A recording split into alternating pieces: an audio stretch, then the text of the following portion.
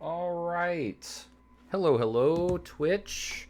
I'm just happy that I remembered to turn on my microphone.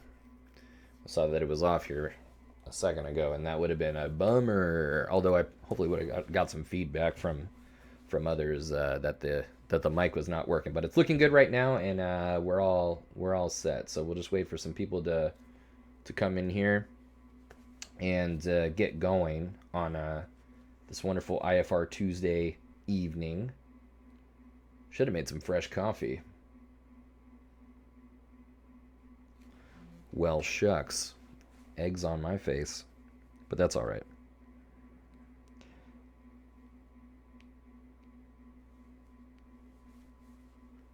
Give it a couple minutes here for some folks to come in.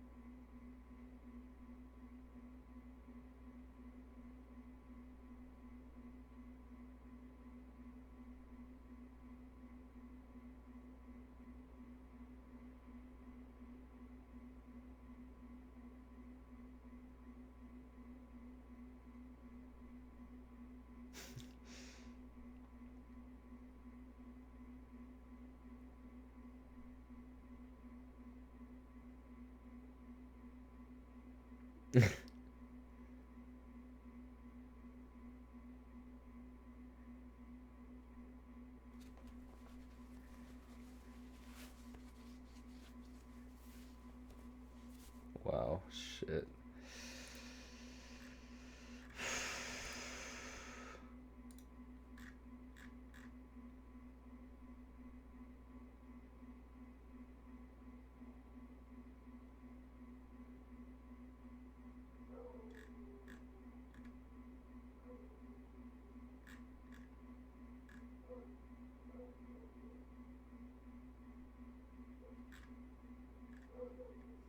Bow, bow.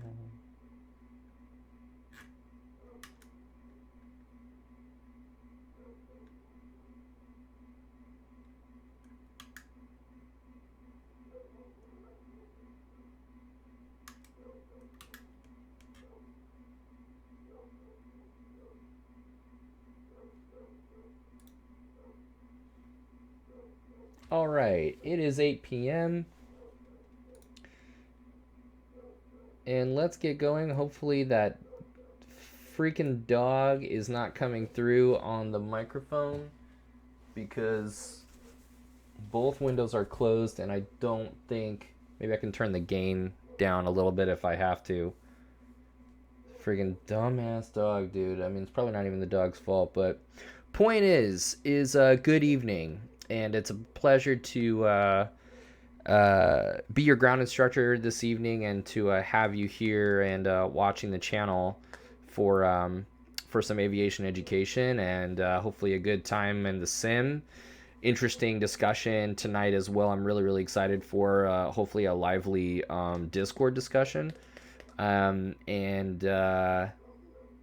really stoked about it. So my name is Philip Stokes, and I am a certified flight instructor down here in Los Angeles. And tonight I am wearing a Demon Cat t-shirt, caring for your Demon Cat. Got Tangles back there. We got the astronaut up there.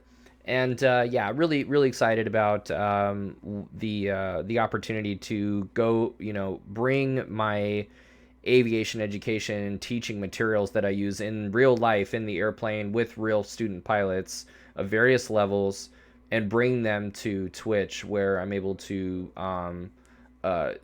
share that education like with you, and hopefully worst case scenario, whether you're a student, even if you're not a student pilot, worst case scenario, that my materials help give you a heightened appreciation for what you're doing in flight sim. Maybe give you more more insight into why you're doing what you're doing when you're on with ATC services like VATSIM or Pilot Edge. Why are they asking you to do certain things?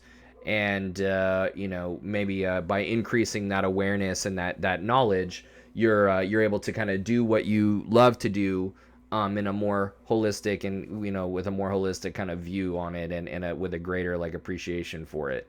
Hopefully making it more fun. And then my other hope would be that as you go through this, as you hopefully come back for more information, that this you see yourself becoming more and more capable, and maybe inspiring you to go take your own first demo, flight. Go down to your local airport and your local flight school, and take an initial discovery flight there, and maybe start your own flight training.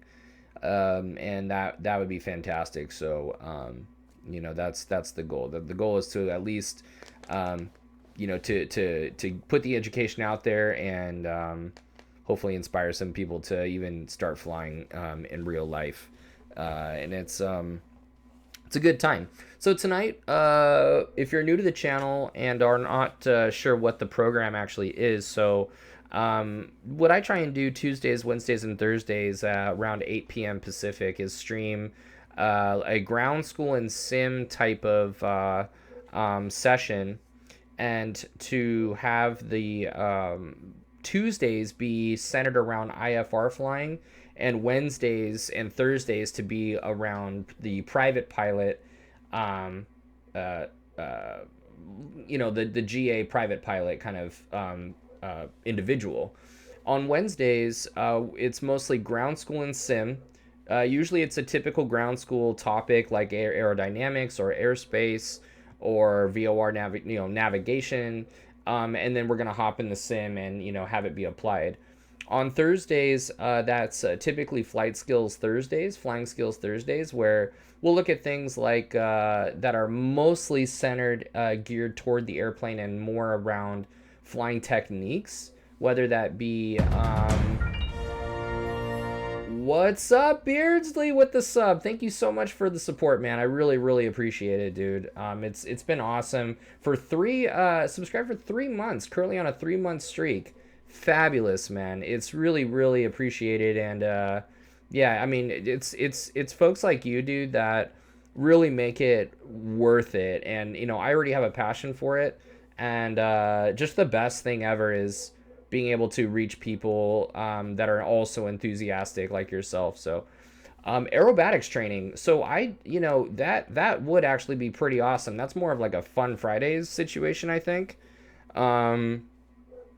I absolutely would love to do that, and just teach, like, because I don't know advanced aerobatics, but I do know some basics. I know like 7 or 8 different aerobatic maneuvers, and even if it's not like an instructional like thing, I think it'd be fun to just go out there and do some maneuvers. Yeah, that would actually be a lot of fun. I also want to do more DCS and get the F-18 in there, and maybe we could do some aerobatics in the F-18. But I really been trying to work hard on. Well, I mean, I could definitely be working harder, but when I'm able to, at least be a little more diligent about that. I'm also waiting for a new yoke, so we're gonna see how the yoke that I have right now does tonight, while that other one's on its way. Should be here in about like maybe a week or something like that. So that'll be nice to have a little bit less beat up yoke. It's been giving me some trouble, especially in sensitive, fast airplanes. So yeah, like autopilot, great, but yeah, it's been pretty tough sometimes, So I don't know what this thing. It just randomly started taking a shit. I have no idea why. You said also, I'm working on a mod where you can use channel points to let people cause engine failures. You have any interest in something like that? Absolutely. Or even other failures, like random failures, maybe a vacuum failure, or maybe maybe an alternator failure, you know. So that would be cool. Like, you have a couple different major fail modes that we do utilize, and like, you know, partial panel operations with a failed vacuum system is something that you practice very avidly, like in the instrument training. So yeah. And again, sorry man, if that, yeah, I don't know if that annoying ass dog is coming through the mic, but I'm super sorry. This fucking annoying dog is always barking, dude, and I really tried to like close the windows, but it's actually not the dog's fault. It's this annoying fucking piece of shit family that's across the street that doesn't give this poor dog attention. So, yeah, I've got a list of like 20 different types of failures I can cause. I'm working on the Twitch integration part mostly right now. Wow, skills. That's freaking awesome, dude. Um, so tonight is part 3 of a 4-part series of IFR Safety that I've been looking forward to for some time, and it's something that I've really only done a couple times, like in my actual CFII, you know, uh, job, like in my actual task, like as a double I. Usually the training, like an instrument student's training, is such where it's like you barely have time, or like the student barely has the wherewithal, like for the core material, let alone like a 3-part module of or like a 4-part module on like IFR accidents. I do teach some of the other parts that I've included in this series. So like I do teach physiology. I do teach that's physiology and human factors. I do teach system failures, like the vacuum failure and things that can lead to spatial disorientation. And I do teach crew resource management, single pilot resource management, and aeronautical decision making. But I don't sometimes don't have time to go into the actual incidents and accidents, you know, or the data, like the actual accident data. And that's what we're going to be focusing on tonight. We're going to do some review into what those human factors are. We're going to look and review some CRM and SRM and ADM things. And then we'll get into the main ground, which is about the accidents and the incidents. So these are going to be looking at 6 AOPA real pilot stories of close calls that are IFR related that these pilots were able to walk away from. And with what we know about SRM and CRM and good aeronautical decision making, with what we know about spatial disorientation and human factors, like we'll be able to actually have a discussion on what these AOPA real pilot stories are talking about. We'll also look at some of the stats and expose you to the NOL report that AOPA Air Safety Institute puts out there that you know, will give the statistics on what their findings have been over the years. Now, this is like old data. This is like data that I think is from 2017. This is a few years old. It takes some time to actually make these reports so that we're, you know, like they're compiling them. NTSB is compiling information and things that, you know, what were the determining factors, you know, that takes time to determine. So yeah, this information is a bit old. I think that now they probably have like a 2018 or 2019 data. I just want to expose people initially, so I'm going to update that in for a future lecture, but I just want to expose people to the NOL report and look at what their findings in previous years have been. So with that, let's actually break out a little bit of a review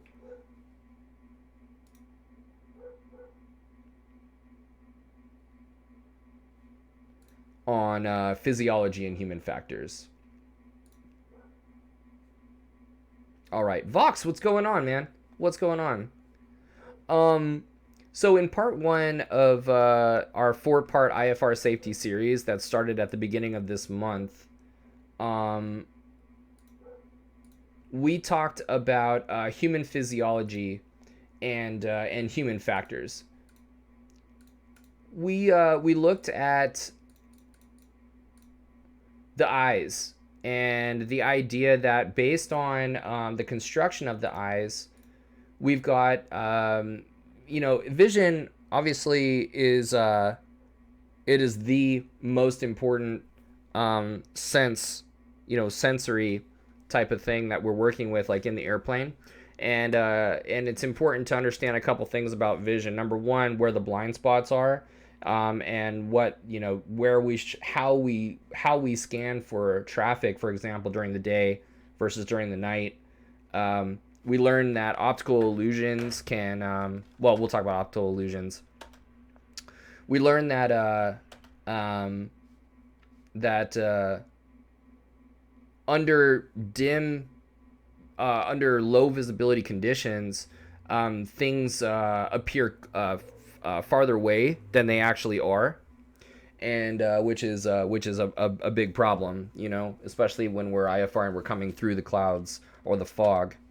So we need to understand kind of how, and we'll talk about, we talked about optical illusions later, but we basically looked at the eyes. But the real problem when we're IFR is not so much the eyes, although it could be a problem, especially toward the end of a final segment where we need to see certain references in order to continue beyond the decision altitude or the minimum descent altitude.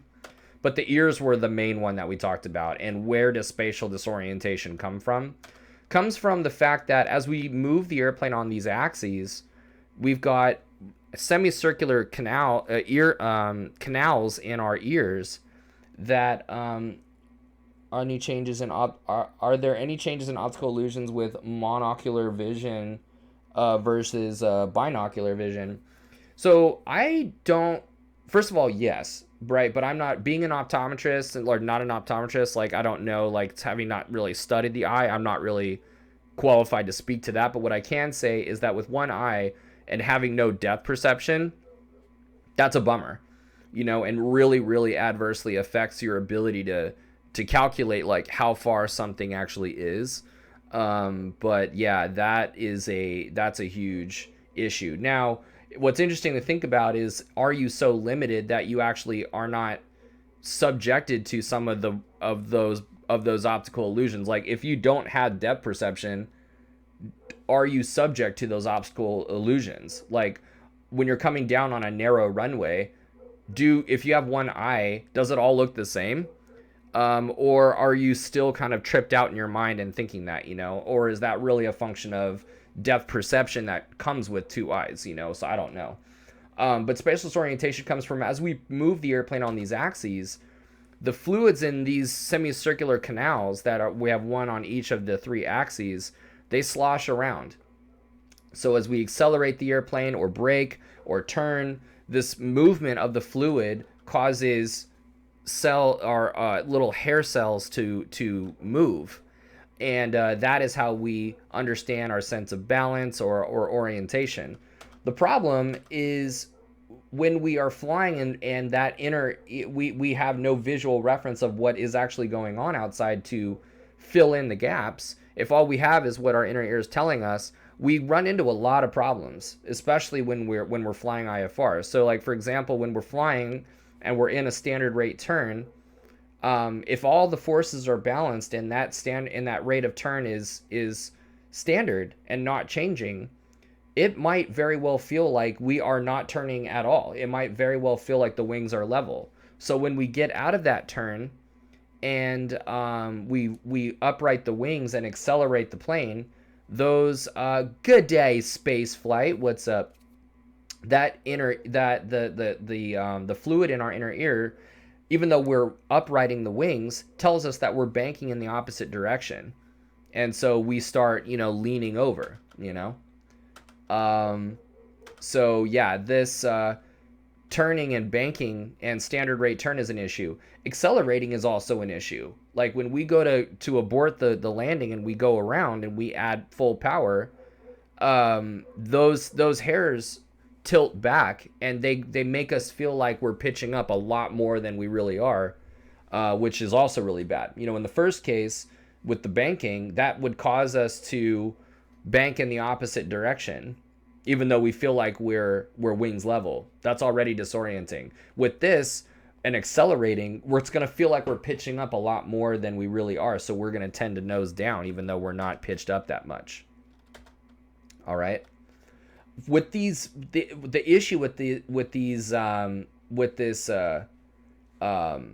vestibular system, with this relative movement, with your inner ear being like the only way that you can, other than the instrumentation, and with this inner ear being the only way we can have a sense of what's going on, we're going to put the airplane into these weird attitudes that are based on how we feel, when in reality we need to reject the way that we feel.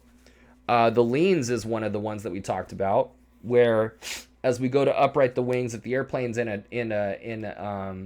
if we are abrupt in the way that we upright the wings, we could actually be like, causing. Dude, Iowa, good to see you, man. Thank you so much for the sub. This sense of banking the airplane in one direction could cause us to actually like either totally bank the airplane in the opposite direction, or even just lean into the turn that we're not even in. We said that when abruptly moving the head in a different plane, so like for example, if we're turning and we go to pick a pen up off the ground and we go to move our head back, we're going to be all turned around. Graveyard spiral is something that we talked about that night and that killed JFK Jr. That we're going to see again in part 4 next Tuesday, when we actually talk about the fatalities, some fatalities, and what the NTSB has said was the cause. But graveyard spiral is really the one of the main things that we see when we look at ADSB data, and we see like in what way did heading and altitude change. We see that these people are in these Vox with the sub. Thank you so much for the 3-month sub. They subscribed for 3 months. Thank you so much, man. You guys are amazing. But then you're saying Z's. Are you is this boring or something? I hope not, because this is definitely you've definitely come to a place where we're trying to keep you safe and understand what can really go on when we're IFR and not in the comfort of our own sim. Just had to type something. No problem. So yeah, the graveyard spiral, when we're actually in that banking attitude that we talked about, the problem is when the airplane banks, it also loses that vertical lift and noses down. So if you're in that attitude, and you're having a sense of that the wings are level, even though you're in a descending turn, and you see yourself, the altimeter is winding down, you're going to crank back up on the back pressure. And all you're going to be doing, you think that you're pulling up, but all you're doing is just tightening up that turn more and more and more.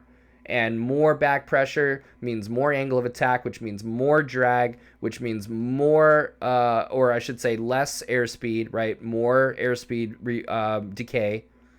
And, more pronounced left turning tendencies. And, then there you go, things just worsening. 757 last year had something to do with this too, according to the investigation, and some more over the last couple of years. Good to know topic. Oh yeah, I'm really excited for part 4. Definitely glad that you bring in this up, because next Tuesday when we go over those accidents, those fatalities, we're going to. I've dug all of that data out of the NTSB. We've only talked about what the findings were from the NTSB.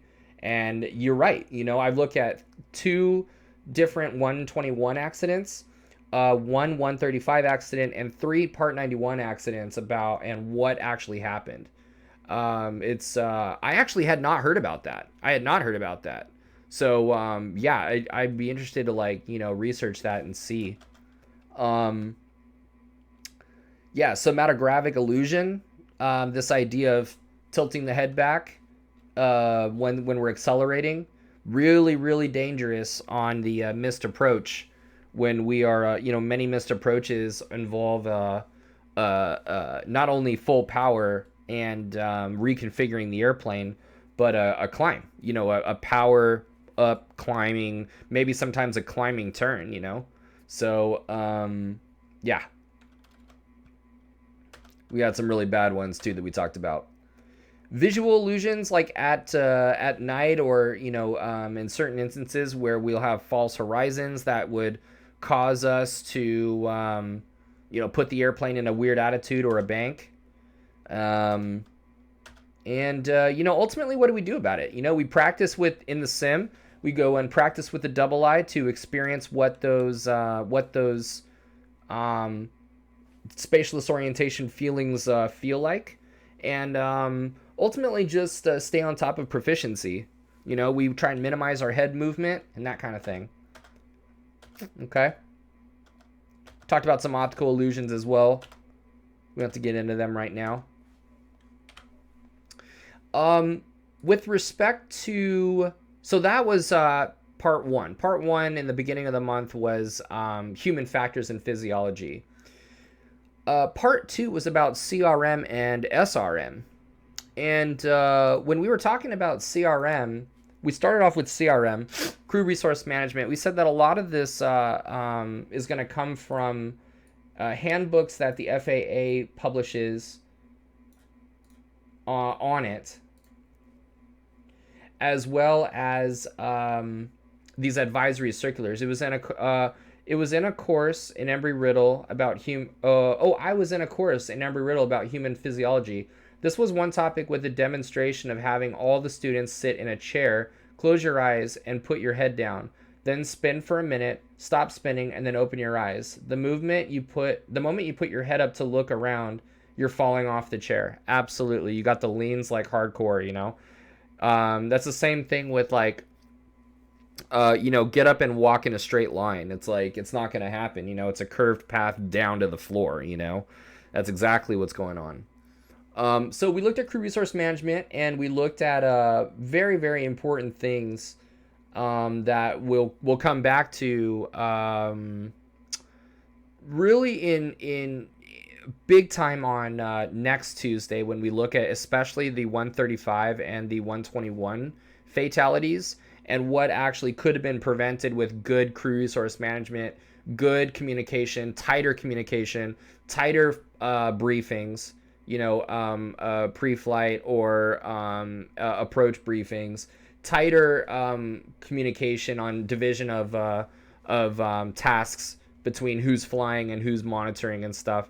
And it really comes down to a crew environment. Whereas tonight really is about, they're all, GA, Part 91 incidents, or, near accidents that are mostly SRM related things. So with CRM, we said that, human factor is a big part of what's going on.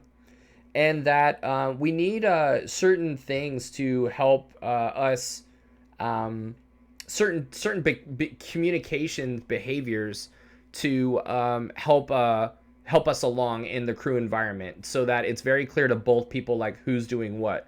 Things like clear briefings, making sure that we're good on conflict resolution, and that we are working together as a team in the decision making.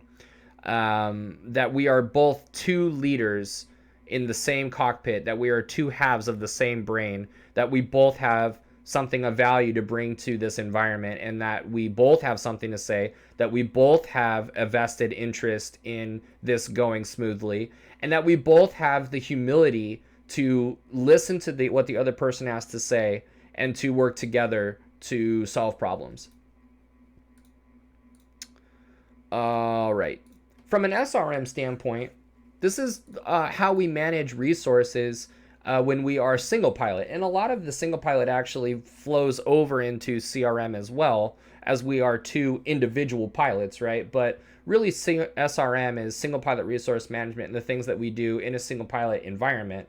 These are things that you can absolutely incorporate into your flight sim, as well, as we talk later on about what are these actual resources and how to use them. But in terms of decision making and the single pilot decision making, we've considered the 5 Ps what the plan is, and the plane, and being familiar and proficient in the airplane, being self-aware and if you're able to fly or not, passenger management, and understanding how the avionics in your airplane work, and programming that plan, and making sure that you're on top of the automation of the airplane and that type of thing. What's really interesting is how not really these 5 Ps individually, but where the overlap is. So like between pilot and passengers, that overlap is very interesting, and understanding peer pressure or external pressures, or passenger management and taking care of your passengers, or the pilot utilizing passengers for, to look out for traffic or something, or the plane and the plan, based on the plan that you're trying to do. Like, is the plane capable of flying that route? Like, does it necessitate GPS? Do you have GPS? Are your VORs working?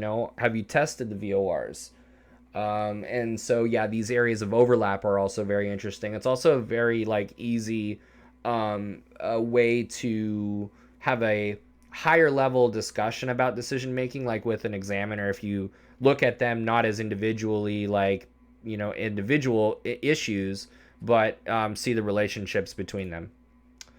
We said that the 3P model, perceive, process, and perform, is something that we're constantly doing, that we're moving in a circle, and that we're perceiving the data that's coming to us from the instruments. We're processing what what should be going on. Does it make logical sense what they're telling us, or is there an outlier, and is there an issue? And if there is an outlier and if there is an issue, we perform some action based on our knowledge, let's say, of systems or whatever, of our knowledge, our understanding of cause and effect. We perform a corrective action, and then we perceive the effects of that performed action. And then the circle goes in, or this model goes in a circle over and over and over again, even if things are going according to plan. The PAVE model was also super similar to the 5Ps. It was also super helpful. We talked about the pitfalls in a single pilot environment, in particularly less experienced pilots, but not limited to less experienced pilots, right? But we've got things that are, that we see are leading, to, or maybe catalysts, or leading to subsequent failures in the chain of in the accident chain, right? We said that all accidents did not have a single point of failure, but were rather a series of maybe bad decisions or things that happened that may or may not have been in the control of the pilot that led to this, right? Usually things being in the pilot's control, or if it's something that was, if it was a critical thing that happened that led to this accident, it's like, how did we get there then? Did we yeah, sure, something might have happened, like maybe weather did turn, maybe things outside of your control did happen and the weather got worse, but what was in your control was maybe what reports did you not look at, what information did you not put together and consolidate and reconcile, what sources did you not consult, were you making a decision based on ambiguous information, or an information that indicated weather could go either way, and you made a go decision based on an ego centered kind of an ego. You were what were your motives? Was it a motivation of ego to go, or was it wishful thinking? And so even though the weather is not in your control, the way that we conduct ourselves is. So these operational pitfalls were discussed, and things that will lead a pilot down the accident chain, where eventually the links are all cut, and that's it. Stress management was discussed. And the use of the resources. So as we said, we've got resources inside the plane and outside of the plane, and we need to know how to use them, and not just have a whole bunch of options, but we need to use them effectively to minimize workload. One of the things is having your EFB, like your for flight or whatever you're using, have that totally updated and organized. Airport diagrams, departure procedures, approaches, everything is updated. Having a paper chart like ready to go in case the battery dies, and that paper chart needs to be pre-folded so as to minimize workload. If you ever need to be on paper, you don't want to. Not only do you not want to be folding this chart in the airplane, but if you are using paper in the airplane, you want to be able to come to a crease in the paper and really do like one fold to be back to where you need to be. Try and move that back there. There we go. Situational awareness is key. We talked about some ways of maintaining or increasing situational awareness and automation management. Okay. Now, moving forward with tonight's, so that's a good quick, review on part 1 and part 2 of the month. Part 3, let's get into some of these reports. Zach, what's up, dude? It's all right, man. I've written my Oshkosh presentation's going pretty good, and let's see here. His talk about weather has me remembering how Seattle had gusts of 50 knots yesterday. Apparently, many flights had to do 3 attempts. Some other people diverted to PDX, which seems smarter to me. Yeah, dude, it's like, think about it, man. What did the forecast say? I guarantee you 50 knots, the forecast wasn't saying nothing, So, yeah, Zach, dude, so I have a pretty solid Oshkosh presentation mapped out. It's gone, what I sent you, it's gone through some iterations already. Definitely an emotional beginning that I'm going to make even more emotionally appealing. And I really appreciated that. Simplified the what's to come for sure. Very, very simplified. And I have the thing mapped out of how many minutes for each bullet point and everything for a 56 or whatever minute presentation. And just wrote the first half, I would say, or the first portion. It's not the first half, but I've written the intro, as well as the first 15 minutes of the background. So I have right now, and I'm thinking about changing it, but it's a 15-minute background on, like you were suggesting, like, how do I actually fly? What was that process, going through that to get to where I am now? And then toward the tail end of that background phase, like that background portion of the presentation at the end of that 15 or 17 minutes is as I get to the end, which is, flight instruction, like what does it mean to be a flight instructor? To me, I have a 2-minute segment on what it means to be a flight instructor. And then we get into the leadership portion. I'm really, really pumped about that. So yeah, I really appreciate the feedback there, and I'm looking forward to sending it your way for some notes. Yeah, it was fun to, let's see here. Space says it was fun to listen on the radio communications during thunderstorm and high wind events, closing the airport, holds and diverts. Ooh, yeah, definitely, man, definitely. So as I said before, this is the null report issued by AOPA Air Safety Institute. Just wanted to turn you on to the existence of it. Maybe some of you have not heard of it, and just kind of see how the breakdown of some of this data actually goes, and in prior years, like what the data has actually shown, what it's been. I'm not sure, actually. I have to update this, but I don't know if the null report is up to maybe 2018 or 2019 data now, but we'll definitely update that. So let's see here.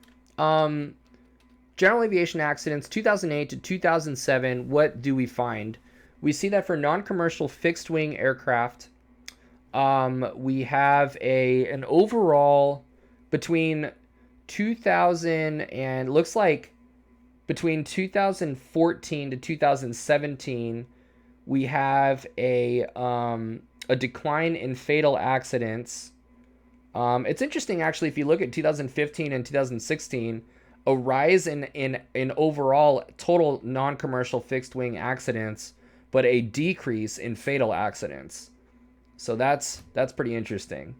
Um, I see also an overall decline in fatal accidents. But let's see here. 9. Yeah, it looks like what you're going to find is lethality. Let's see here. I'm not actually familiar with this report after what happened during the last couple months. I need to have a look. Yeah, we're doing, and again, this is like old data.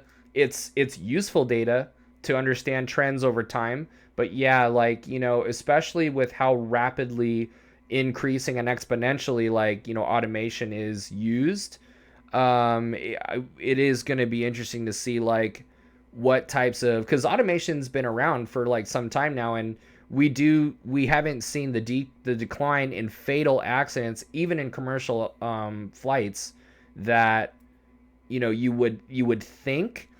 But although like commercial flying is extremely safe, looking at the lethality of certain accidents, like we still see that loss of control is the leading cause of accidents, and that type of thing. And so, yeah. Now, what do we have here? So the summary of general aviation fixed. Oh, let me move this.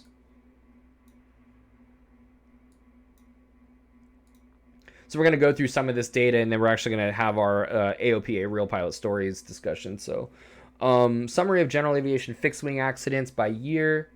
Looks like the lethality of the non-commercial 15. So the percent lethality is the percent of the total accidents. How many were fatal? So we have a 15% in 2006, 15.5, and about the same lethality from 2016 to 2017. Pretty constant lethality. And then despite a let's see, the worst Maple Aviation. So the worst loss on control accident I can think of was Aero Peru 603, probably the most horrifying one I can recall off memory. Now, was that the there was one, man, where they were carrying dignitaries, I believe, of some kind. I don't know where it was. This might have been in Mexico, actually, now that I think of it.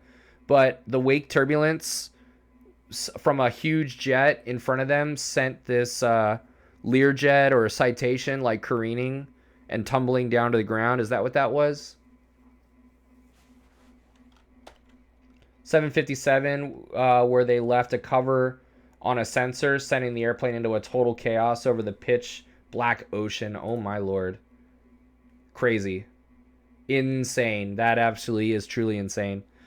What do we have here? So, aircraft class. We've got single engine, fixed gear, as the leading percentage here. Let's see, of accidents. So, of the 780 accidents, 102 were fatal. Let's see. It's actually, this is pretty interesting stuff.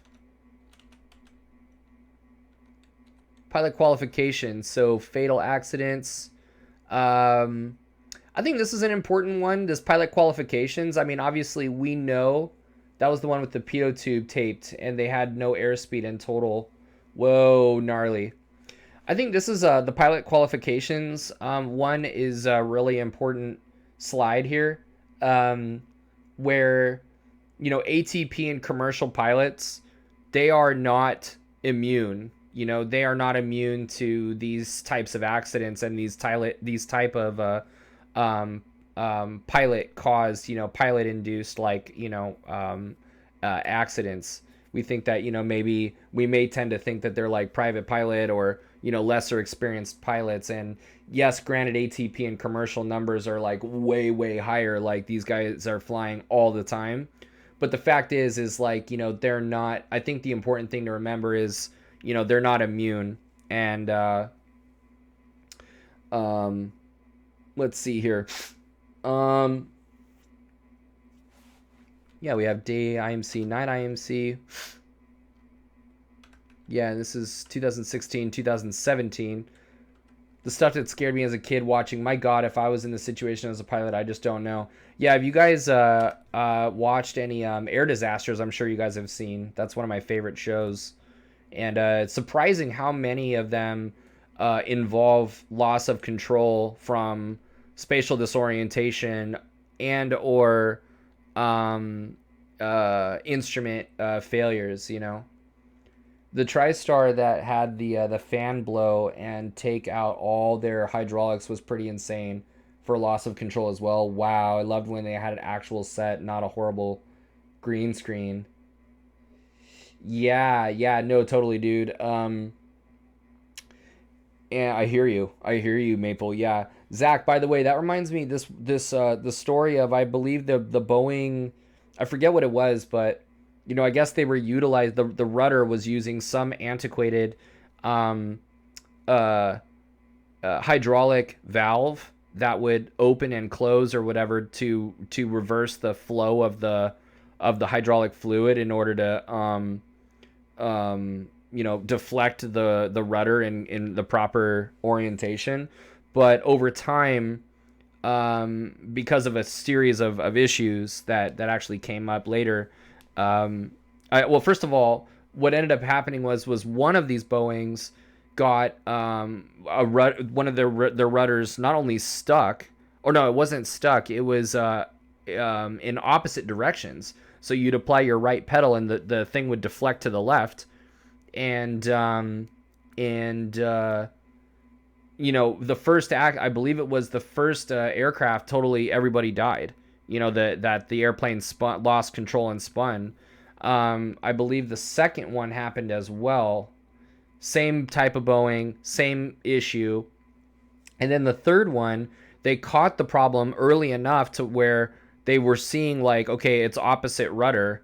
And so they actually maintained control of the airplane and actually landed it. And what they found common between all three of these Boeings were these antiquated valves, these hydraulic valves would actually like get stuck after a certain age because of some filter or something that would normally keep this hydraulic fluid like clean.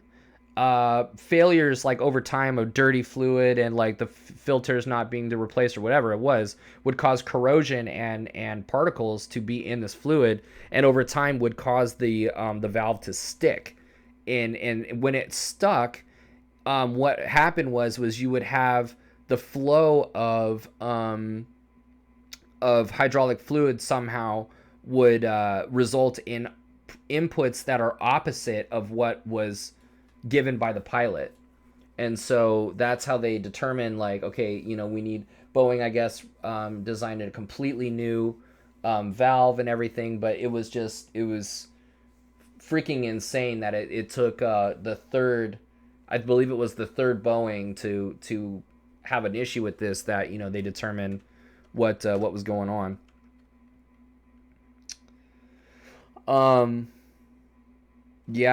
Yeah, crazy how far the NTSB has come in preventing failures, and there's still only totally new ways to break an airplane that no one can foresee. Absolutely, that's a great way to put that. Yeah, sadly, the best way the aviation accident has gotten safer is through these crashes. That's what I do love about this show. It's not a show about sensationalizing and dramatizing the accidents that have actually happened.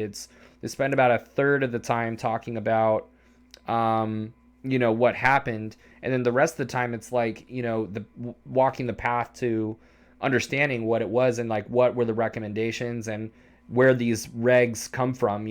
Why do we have a 30 nautical mile veil? What types of accidents had to happen in what we now know to be Class Bravo airspace. Like, what was Class Bravo before that, and why are they designed and tailor made like the way that they are, So, um, why what did we learn from it? How are we going to do it? Yeah, exactly, space. That's what I'm saying. That's awesome, man. That's awesome.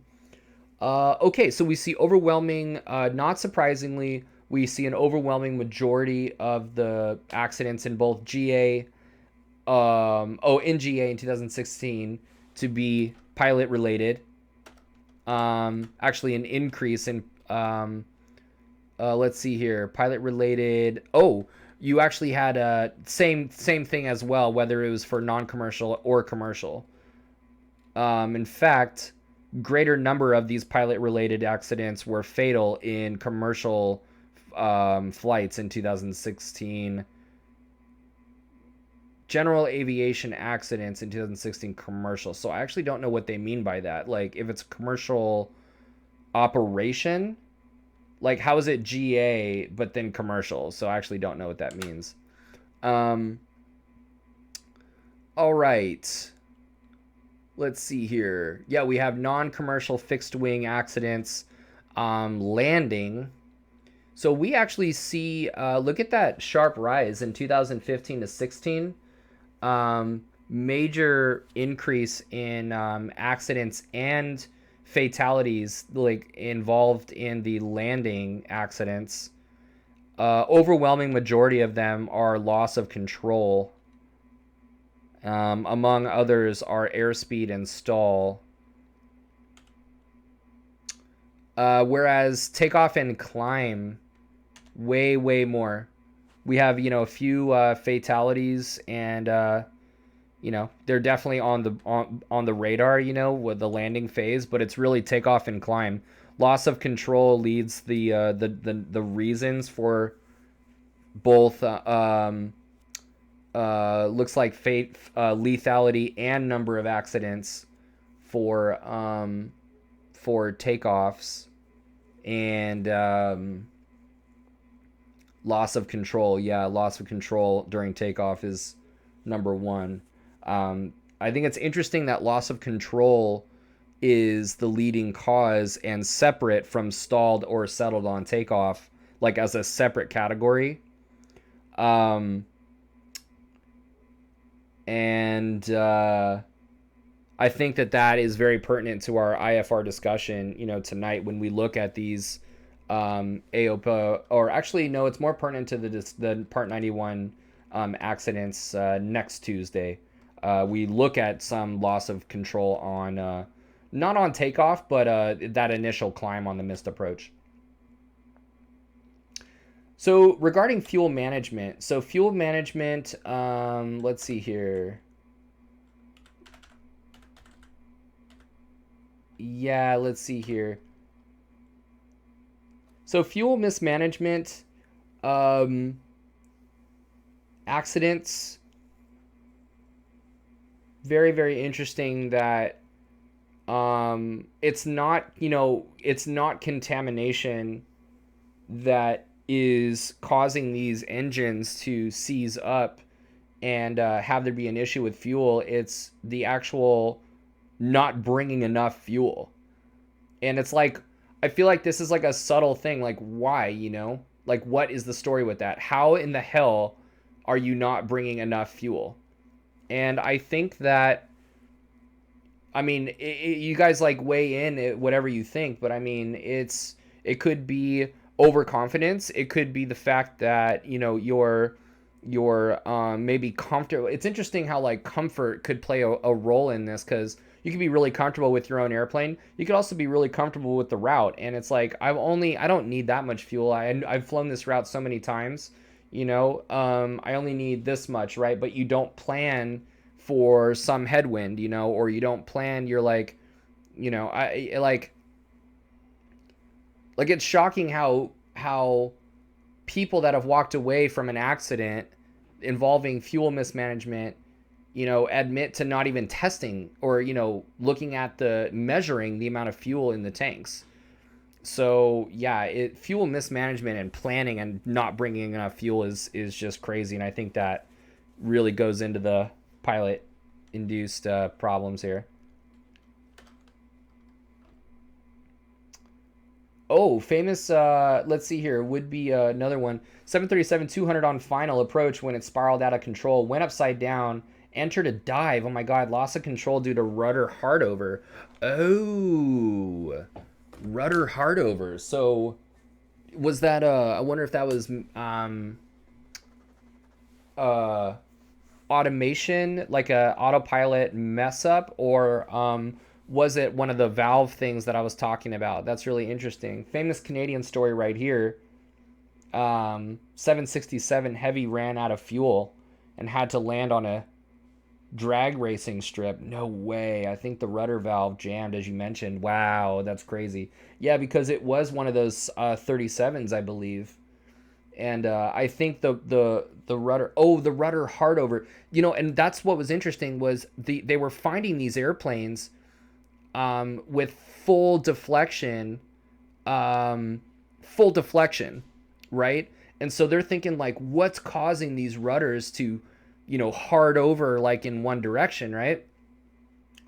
And they're like puzzled with, and what they don't realize is the reason that if it's the same issue, the reason that they were finding these rudders hard over was because of the stuck valve and the rudder being full deflection in the opposite direction, or opposite input. The pilots would be hard stomp foot to the floor trying to regain the directional control of this airplane, not realizing that because of the stuck valve, they were forcing the rudder into that full scale opposite deflection, that it was the pilot actually doing that.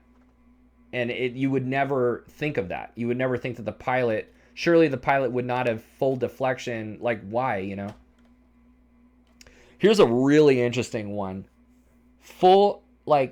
Of all the types of weather accidents for non-commercial fixed wing, 2000 what is this, 16 it looks like, we have first of all, it's pretty nice that we had an overall like a decrease in trend from 2015 to 2016,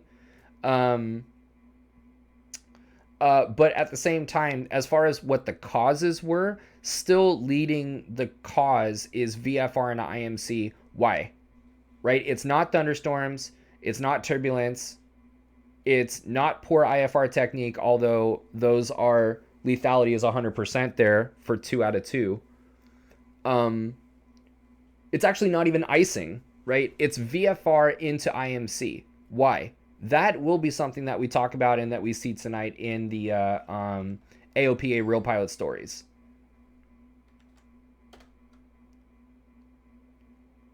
Right, so these AOPA Real Pilot Stories, what do we see here? We see 6 different videos. First one is going to be aircraft trapped on top of IMC and not IFR current.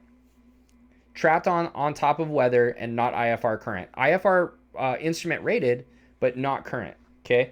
Unable to accept the IFR clearance and certainly not proficient. Second video is about scud running and the effects of spatial disorientation, stress, and loss of aircraft control. I don't know if that guy I forget if that guy walked away or not. We've got an engine failure in IMC. Could you imagine? Engine failure in IMC and issues with diverting. And then we've got a couple of ones on icing and poor decision making to descend into the clouds despite freezing temperatures. Right? Rapid accumulation of ice, and then finally a vacuum failure in IMC conditions, flying into known bad weather, lack of proficiency performing compass turns, and setting up for the approach. This one, I think, the importance of this cannot be understated. I don't want to gloss over this. Like, this is why it's so important, especially as simulator enthusiasts. We need to really be out there, GA, flying failures, system failures. We should be practicing that. Well, what's the point in practicing that if I'm not an actual pilot? Like, I'd rather just have fun. No, dude, like, first of all, you don't know if the opportunity someday to become a student pilot is here. You want to make sure that you're comfortable in, making these kind of decisions, and that you've handled this airplane, at least in the sim, partial panel. But regardless, like, if you're really going to be out there practicing IFR stuff, like, do IFR stuff, and just at the worst case scenario, accept the challenge of getting out of your comfort zone and failing that vacuum. Failing that vacuum and practicing, seeing exactly, get an appreciation for how difficult it actually is to fly. And this is in the comfort of your own home with your sweatpants on and t-shirt, AC's on. You got your coffee or your hot chocolate right there, and you're just like, oh, this is kind of crazy. Not feeling spatially disoriented. You're not thinking about your kids or your family and how you hope that you make it home. Like, this is not what's actually going on. So just to kind of give you that perspective, and I think all too often we're in the sim and we're practicing the weight. Can we do things that when everything's going according to plan, we're doing really well, and we're like, wow, I can really fly. That's so cool, But the instant that something like this happens, boom, you're done. It's like, you're in the sim. Like, let's utilize it, All right. Now, the way that I envision this working is we're watch this video and open up, talk about some of these topics, and then open up the discussion on Discord voice chat, actually, for those of you that want to weigh in on it. So if you're a subscriber and join the Discord, you're gonna have voice capabilities in the chat, and I'd love to hear more about what you thought. So with that, let's watch some Trapped on Top and see what's going on. Maxwell, what's up?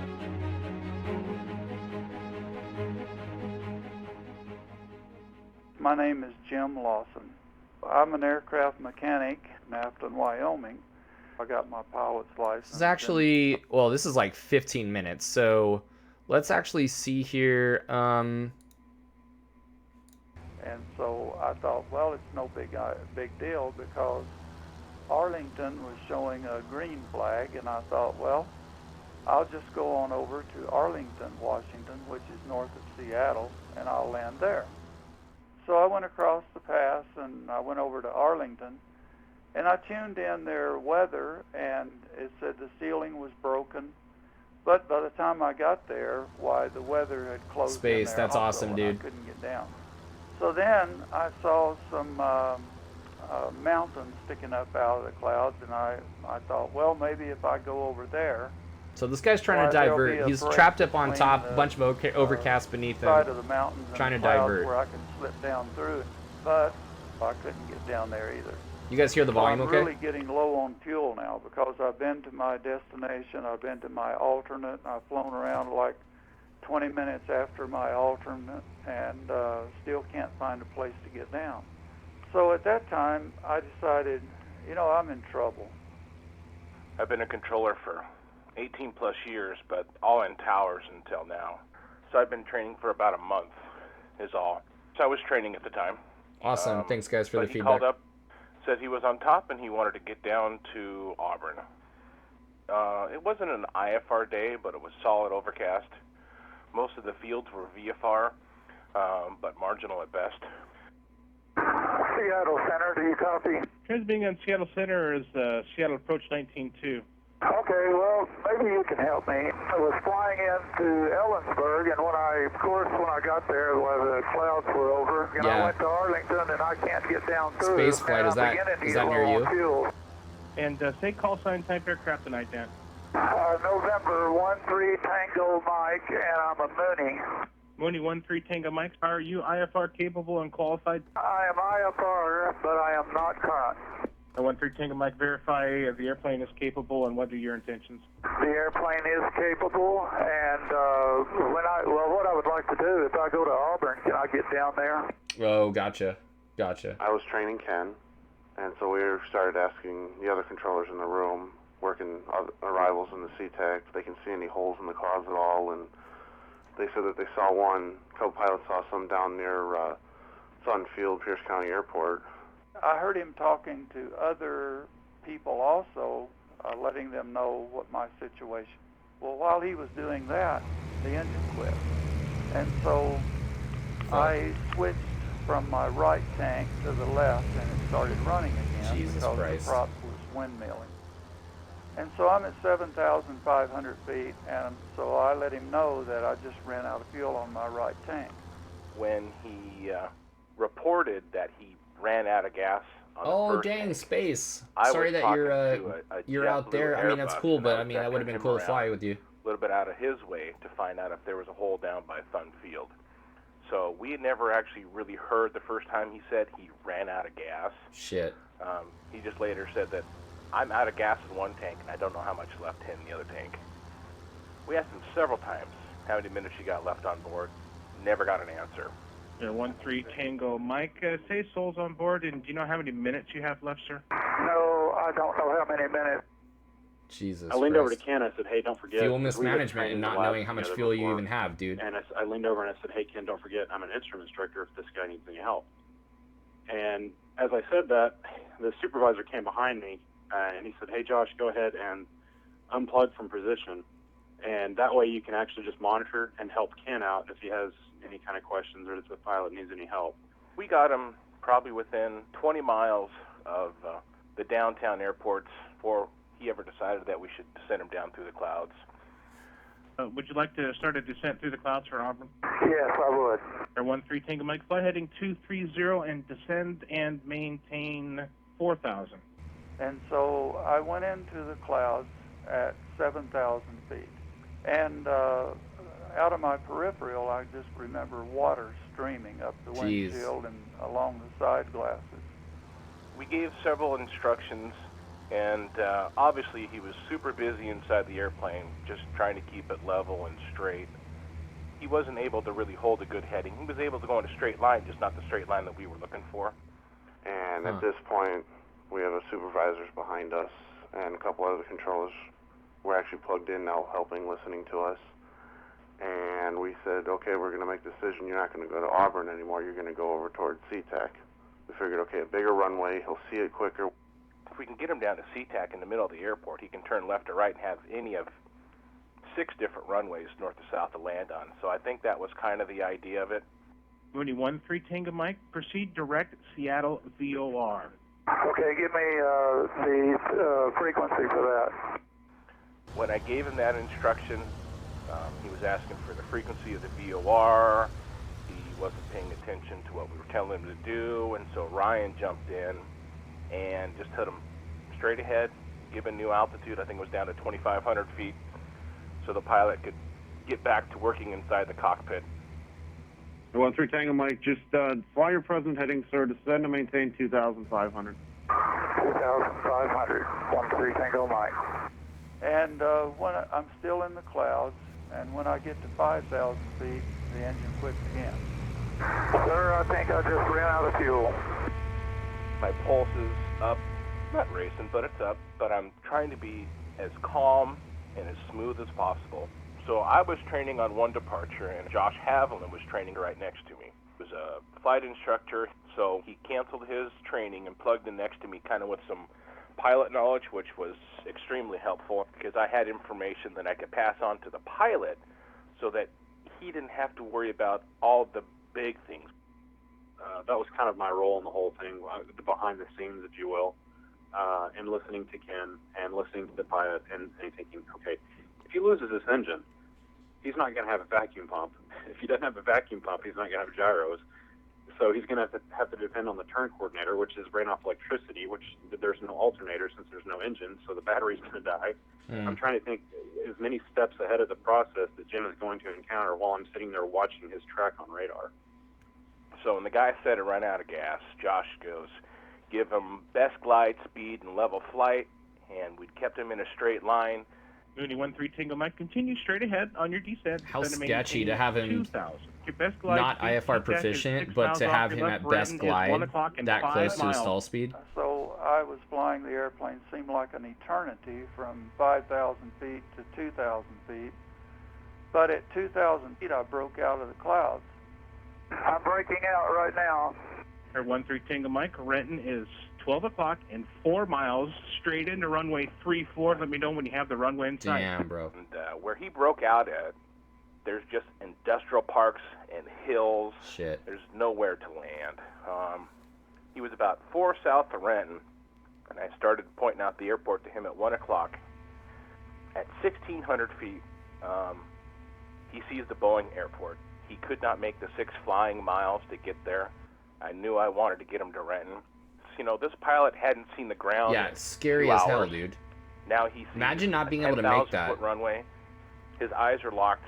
It's the only way he's going to survive this. And he wants to fly to that airport. No. So I have to talk him out of what he sees as his only salvation and get him to turn his eyes back to the right where I know there's an airport that's closer. 2.5 miles ahead at your 1 o'clock. At my 1 o'clock? Affirmative. Start a turn back to your right. It's a single runway at 2 o'clock and 2.5 miles. I got it, sir. That tunnel vision. All of a sudden, I saw the runway out there about 2.5 miles ahead of me, which turned out to be Renton. I knew I could make that runway with one exception. As I got closer, I saw there was a thrust barrier across the end of the runway for, to deflect the jet blast. I'm thinking, I'm not sure I'm going to clear that. And so, but everything you do is a trade-off. If you pull back, then you're going to lose airspeed, and if you get too slow, well, you're going to stall. The one thing that I really appreciate, I know the guy was genuinely concerned about me because he said, don't forget to put your gear down, or maybe you want to wait.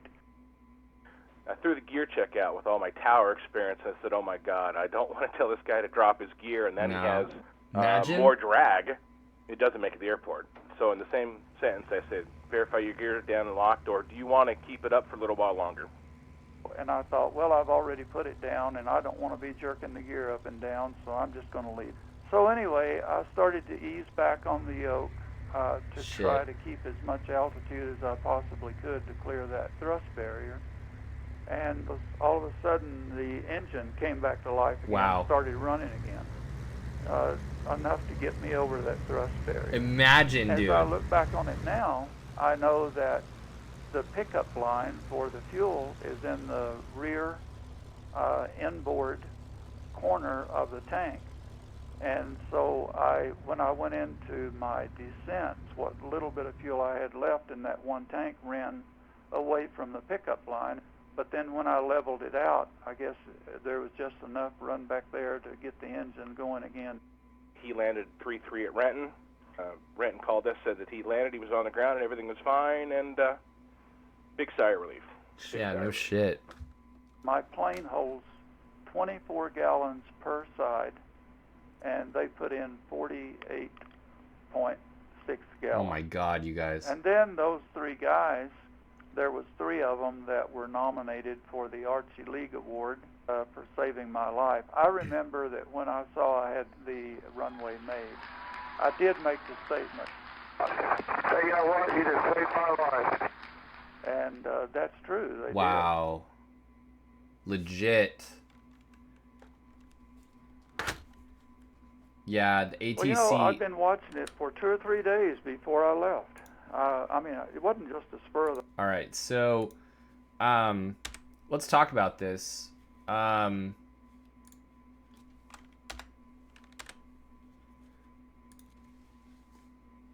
right, so what actually happened here? So this guy was unable to get down after he had gone to his destination, the alternate airport, and he was 20 minutes into his reserves before he, said anything. We're looking at a guy that was IFR, had an IFR capable airplane. He was an instrument rated pilot, but was not IFR current and not proficient. We're looking at a situation here, apparently based on what we saw in this video, we saw that fuel mismanagement comes into play not only for carrying the minimum fuel that you needed, to get to where you're going, right? Where ideally he would have added an hour of personal minimum, not just the bare minimum. In fact, well, no, considering that he wasn't even IFR, he legally did have the minimums, right? If he was thinking that he was VFR, he's bringing enough fuel to his destination and freaking 30 minutes, to of reserve for the day. You know what I mean? He probably thought he was over fueled. Let alone if you're not checking the weather, and if you're not really looking closely at the weather at where you're going, or you look outside and it's clear skies where you're taking off out of, and you're thinking that that's what the weather is wherever you're going, dude, and that fuel mismanagement. The main fuel mismanagement is not knowing how much fuel you have and not staying on top of how much fuel you've burned, how much is left, how much time do you have, and based on how much time you have, what are your options? And I think the other thing too, in terms of like flight planning, is we'll get into that, but anyway, yeah. So issues with basic attitude, instrument, flying skills, and task management. I think it goes to show that how, when not practicing your IFR skills, how quickly those skills can deteriorate back to day one, no skills. Like, here's an instrument rated guy who knows how long he had not been instrument current, but I think, like, we like to think of aviation as something that comes back, kind of like riding a bike or whatever, and it's like, we can go out without it for so long, and then we come back to it, and yeah, it's not going to be super pretty when we try, but with enough little bit of time, it, like, the dust comes off. It's like, no, this is like a muscle that atrophies real bad real quickly, and it does not just come back. This is something that, as a personal minimum for you, need to really, like, utilize the sims that we're all familiar with, and really just do, get out of the jet. I think, get out of the turboprop and hand fly GA, IFR, and even for like the turboprops and stuff, like, hand fly those things, but I think big time GA, analog, or even G1000, I guess, but analog instrument, 6-pack scan, basic IFR flying, and even not even IFR, like with ATC, like, go out there and do the IFR patterns, fly the vertical S's with the 500 feet per minute, 500, fly the vertical S's, fly those holding patterns, fly those teardrops, fly the procedure turns, tracking via VORs, and doing those maneuvers while tracking VORs, right? Not really flying IFR, not with an ATC and stuff, although that is very important, but just maintaining those attitude instrument flying skills that this guy did not have, very crucial. If your life is coming down to it, and you're talking about no fuel, like, when they tell you a heading to get as soon as you can to an airport, they mean the fucking heading. They don't mean, like, deviating. You can't be going off and deviating, because you not only can you not manage your fuel, and not only do you not know how much fuel you have, but it's like you can't fly a heading, when under instruments.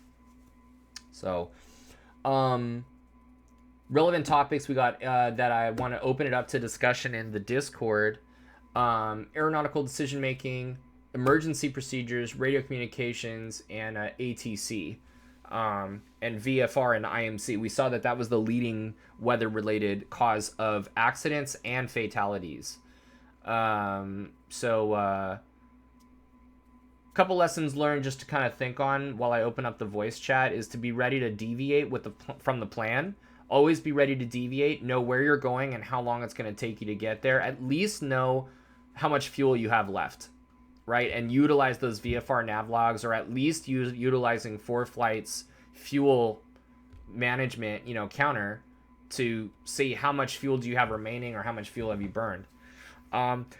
main thing I would say, top one for me, would be communicate the situation critical to ATC way sooner, and have the humility, have the sense of reality and groundedness in reality to know this is a seriously bad situation. Like, we can't keep going on like this. And at the end of the day, we see ATCs here to help you. So let's go ahead and open up the Discord and see if anybody wants to like weigh in. If not, we'll just go forward. But let's see here.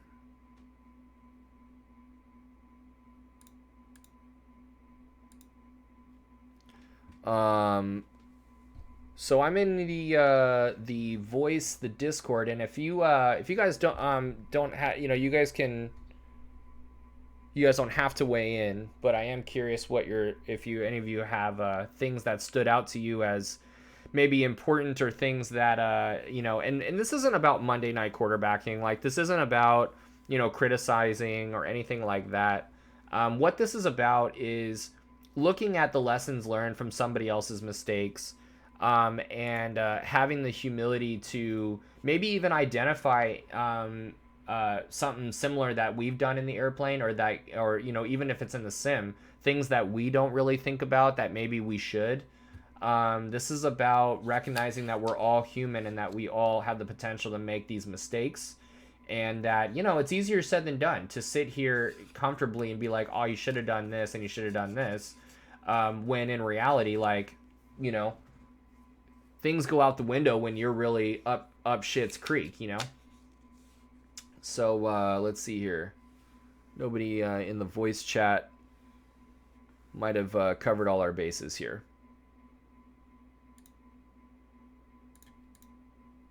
We can come back to it if you guys want to join. Going back to the thing here. I'm gonna stay in the voice chat in case you guys want to hop in. All right, we've got next one up. 3 seconds, 3 choices. This is a video about scud running, ridiculously low, and basically ducking under, and with the rising terrain, lowering and lowering ceilings and ever encroaching terrain, the guy was forced to pull up into IMC and suffered some spatial disorientation. We also see hazardous attitude in this one, resignation, and what's the point? So another VFR in the IMC issue, and let's take a look here.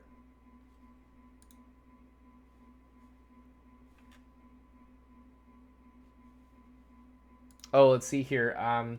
When I was being instructed at the beginning, I was always told fuel gauges were not accurate. That's absolutely true. They're inaccurate.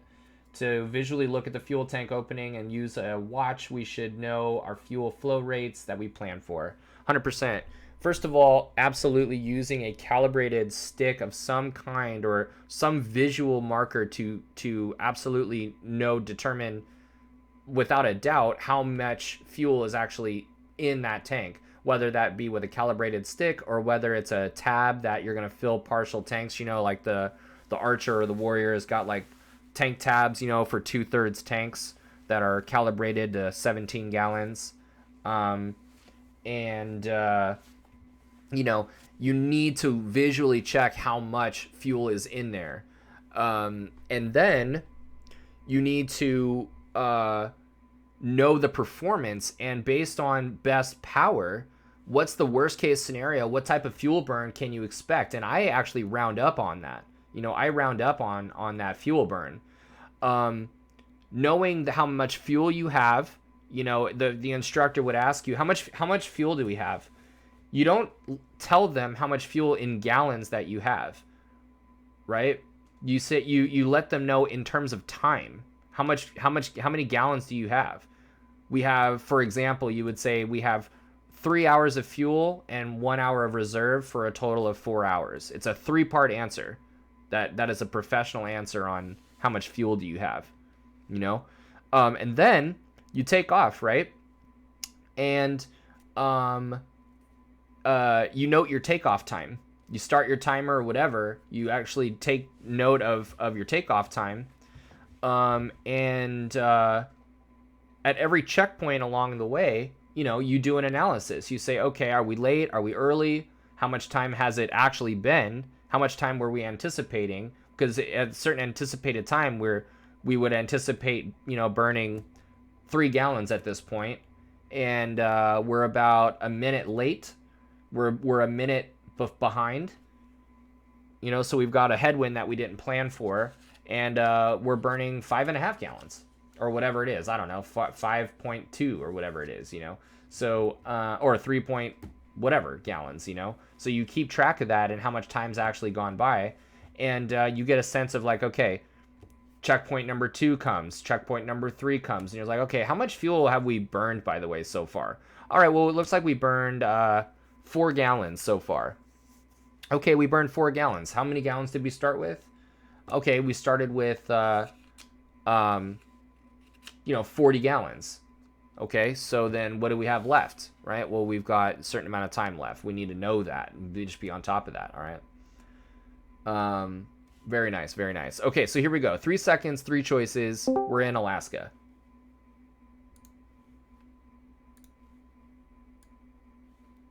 Maxwell's in the house. Maxwell, I didn't want to cut you off. Did you have some insight into that last one, or did you want to weigh in on this? So what'd you have in mind, buddy?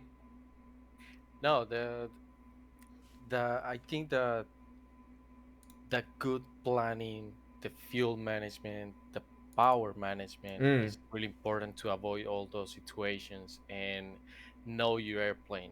I mean, it's like when you go in your car and you're planning to go to Las Vegas, for example. Sure.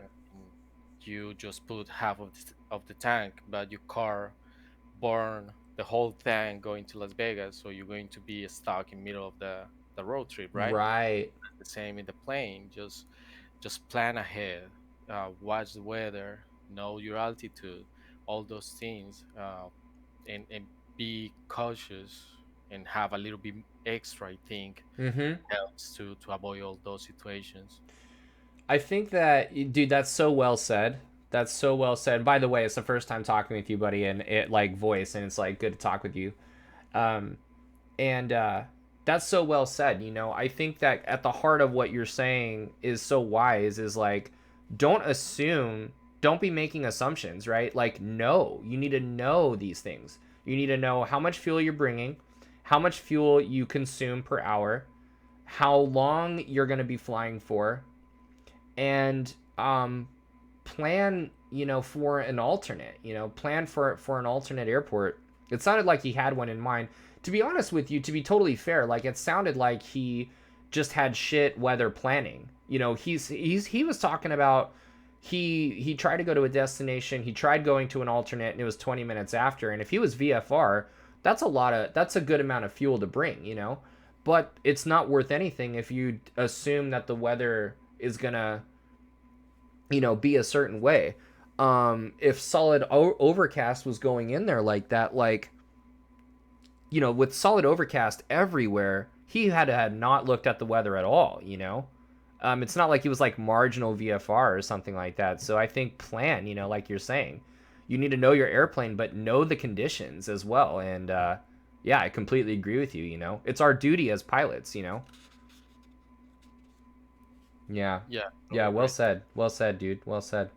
Thank you. Let's check out this 3 seconds, 3 choices here. Hi, my name is Tom Berge from the Minneapolis area. Several years ago, I had a VFR and IMC encounter, which I was lucky to live through. I was in a flight of 2 Vans RVs on a vacation to Alaska. And we have been trying to get from Yakutat up Yeah, to space, Cordova. I hear you. How people can skip it. It's like, we have dude, been pushed down people to get comfortable, though, probably they about assume. 50 to 75 feet or so off the water. All of a sudden, right in front, the fog bank, cloud bank, whatever, popped up. My partner who was in front disappeared off to my left. I simply reacted and pulled up. Up was better than down. I'm a 1,000-hour VFR pilot, no instrument rating. Jesus Christ. The sounds did not match the sensations. The whiskey compass is just spinning like a top.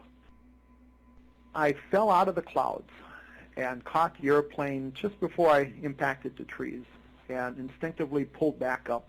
In fact, I had pulled up a total of 3 times and had fallen out each time. Wow. Each time I managed to fall to the right, which led me further inland.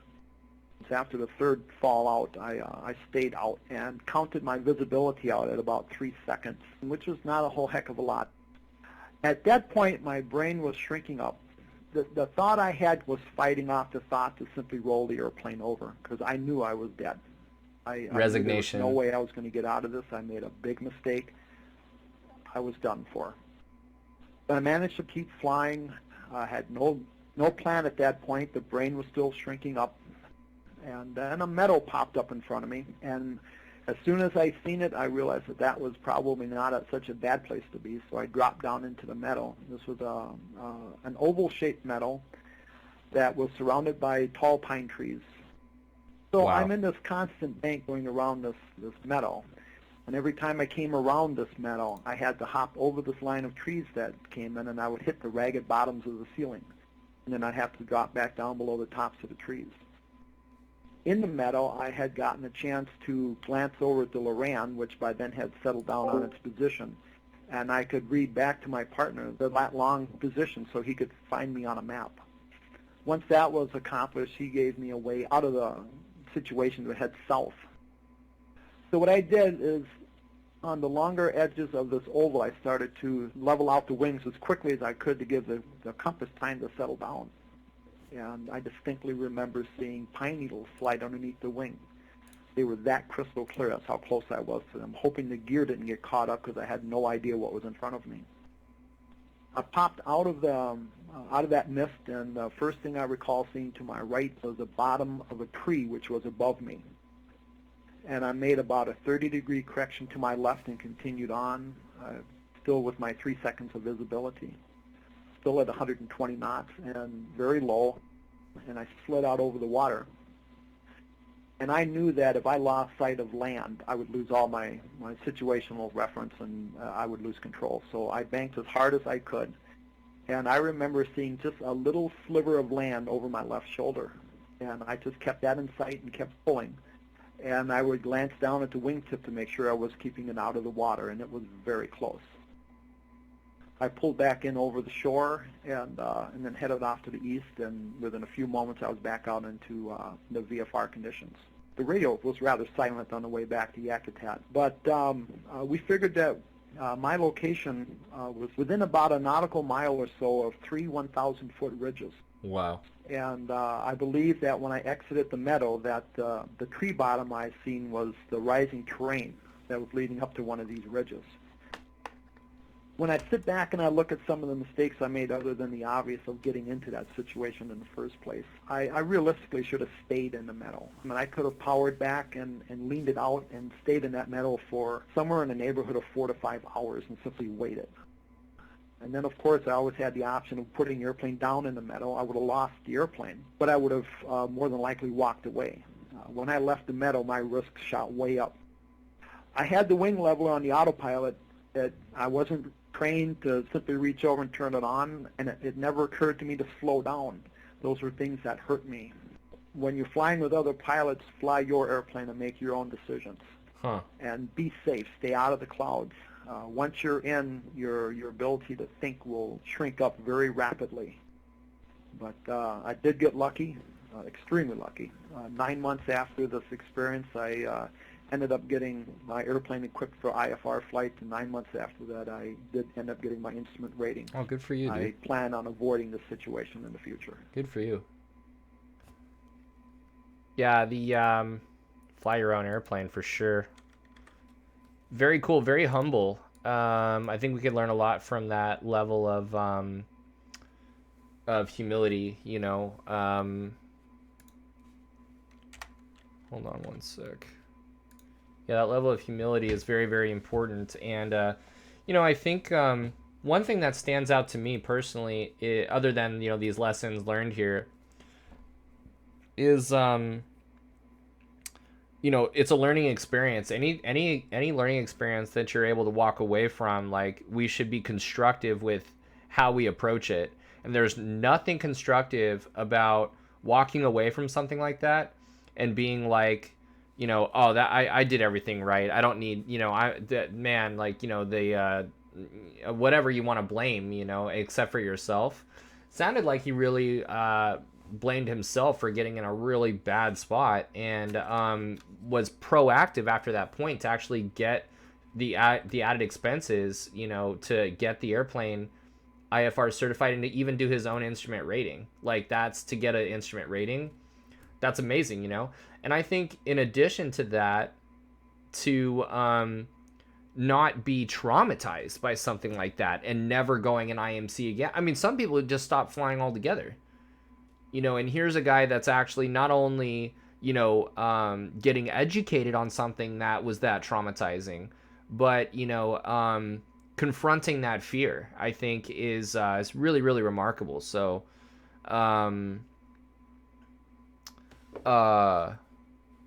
yeah, fly the airplane first. You know, we hear about aviate, navigate, communicate, and very, very important, you know. And without flying, without aviating, without flying that airplane, we got nothing. You know, we absolutely have nothing.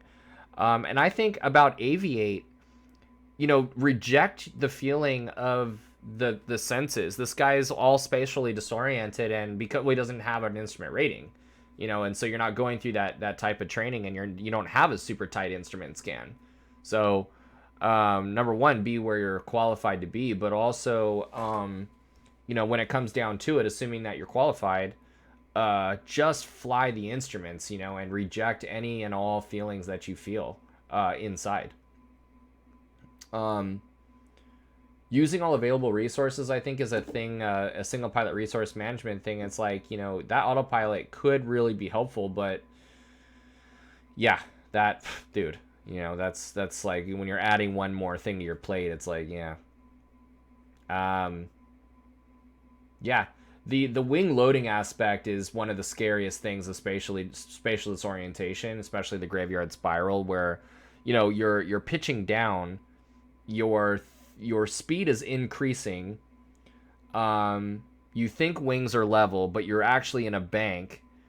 You don't understand like what's really going on, and as your wings are banked and you're ripping back on the controls, your angle of attack is increasing like crazy. Your wings are loaded. One of the things that kills people in the graveyard spiral is is bent metal, you know. But a lot of the time you're in the ground before anything can really fly off. But the reality is, dude, your airplane is super duper stressed. And at best case scenario, think about, based on all that loading, like, there's no way that your inner ear is gonna catch up to that, and the sensations that you're feeling are ever gonna be correct. There's no way. As you're turning, the fluid in your inner ear is sloshing around, like we talked about, and you're just loading up the wings even more, and more acceleration and more pushing down and more jostling, you know. So something really something to definitely to think about. Our first glimpse really into spatial disorientation. We didn't really see it too much with the last guy, but you know, here we see it as well. Give you guys a minute if you wanted to chime in to say anything that stood out to you in the this real pilot story. Really good humbling experience. If not, that's okay. Let's see here. Space flight, while you guys are maybe thinking about coming into the Discord, the voice chat on Discord. I saw it once on YouTube. It looked like what it looks like in real life, diving through the clouds in a steep bank, safely recovering just in time. Very scary because very confusing what's going on. Such a dissonance, the disconnection between what you see and what you experience. He was near VNE when he did recover, and after that video, another aircraft in SoCal broke up in flight on departure with no FP in IMC. No FP in IMC. I suspect he overloaded the wings on recovery. Man, that's crazy, man. Oh, no flight plan. Yeah, no IFR flight. Yeah, exactly. lower ceilings than the guy I saw on YouTube. Crazy. Crazy, crazy. Let's see here. What else we got? Engine failure in IMC. Let's do it.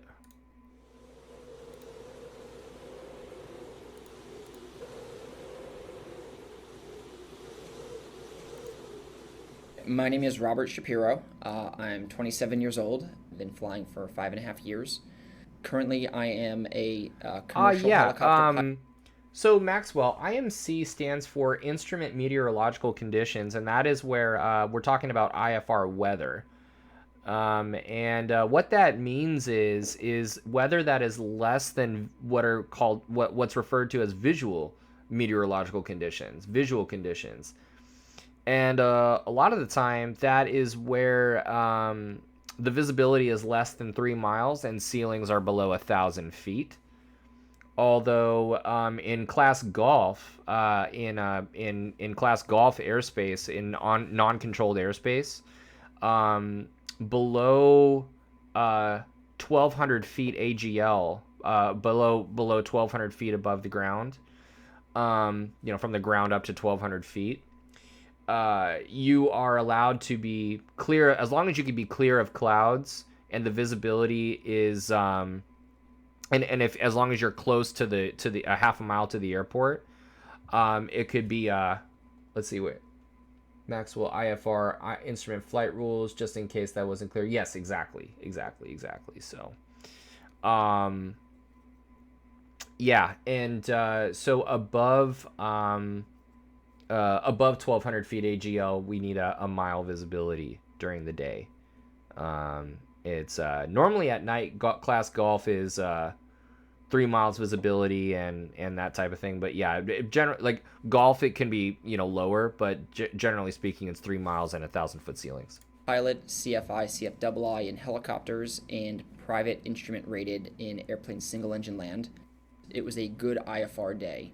I realized this would be a great day to go up and practice some instrument approaches in actual instrument conditions. The temperatures were warm enough that I didn't have to worry about freezing levels.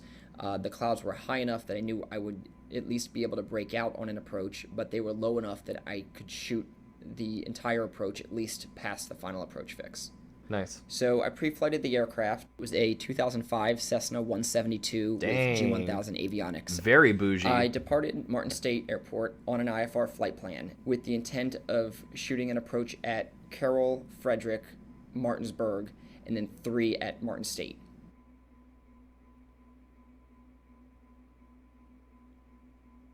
Dang, Martin State, real deal. You know that he was trying to do the, what is that, the VOR approach? The crazy one? Right about reaching 3,700 feet, I noticed a horrible shake in the aircraft. And at first I thought it was just a faulty mag, but the shake got worse and then the power dropped off. Obviously did all my normal checks, made sure the mixture was in full, that the throttle was full, that I was on both mags and was on both tanks. And when I realized that I was on all of them, that's when I realized this was a real emergency. 6 Sierra Victor, emergency. 6 Sierra Victor, go ahead. Approach 6 Sierra Victor, I need vectors to final. It may be kind of hard to tell by my voice on the audio recording from air traffic control, but I honestly thought that I was not going to see the ground alive. I couldn't hold altitude. I was descending at about 1 to 200 feet per minute. It was only pushing about 1,800 RPM. At that time, it was still running, just shaking very violently. November 6 Sierra Victor, say the type of emergency and souls on board, please. 1 on board, and I'm getting a horrible shake. Number 6 Sierra Victor, roger. Maintain 3,000 if able, and you still want to stick with the GPS 5, correct? Correct, 6 Sierra Victor. After a few minutes of flying towards the final approach fix for runway 5 into Frederick, the controller told me that it's VFR at Gaithersburg and offered the option to go there. Number 6 Sierra Victor is VFR at Gaithersburg if you want to try it at 10 miles southeast of your position if you want to continue southbound. I'll go southbound, 6 Sierra Victor. Now, the difference in this case between VFR and IFR was actually only about 100 feet, and so it really would have been negligible, but he said VFR, and I thought, let's go there. So I started my turn towards Gaithersburg, which is about 10 miles south. Still descending at this point at about 1 to 200 feet per minute. I tried to pitch for best glide, but every time I pulled back on the yoke, it sounded like the engine was going to completely quit.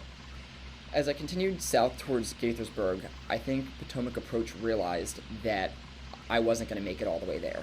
Number 6 Sierra Victor, low altitude alert, check altitude immediately. MVA in your area is 2,500.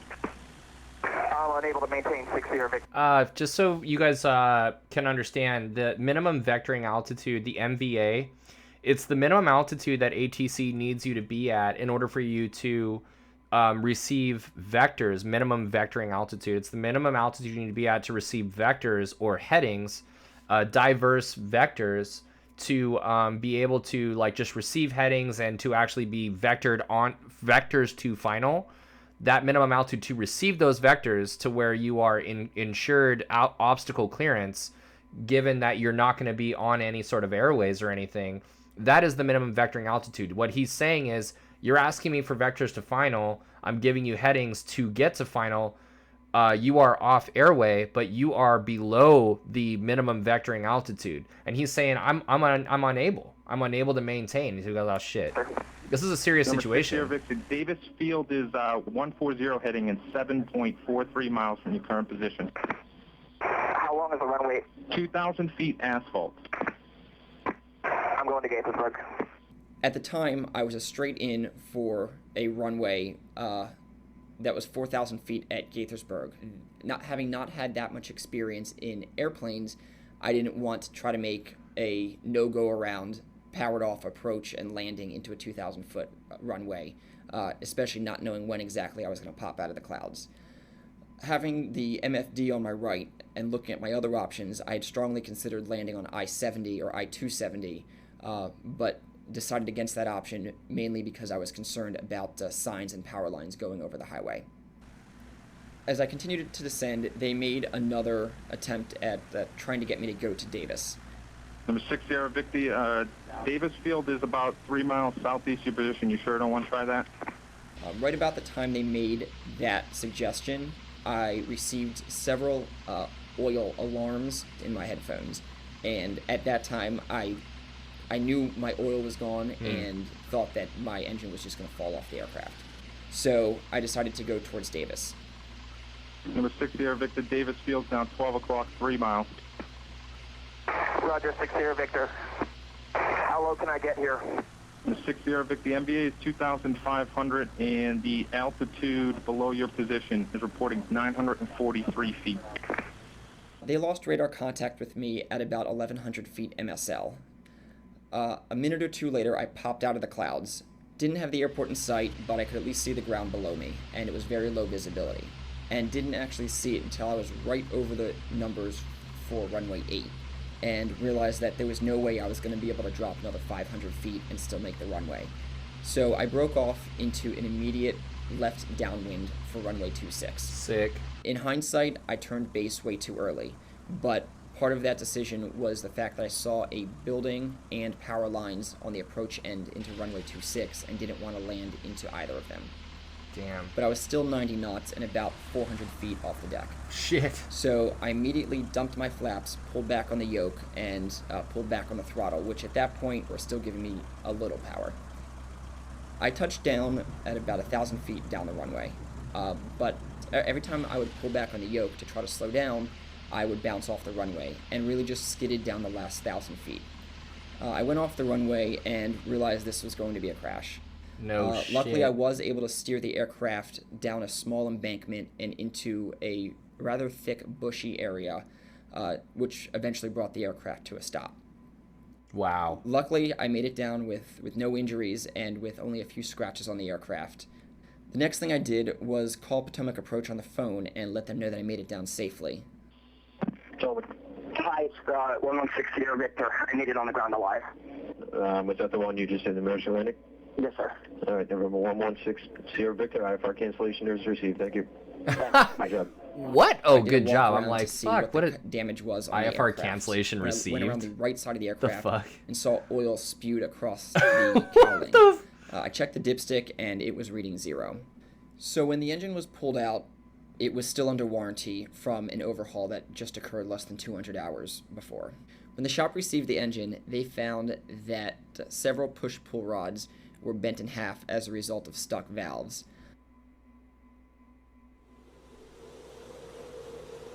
Wow. Dude. The whole situation... So, some takeaways, okay? IFR cancellation received, dude. The fuck? Saying they're legally required to say that, but wow. Yeah, I mean, I get it, but I'm like, damn, you know? So, what were some of the themes here in this,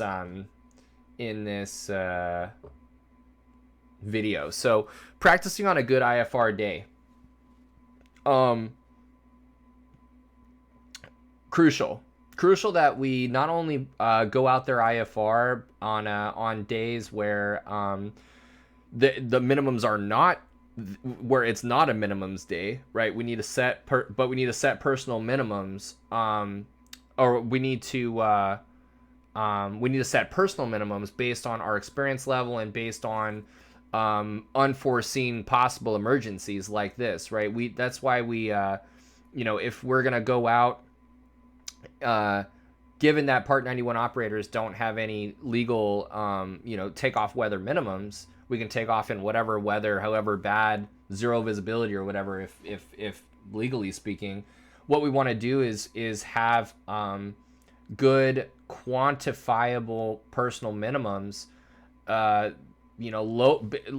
where at or below these minimums we're not going to go.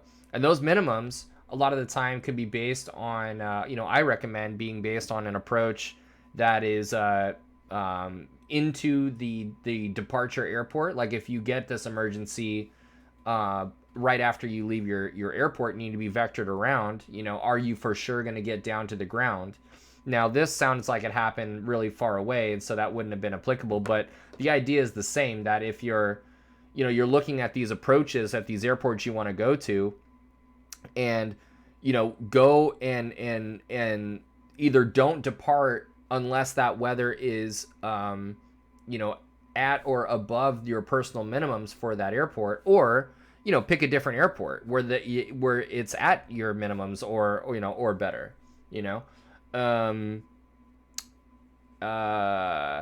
So really important lesson there. G1000 avionics and use of onboard resources, very good. Perform normal checks as you've been trained to do. Slow and steady descent. Ask ATC for weather information.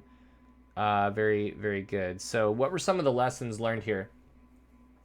So the emergency you get isn't always the one that you anticipate. I think that's really an interesting one. Electrical failure or vacuum pump. Like, in the core instrument rating curriculum, you train for the vacuum failure. You cover up the attitude indicator and the heading indicator, and you do compass turns, you do time turns, you do it in a lot of with also balancing a relatively high workload. You might be you're doing an approach partial panel, you're briefing an approach, you're flying a hold on the compass, and that you're flying procedure turns on that stuff. So you're definitely doing things like that. Maybe an electrical failure where the turn coordinator is out and we need to get somewhere immediately. But I mean, who saw that coming? Like valves being all bent in half, and that was a actual maintenance issue. And all of a sudden you don't know what the hell's going on. This violent shaking is going on, and somehow this guy was able to keep his cool for the most part. And what happens if over here the engine's shaking?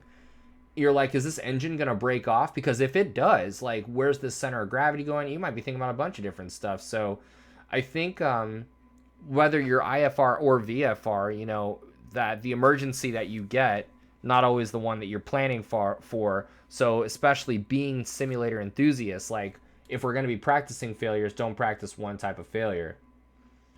You missed a line where valves bent because of a loss of oil, or were broken valves the causing issue?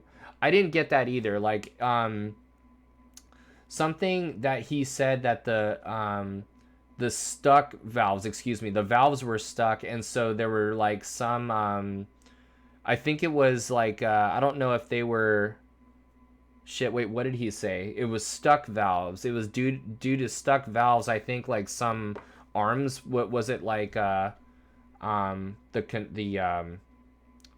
piston arms were bent, or what did he say? I forget what the, hold on. Was to see what across the cowling. I checked the dipstick and it was reading. Oh wait, sorry guys. I was able and 116. It was. They found the dipstick and it was reading 0. So when the engine was pulled out, it was still under warranty from an overhaul that just occurred less than 200 hours before. When the shop received the engine, they found that several push-pull rods were bent in half as a result of stuck valves. Oh, so what you have, push-pull rods, dude, for the valves. So the valves are stuck, right? And so if push rods were bent, rockers didn't push the valves, but also the cam went flat, nothing happens. Well, no, my guess is that the cam pushed the rod. The valves are stuck, so here you have a rod being pushed by the cam, and the rod freaking bends, you know? That's what I think is, it seems like what was going on. And yeah, dude. And then like you're saying, like over time, here you have the cams just grind, flattening. You got bent, you know, flattened cams and bent rods for sure. Seen both happen, 2 different scenarios. Non-aviation, wild. Be clear with ATC what you're asking for. Ayo, caught you. I passed my PPL check ride. Thanks for your content, my dude. Cryptic, hold on. Wait a minute, everybody. Cryptic passed a check ride. Hold up.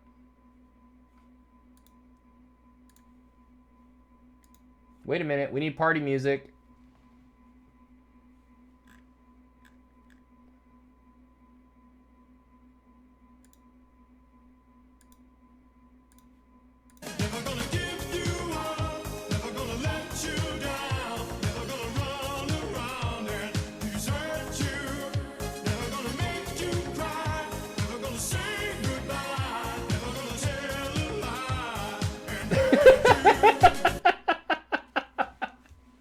You just got Rick rolled, buddy. Dude. Fantastic, Cryptic. Nice job, dude. Hey. That is fantastic, man. Congratulations, dude. You earned it. And sigh of relief, you know. Definitely hope that you're celebrating, man. Proud of you. And fantastic. Not an easy thing to do at all by any means.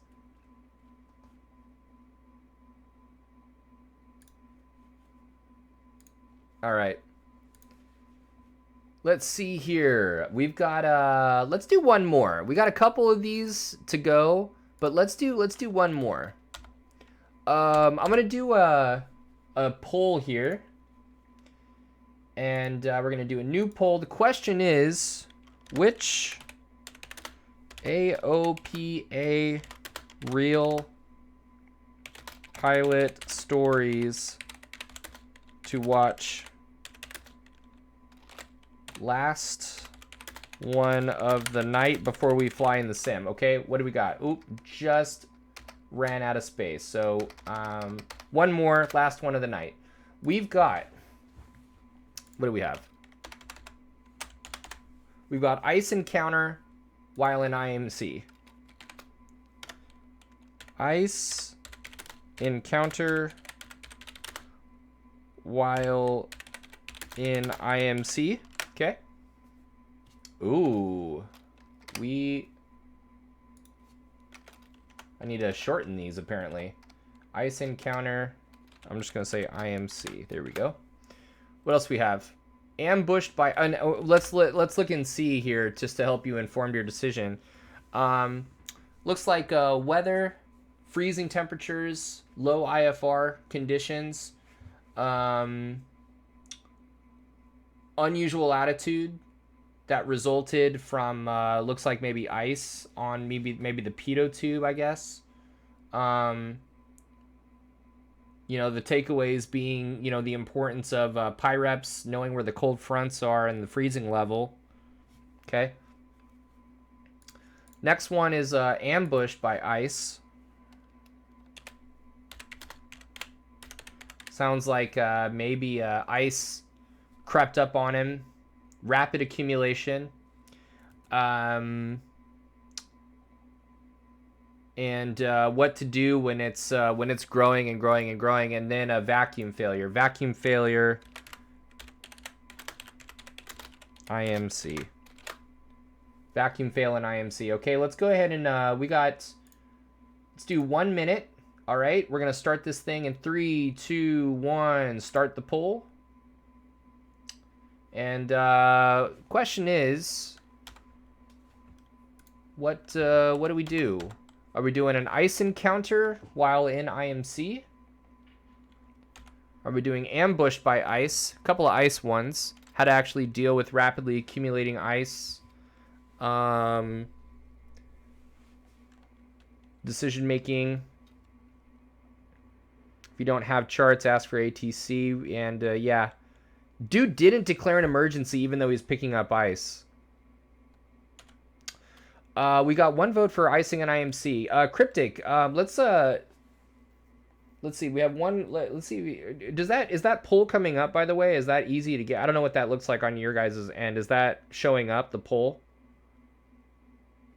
What's that?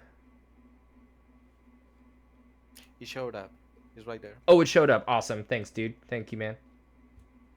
And Maxwell, I actually muted my Discord. I didn't know if I was coming in echoey or anything, but you can hear me good and everything. I can hear you fine. You can hear me, right? And everything's good, obviously. Yeah, perfect. Perfection. All right, and that is it for the cryptic. It's okay. We have a mail-in ballot for you for icing and IMC. Let's view these results here. All right, we've got... Ooh, we have... Oh. So we have a... We have a tie, dude. We have a tie for vacuum fail and ice encounter IMC. Let's run this one more time.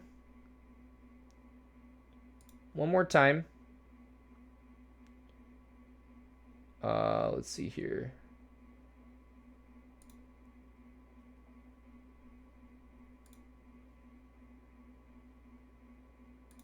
Oh wait, can I do it one more time? I don't know how to do this. Because right now, vacuum fail and IMC won, but we had 2 votes for icing and IMC. Yeah, time. Okay, cool. Gotcha. All right, no problem. You know what? Let's do Cryptic actually having passed the check ride, icing and IMC it is, and we'll do we'll do vacuum failure. I want to say next Tuesday. What we'll do is we'll actually open up the session with vacuum failure and IMC, and that'll be a nice like warm up to what can happen that can lead to, you know, everybody walked away from these, you know, but when we talk on next Tuesday, nobody walked away from those. And I think that would be the vacuum failure. Let me actually mark that down just so I know. We'll start with that. Never gonna give you up. Never gonna let you down. Cryptic.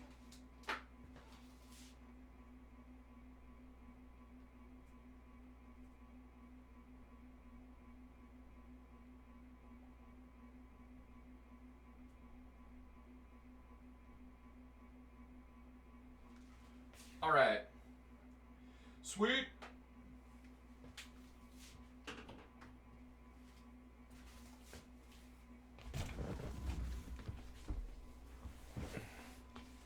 That's what's up, Maxwell. All right.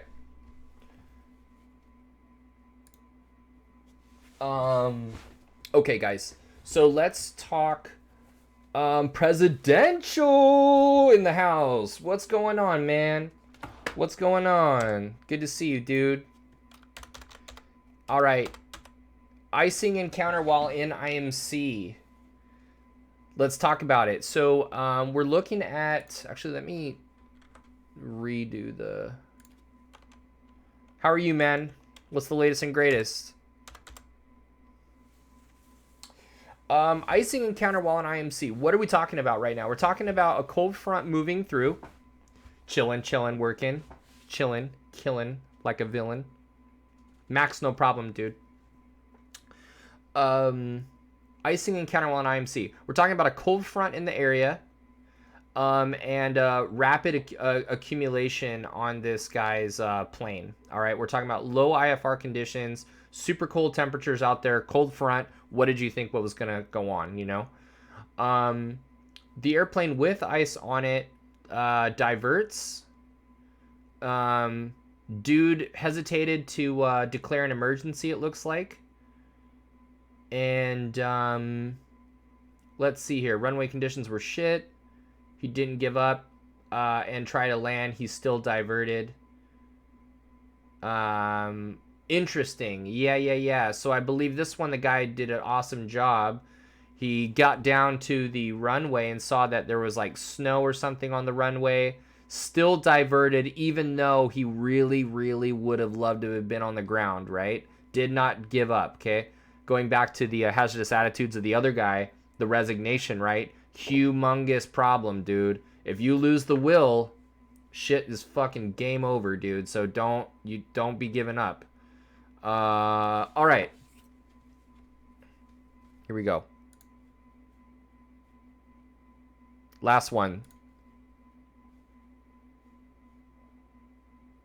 172.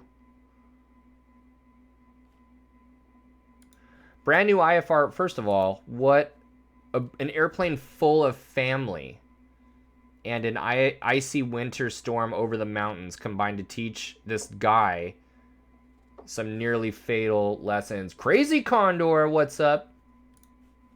I knew there was a cold front. Good evening, good there, evening. But I figured I could either avoid the cold front by staying behind it or delay to miss it. Cleveland Center, Cessna 4375 Lima, with you at 7,000. 4375 Lima, Cleveland Center, roger. There's something disturbing about seeing, a wall of clouds that I'm flying towards. And looking back on it, of course, that should have set off a whole lot more alarm bells. But I was like, I'm going to be landing well before I get to that cloud front. I'm going to just continue on through and just be prepared. The first hint of any kind of problem we had was the fact that he was having trouble holding altitude. There was a lot of updrafts around the mountains, and wow, look at the low IFR.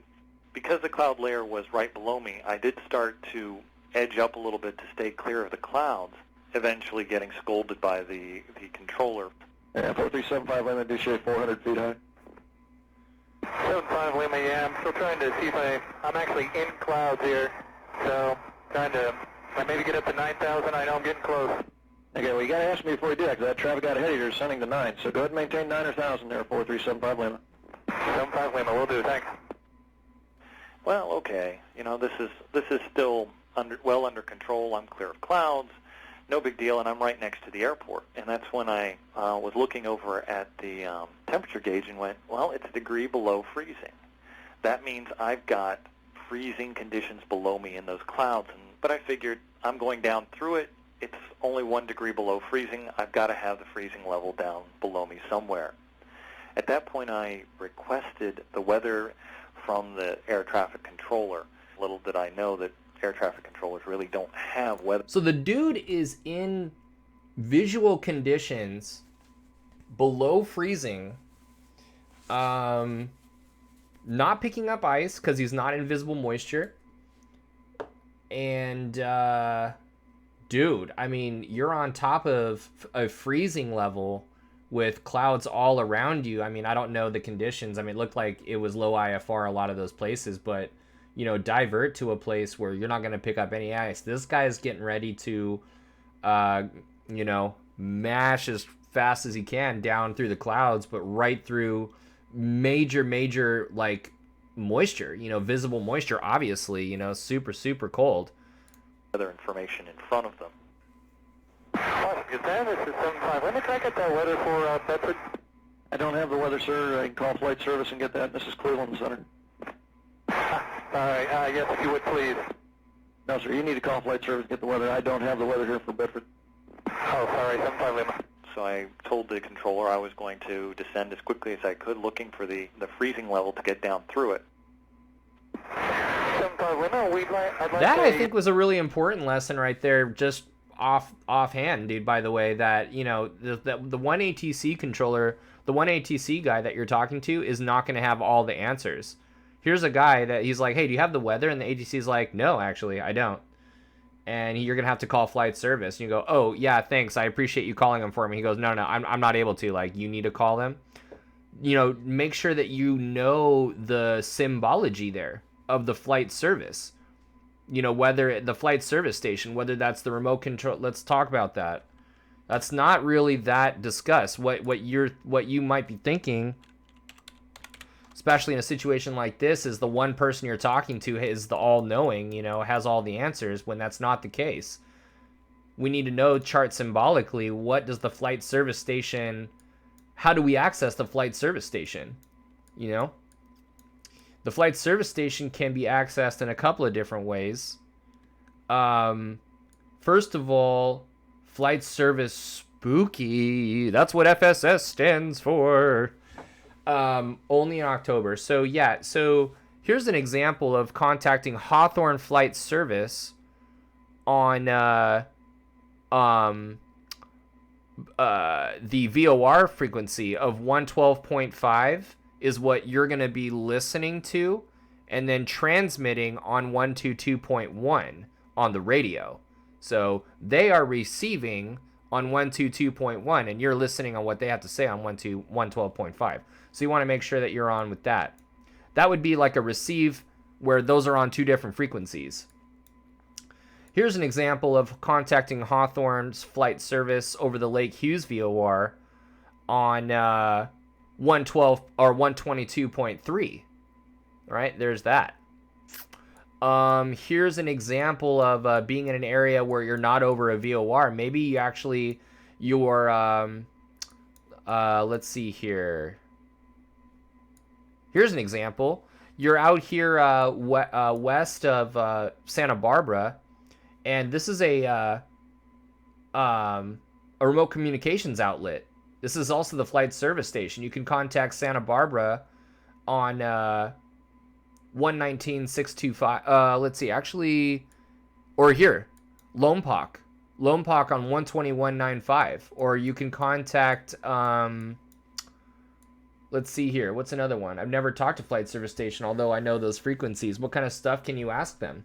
You can ask those are going to be the folks that are giving you the weather, hazardous weather, things, forecasted weather, any PIREPs, although ATC, that you're talking to might be able to give you PIREPs as well.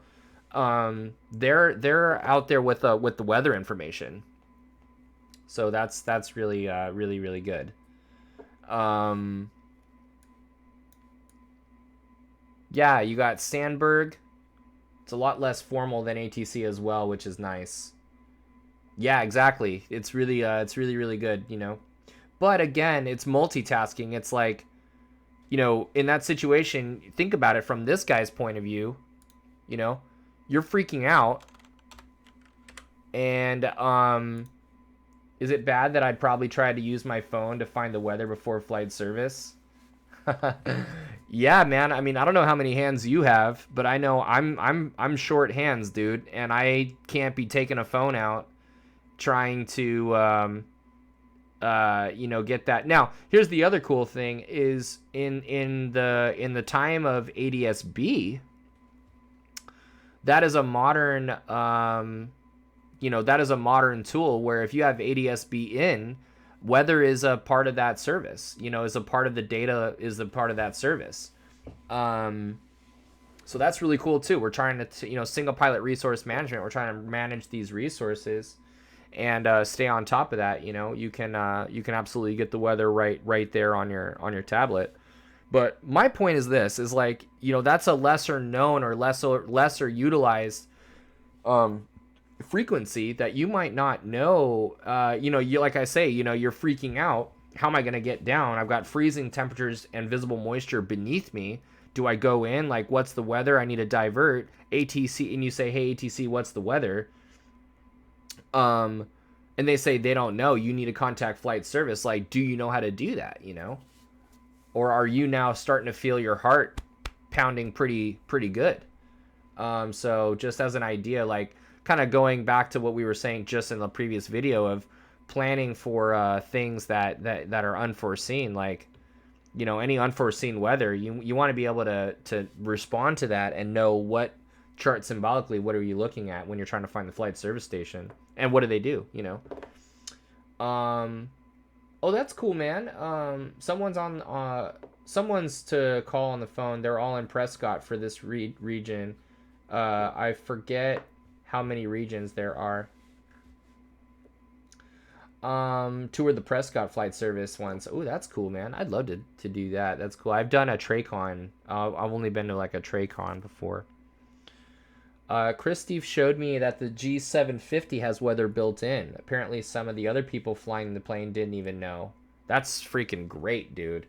Yeah, the 750 and 650, they're all really, really great. So let's press on. I was slowly at that point. I couldn't even really see. Cryptic, I feel kind of underprepared to use the technology. I get that you need to know old school paper, but it's surprising to me that there's zero focus on how to use new tech. 1000%.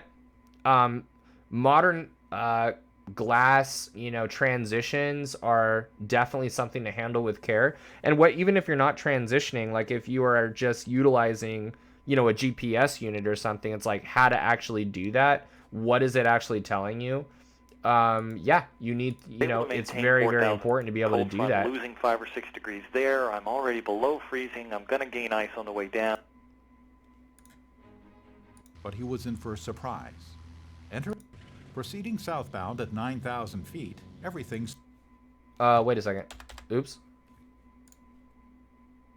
Can't get into some warmer weather. Ready? All right. Bad idea. Cold front's in front of me. Do I really want to try, crossing over the cold front, losing 5 or 6 degrees there? I'm already below freezing. I'm going to gain ice on the way down. Do I want to gain more ice as I go through that and still go searching Yeah, Chris for Steve, that's a really good point, by the way. The freezing level out at the bottom of that? Zach, are you asking me? The freezing level at that point went all the way into the ground. I was able to maintain 4,000 feet for a couple of minutes, and that's when I noticed that my airspeed was dropping. Yeah. See, I'm well acquainted with the 430. Yeah. I couldn't even really see the wing struts very well, let alone how much ice was accumulating either on the wings or the wing struts. Washington says 75 Lima. 75 Lima, go ahead. I am unable to maintain 4,500. I'm getting bounced a good bit here. Okay, well, I can't give any lower than that area, sir. If you want to climb up a bit till you get established, you can go ahead and climb up. I was slowly drifting down, and I'd gotten down to about 3,500 feet at that point, maybe 34. And I, just didn't want to lose any more altitude because I knew there was a ridge line below me somewhere around 3,200 feet. I was trying hard to not lose any more altitude when all of a sudden I heard a clattering. Either I ran through a cell of ice, or my instructors also later said it could have been that the ice was breaking away, but I heard this massive clattering. The attitude indicator just spun. Airspeed indicator dropped to 0. The heading indicator started rotating. The turn coordinator showed a full deflection. So at that point, I knew I was in an unusual attitude. 75 Lima, I'm having problems with that. I just saw the ground way too close in. Oh yeah, space. That's one thing I wanted to do actually. I'm gonna buy the 750 maybe, or the 650 at least, and figure out how to actually load. I'm gonna make a note of that actually. To download, move this a little bit. Download the 650 or 750 for sim.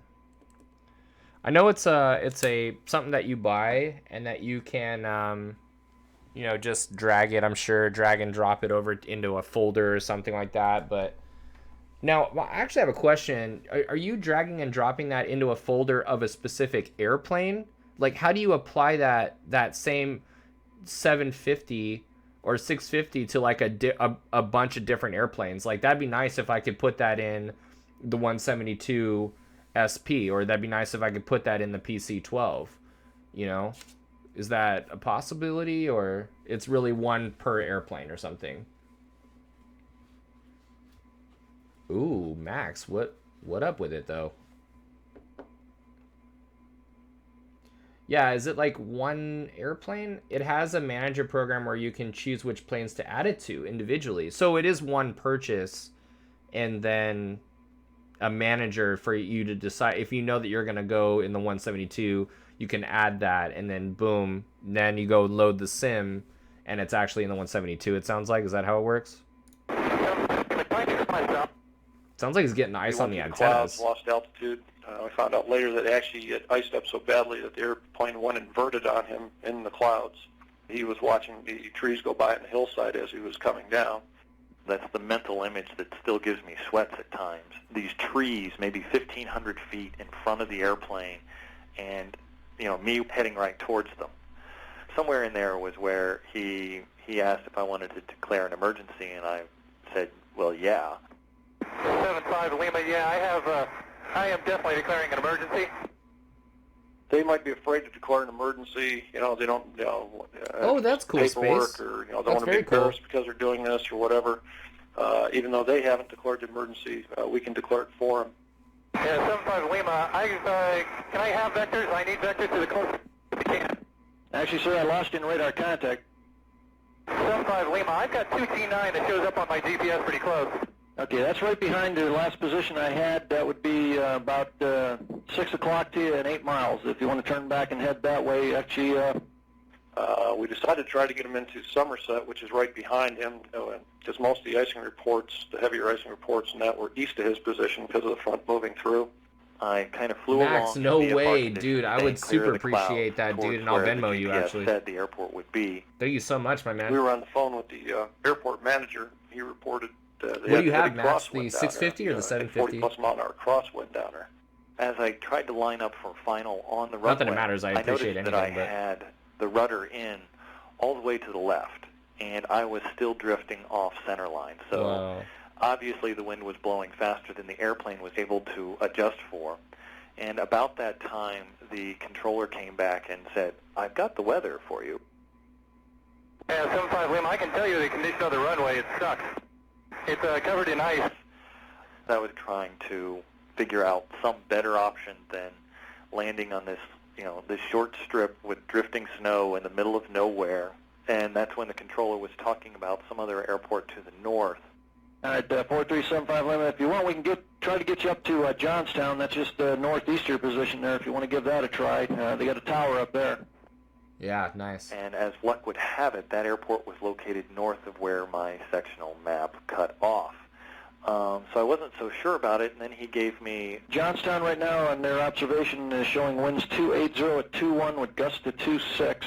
We got a half a mile visibility up there with light snow and freezing fog. Jesus Christ. Showing 300 overcast, so we're not doing real good on the ceiling up there. 75 Lima, we got anything better? Yeah, no shit. And about the same time, my radar associate was on the phone with Altoona getting their latest weather report. We had a Colgan pilot come off of Altoona, and he advised that he had good visibility on the climb out, and the winds are out of the north, right down the center line of the runway 30 up there. It was just the voice from God going, you could survive this. There is a way to get out of this and be alive. I think that was a big help, to hear another pilot tell him, okay, I just took off, the weather's good here, you can get in here. So I told the controller at that point that I would make it to there, but there was a ridge line between me and Altoona. Solo going over the ridge line that I actually had to start reading them off. I'd get a position on him, look at the chart, see what was around there. We had to start giving him tower heights and tower positions relative to his last position. We have our transmitting tower at Blue Knob, which is just west of Altoona. And when he went by that area, I think we figured he was 60 to 80 feet below the top of the radio tower when he went by. Yeah, cryptic, exactly. That was when I started noticing ahead of me that the ground was rising and the cloud layer was not. So I was going to have to go back up into the soup, went into the hard IFR conditions, got up to about 4,000 feet. Was just estimating the speed of the airplane at that point by the sound of the propeller. One of those things I remember them making us do, but never thinking that I would actually have to. We were talking about it afterwards, and Stacy told me that was the first time she ever thought that the people were going to die. At that point, the radar associate's watching for him, the supervisor standing behind me watching for him. The guy at the next sector over, Tyrone's sector, he's watching that same area. He's watching to see if he pops up. All right, 43758, I'm starting to get the hit on your transponder again. Go ahead and hit the ident button. We'll make sure that's you. And so I started descent, sort of a controlled descent, keeping my airspeed up, and eventually I broke free of the clouds. That pitot tube, and I said, okay, good. Well, at least I'm clear of the clouds, so I'm not going to accumulate any more ice. I'm able to maintain altitude. Eventually, I spotted the airport, and it was just, life was very good. One of those things about with the landing was that, I had an airspeed indicator that didn't work. I wasn't sure exactly how much ice was still on the airplane. I could see out, and I could see I had, about an inch of ice, rind, snow on the wings and the struts. What I did, and especially because I had plenty of runway there, as I just said, I'm not going to change a thing because I'm flying. So I'm going to get down to like 100 or 200 feet. I'm going to make sure I'm over the edge of the runway before I change anything. That way, if anything goes wrong, at least I've got a runway underneath of me.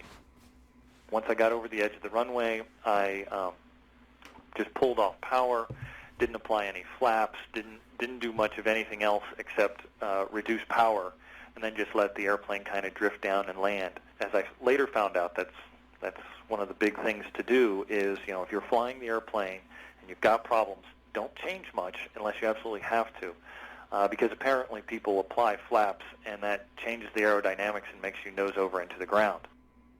At that point, I just, I landed, slowed the airplane down, taxied off, thanked the air controller, and went over to a parking place and shut down the airplane. The big decision points where I could have made this flight a whole lot less stressful were, first off, I should have taken some more time to look up the weather and check out some of the PIREPs. And there weren't a lot of icing reports going at that time, but I could have at least seen them and maybe pre-planned some alternates at that point. Mm. The second decision point would have been when I noticed that the clouds were above the level of the airplane, and knowing that I'm in an airplane without known icing, I should have probably diverted at that point. After that, the next decision point would have been when I was sitting on top of a cloud layer that I knew was 6,000 or 7,000 feet thick, and going, I can find a freezing layer down below me. It's not that far below freezing. Yeah, that's generally a bad idea. It's one thing if you're already stuck in the soup and you notice some freezing, and you think, okay, there's no weather fronts around me. Maybe I can descend and find a freezing layer below me, or maybe I can go up and get clear of clouds. But by then you're already in trouble. So that's there, and it's much simpler. If you're clear of clouds and you notice you're below freezing, stay clear of clouds. Yeah, dude. Definitely. Right? Study the heck out of those PIREPs, man. Study the heck out of those PIREPs. And where the movement of those fronts and where is the freezing level. Also, utilize modern tools like the GFA to know not only where the freezing level is, but how thick are these clouds? Where's your MEA at? Are you going to be at your MEA and it's freezing, but you're also in clouds, because the GFA is going to tell you how thick those clouds are. And if you know that you're at 5,000 feet and your clouds extend all the way up to 10,000, freezing levels at 4, it's like, dude, that's ice, you know? Also, what's up with those airmets? The airmet Zulu, right? Is there an airmet out there for freezing? Guarantee you there is, you know? Where's the super cooled large water droplets? You go to that freezing forecast, and we need to see where the super cooled large water droplets are, right? We're going to go to this aviationweather.gov and look at several things. You know, we're going to go to this icing chart and go to the forecast icing at various levels, at various altitudes, at different times. We can see where the icing actually is.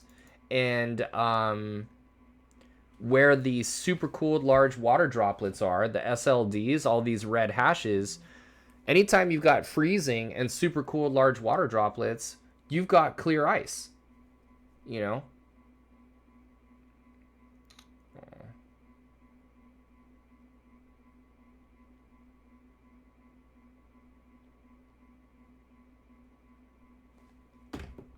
All right. So yeah, understanding that, right? Going to the G airmets and looking at icing. You know, where is these icing conditions you know, what's going on with these icing conditions here? Right? Freezing level tops at 20,000 feet. You know, I wonder if this is frontal. Right?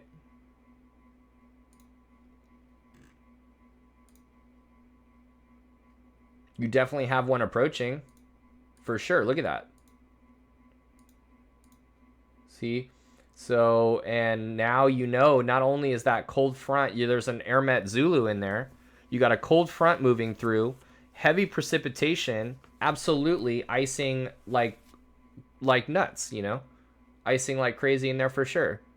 What's up with those pyreps, man?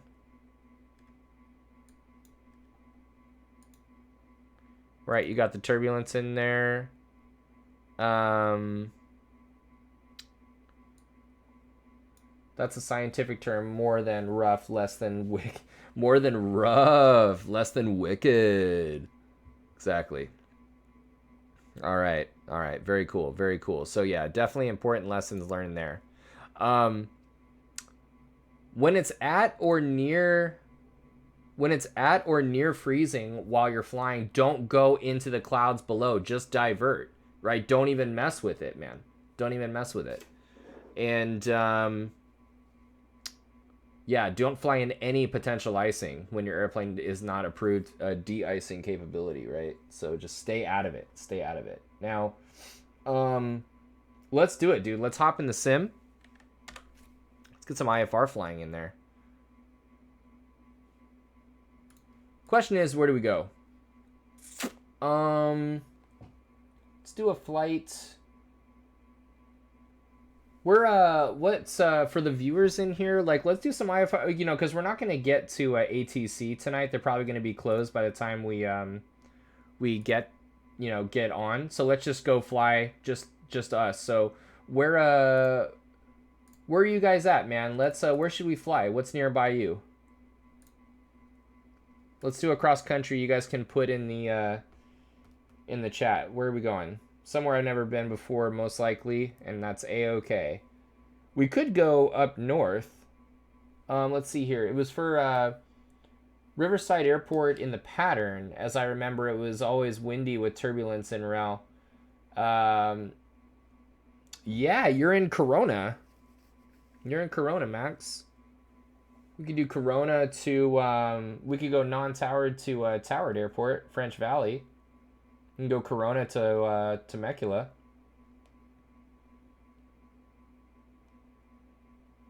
AJO to F70. That pirate for gnarly turbulence in the pattern I was referencing earlier. Yeah, space, exactly. Let's figure this out. Let's go, Hold on. Actually, let's go to this right here.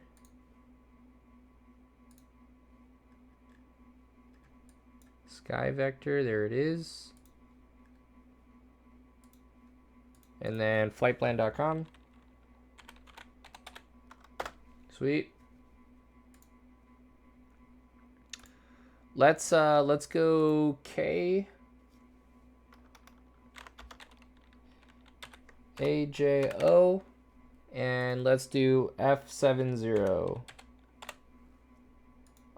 In the let's do, yeah. Oh.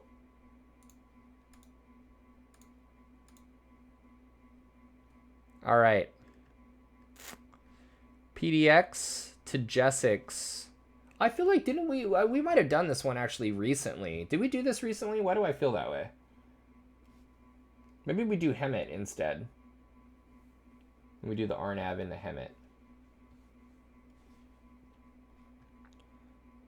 PDZ, Jessix, and then we did this recently to Tikmu. So let's do yeah, the RNAV no, it was the RNAV 18 into French Valley. We did the RNAV runway 8. Or I'm sorry, runway 18. But we could do Hemet. What do we have in Hemet? Corona to Hemet. Ooh, or maybe we do Big Bear.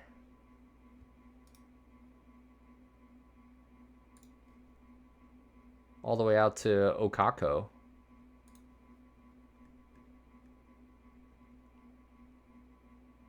That'd be pretty cool. You just monitored Hemet RNAV, so that's... Oh, mentioned Hemet RNAV, so that's what I was thinking. But yeah, F70 is another. Big Bear is always fun to get into. Let's do Big Bear. And we'll do it in Microsoft Flight Sim. So we'll do Corona to L35.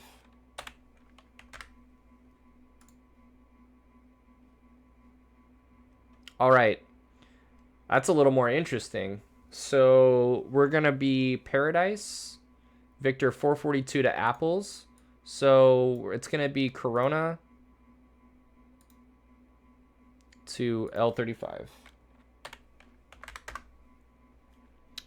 And then it's going to be Paradise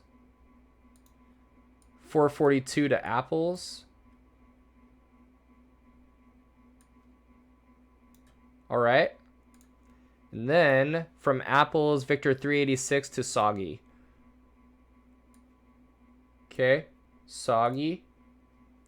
And then we're on the approach, and hopefully Soggy is an initial. Bridget. Bridget is. So we're going to go Soggy Bridget. Oh, is it really? Catalina's pretty good. All right, Bridget. What is the weather down there? Oh, it's like clear. So we'll bring the weather down a little bit. And then Bridget to Benja. Oh no, to yeah, to this here. Benja. Cool. Bridget, Benja, and then Havley and all that stuff. Sounds good, man. Pretty straightforward. Question is, what's the departure procedure out of Corona? We'll let's take a look here.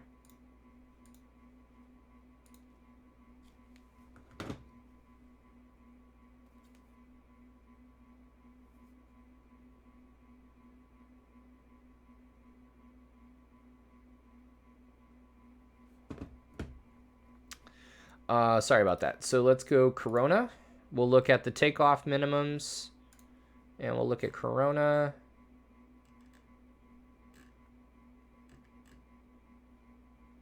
What do we got? Space, you said 1 3/4 overcast 200. Oh, I thought you said that it was good for a VOR. That VOR approach, there's no way that you're going to get down on a VOR, on a non-precision approach to 200 feet. No way. Corona.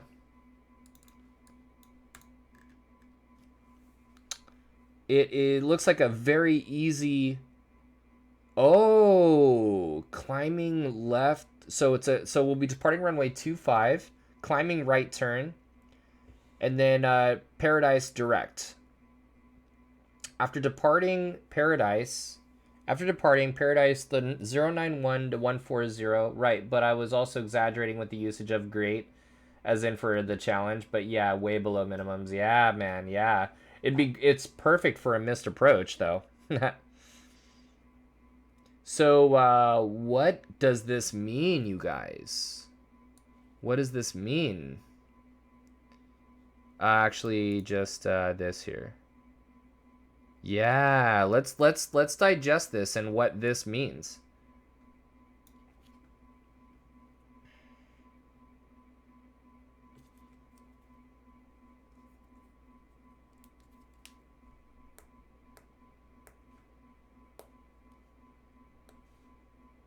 All right.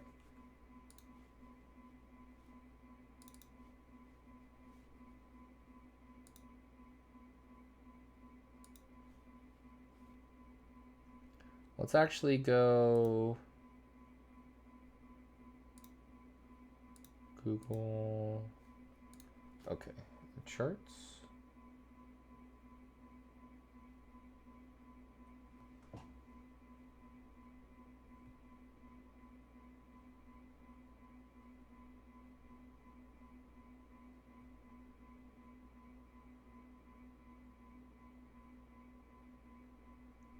Screen mirroring. Okay, sweet.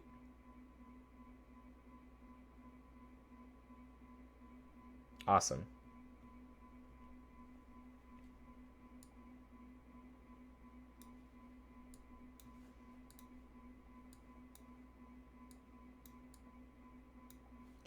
Now what I want to do is actually bring that up again.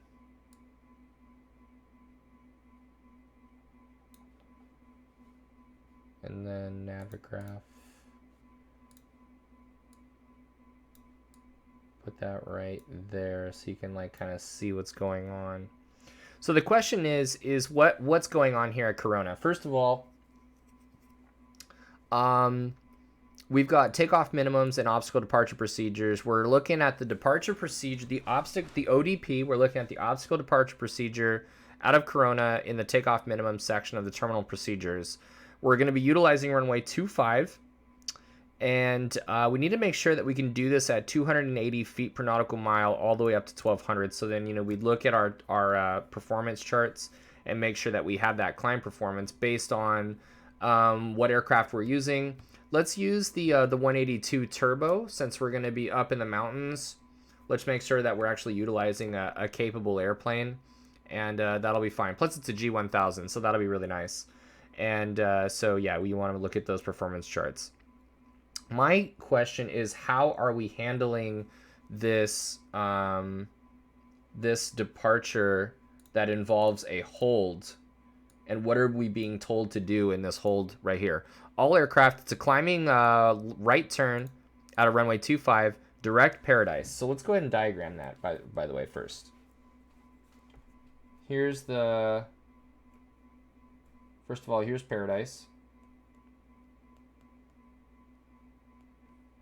There's Paradise. Here's Corona.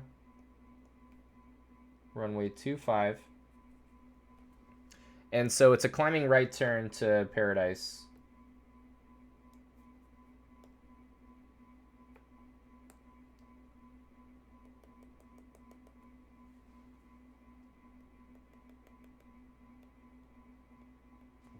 Paradise direct. All right, cool. What does this say? Continue, let's see, aircraft departing Paradise, the 091. So let's go ahead and just start marking this out here. Everything from the 091 to the 140. 091 to 140. And 231 clockwise to 280. 231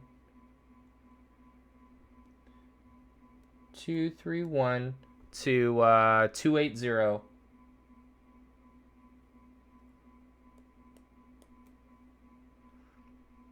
Climb on course.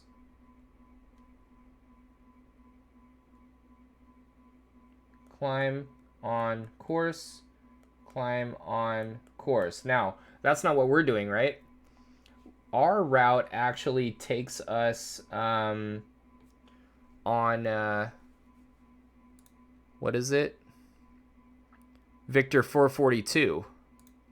Victor 442. We're going to come back to this page here.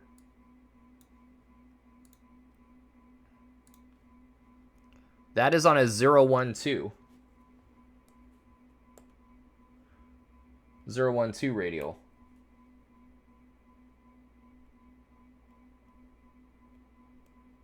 That's what we're going outbound on. So, in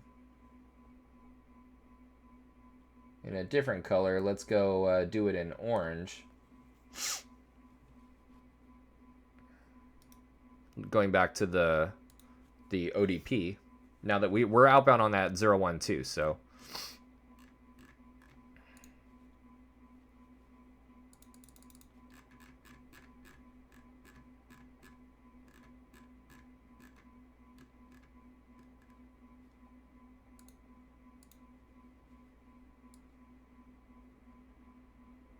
There we go. You got it in view right there. Oops. Shit. There we go. Sweet. So, climb on course. All others continue to climb in the VORTAC holding pattern. We're going to hold. How? How are we going to hold? We're going to hold.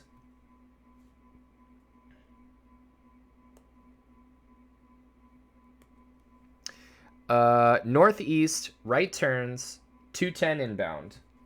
210 inbound, that's right here.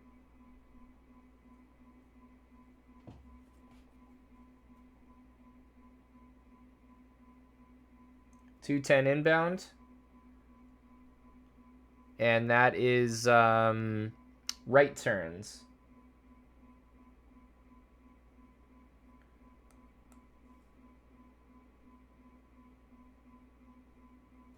There's our, I can draw that a little bit better.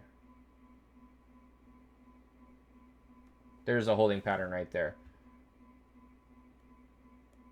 210. Outbound, that's going to be -2 +2, 013, or 030. Awesome. So there's our holding pattern right there. And then to cross Paradise VORTAC, so we're going to climb in, all others are going to climb in the hold. To cross Paradise VORTAC at or above what? We come back to the chart here, and we've got, let's do orange. 141 clockwise to 230 right here. To 230.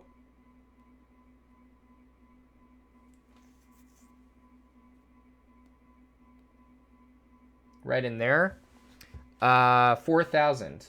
If we're going to depart in that zone, we're going to climb in that holding pattern of 4,000 right there.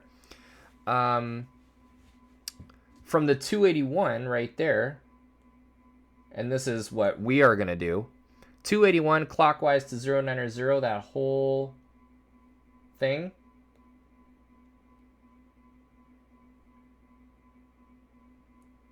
It's kind of gross looking.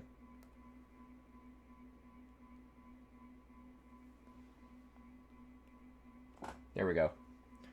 That whole section right there, we're talking, we're going to climb in that holding pattern to 6,700.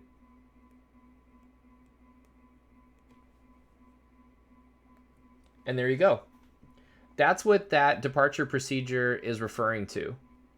And so our job is to know that our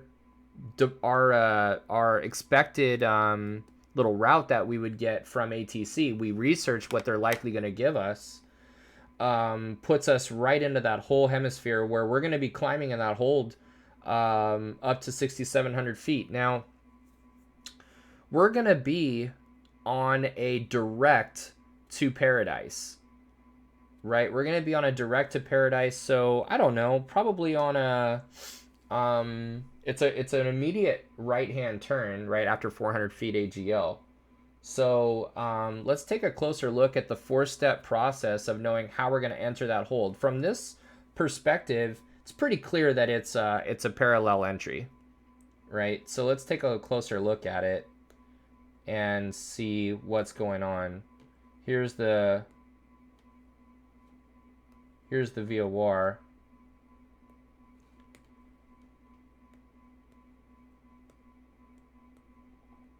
Little bit closer look there.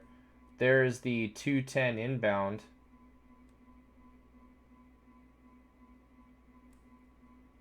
Right-hand turns, inbound, outbound. 210. 030. We're going to be on a presumably a heading that is greater than 070, but probably not by much. Maybe a 080 direct to Paradise. And so we've got 210 right there. In fact, we can actually go to the chart and do this on the chart. Ooh, thank you so much. Appreciate the host and the support. Very awesome. Very awesome. We want that aerial map off, and then we actually want the VFR low coming out of Corona. Oh, no, actually, we're going to be it's definitely going to be a parallel, but we're going to be coming at it a little bit differently than what I had drawn there. So there's that inbound leg on that 030. Right-hand turn. Inbound, outbound. Quert. That's quite the name. What's going on? What's going on? 210 inbound. 030 inbound or outbound. And we're going to be coming around like this. Right? So what's that parallel entry going to look like? A little bit neater, representation here. What's that parallel entry going to look like? Well, the first thing we're going to do is we're going to turn to the left, for sure. Well, first of all, we're going to be going Paradise Direct, right? We're going to be Paradise Direct, and we can do that in a number of different ways. We can tune into 112.2. We track direct using the VOR instrument. We're going to be in a G1000, so we could also go direct, like GPS direct. Either way, we're going to go cross the VOR and immediately turn outbound on a 030. We're going to turn outbound on a 030. I'm actually going to do this in a darker color. I'm going to do it in red.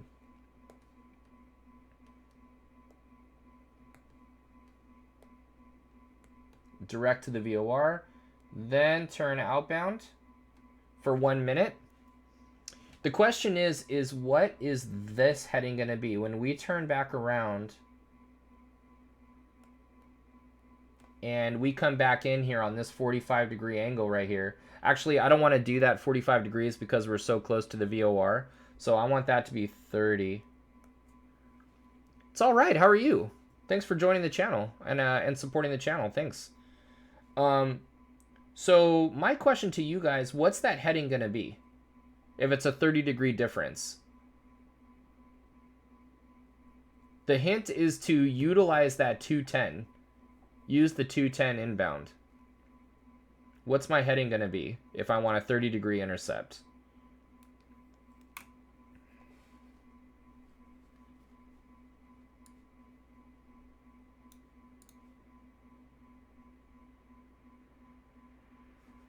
Anyone? Bueller?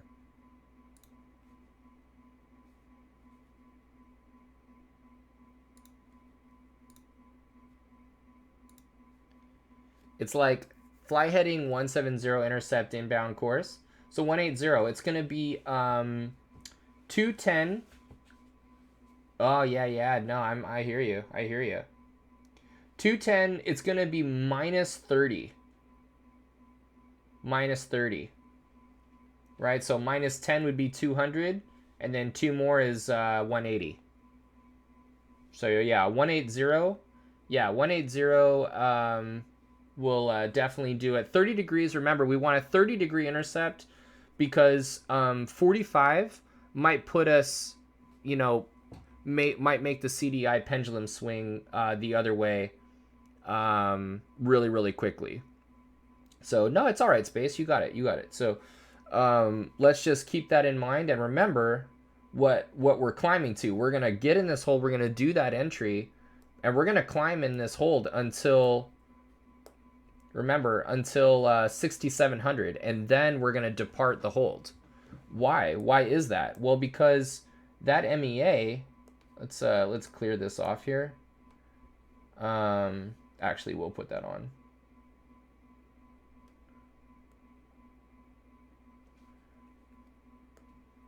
Why? Because that Victor Airway, Victor 442, that's a 10,000 foot MEA.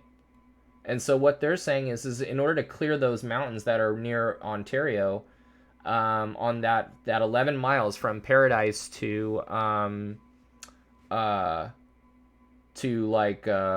Rise, let's say, that 11 miles, those are mountains right underneath you. And so you need to be, yeah, you have a MOCA, you have a minimum obstacle clearance altitude of 8,100 feet, that if you're within 22 miles of the VOR, yeah, you can afford to be at 81. But really, if you need to be at 10,000 feet, we're gonna have you climb in the hold to 67, then depart, while maintaining. That's exactly it, Crazy Condor.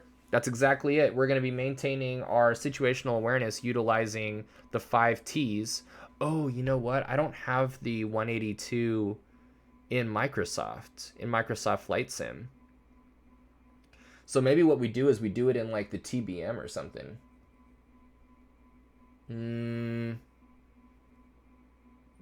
Nah. Let's do X-Plane. We'll do X-Plane. That's fine. All right. Ooh, the 208. That's true. You know what? I'm not that familiar with those modern with like the modern screens in whatchamacallit? In the Caravan. Nice. You have the G1000. Dude, yeah, buddy. There's that G1000 right there. Sounds good. Let's get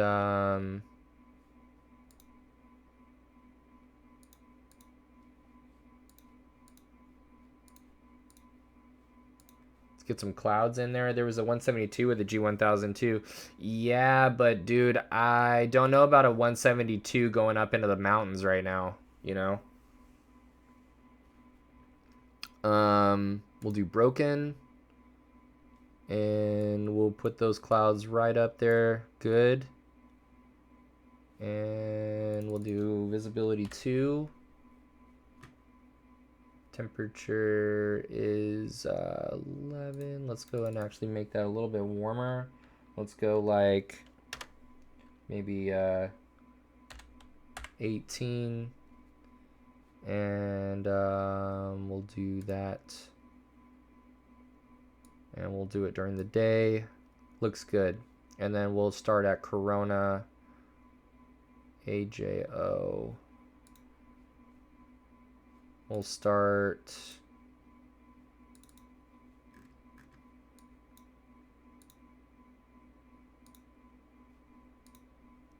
excellent. All right, guys, let's do it. Get our information here ready. Oops.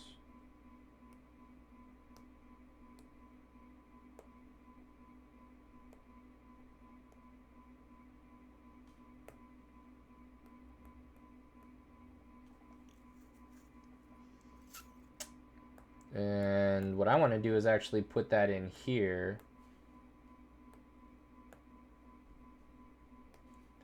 I'm going to go, oops.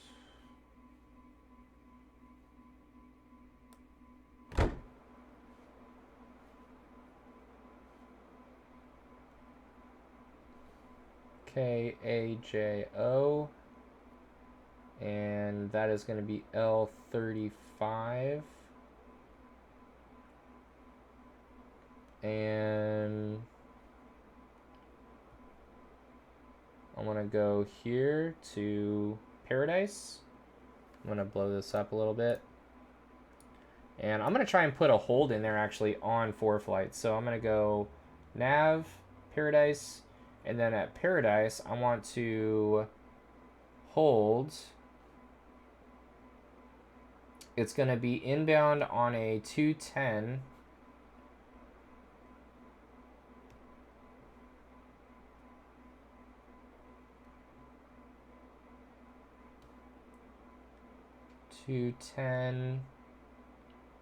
Time 1 minute. Right turns at 6,700. Add to route. All right, cool. So there's the entry right there. They also gave us the parallel entry. From there, we're going to go to Apples. That's going to be a waypoint. And then from there, we said Soggy.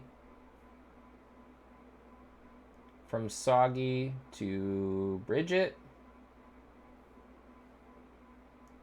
And then Bridget, we're going to be on the approach. So we're going to go procedures, approach into Big Bear, the GPS runway 26 from Bridget, and add that to the route.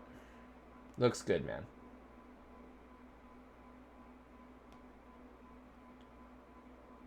Soggy, Bridget, Benja, Javi. Awesome. And we'll adjust the weather to be able to come into Big Bear. Not that great of an approach, by the way. I mean, as good as it's... I mean, you got mountains on either side of you, so, I mean, you know, it's all good, but it's only getting us down 1,400 feet above the ground, so we'll have to hopefully break out. And that looks great. Let's go ahead and get that holding pattern off since we put it on there. All right. Excellent, excellent. Now to this.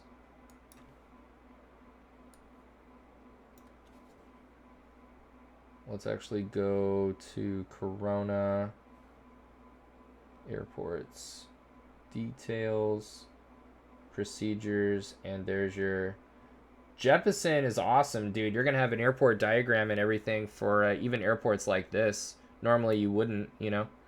Captain, quick question: did you discuss how to get your climb rate for the conditions? I did not. I mean, I alluded to it, and basically what I said was you know, we needed 280 feet per nautical mile, I believe is what it was. And I definitely can. Would you like me to just take a second to go through that, Condor? I definitely can. Absolutely can.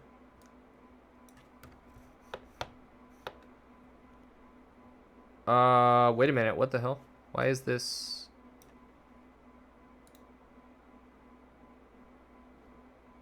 Flight configuration. It was the... Oh.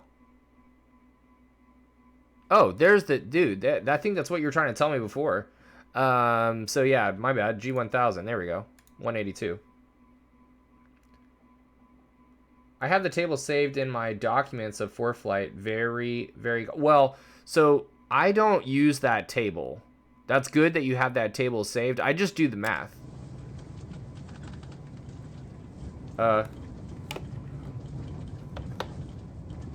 Why is this airplane tripping right now? You guys, I think my airplane has a ghost.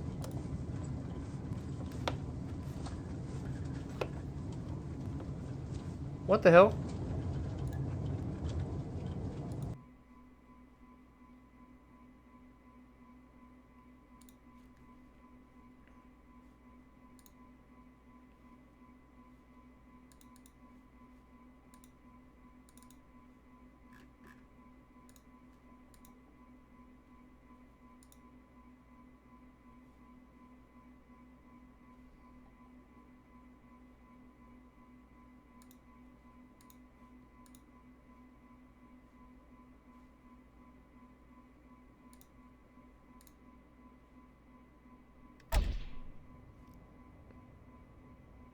Okay, awesome.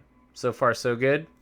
Yeah, Crazy Condor, I could absolutely go walk through that if you'd like. No problem at all. Just take a second. But yeah, I definitely don't use that table. Like, I for sure use just the math. 2 miles visibility. Let's do clouds here. Yeah, no problem at all. So going back to the ForeFlight here, what we want to do is just make sure that we're aware. So like we had the obstacle departure procedure that said for runway 25, climbing right turn, right, to the VOR, we're going to hold. For runway 25, you could see there's 280 feet per nautical mile to 1200. And so what we're going to do is make sure that we go to section 5 of the POH.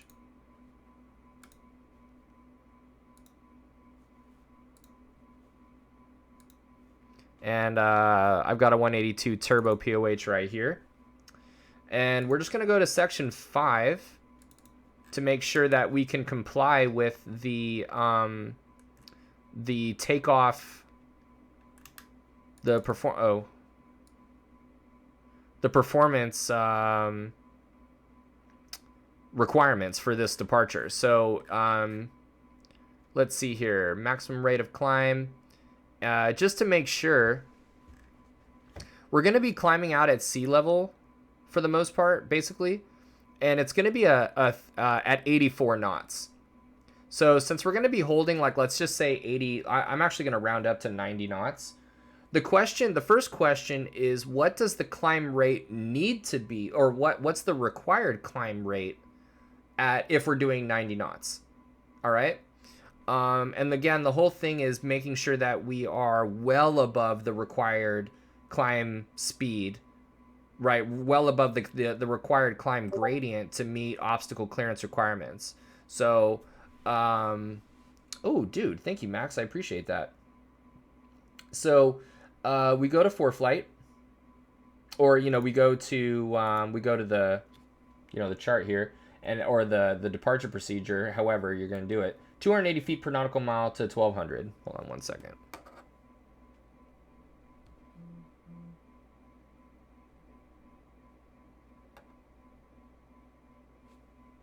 So we go to the scratch pad here, and we say, okay, what's required is, first of all, right here, we're doing 90 knots.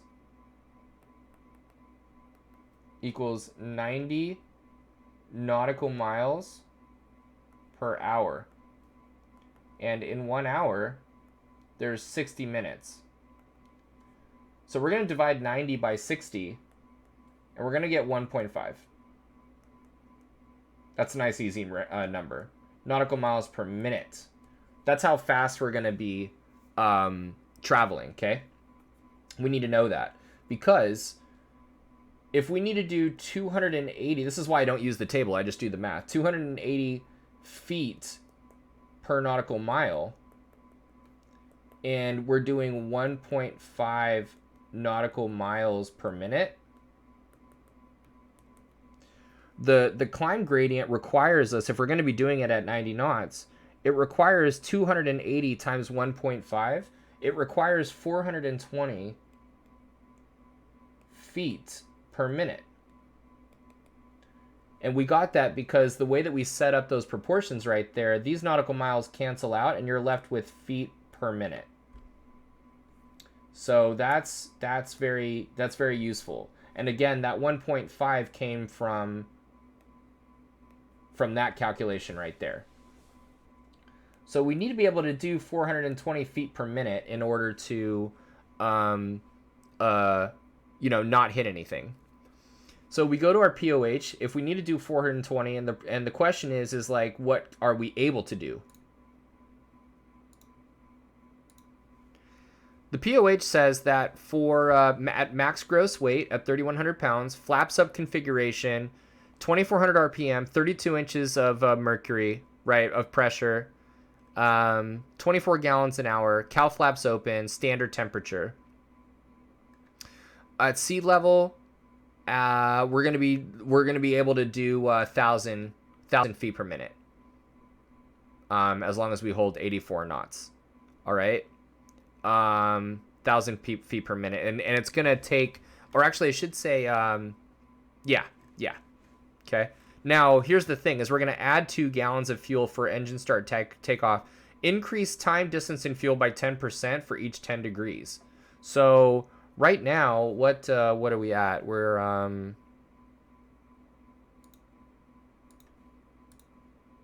at Corona. Like for example, right now, what's the temperature? It's 11 Celsius. Oh, dude, absolutely, Max. Hey, I'll see you around. Thanks for the chat, and I appreciate that link, brother. We'll talk soon. So, let's see here. What is the field elevation here, by the way?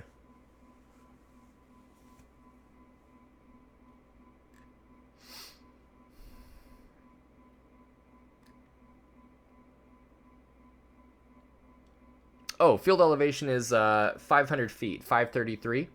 So really, it's like pretty much down here at sea level. It should be 15 Celsius. So it's actually, it's actually relatively standard. So we don't have to add that. But normally, you would add 10% for each 10 degrees above Celsius above standard. Which during the day, during the summer especially, you're adding some fuel. So there you go. Looks like we're going to be doing about 1,000 feet per minute. And the thing is we need to be able to make sure to have that climb. We need to be able to meet or exceed that climb gradient all the way up to what, 1,200 feet, I think it said. Yeah, up to 1,200 feet. So, and it looks like we're holding 1,000 feet all the way up to 2,000 feet. So what we've done is we've looked at the obstacle departure procedure. We looked at what the climb gradient was for the runway we're going to be using in order to maintain minimum obstacle clearance requirements. We calculated based on our climb speed that was told to us in this POH. We said, okay, we're going to be doing at 90 knots. That's a good, healthy cruise climb in this particular airplane. And at 90 knots, 280 feet per nautical mile equates to about 420 feet per minute. We go to the POH and we say, okay, that's what we need to do, what are we able to do based on temperature and weight? We're about double, we're over double the required climb performance. So we're good to go in that regard. Okay? All right.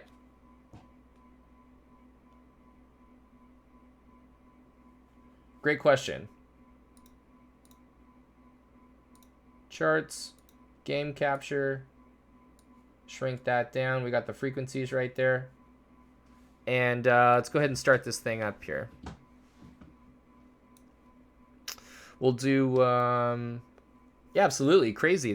Crazy Condor. Absolutely my pleasure. Great question. We're going to go, if I have this correct, we're actually going to do on. We're going to test and make sure the battery and everything is good. Looks like the battery is looking good. Sweet. We're going to go mix rich. Pump is on. And, oops, master. Oceanside Muni weather. Wind calm. Add a little bit of fuel in there and pump Sky off. conditions 1,200 broken, 29,500.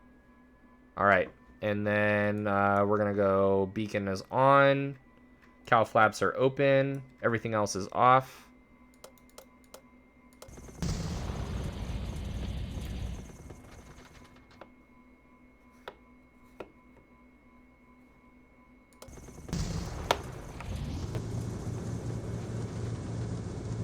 Very cool.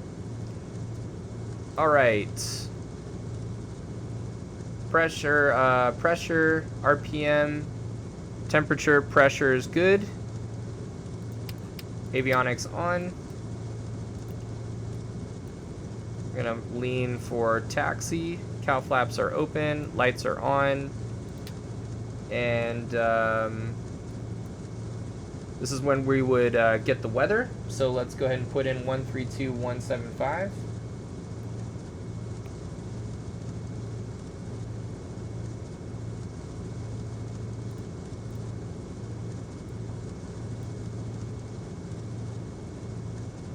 One, 3, 2, 175.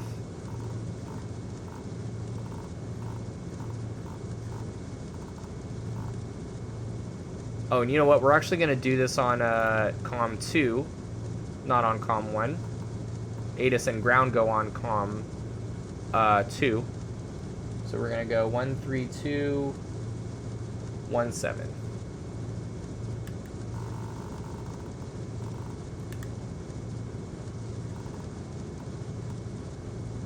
There we go. And we're going to go COM 2. Corona municipal weather. Wind calm. Visibility 2. Sky conditions 700 broken.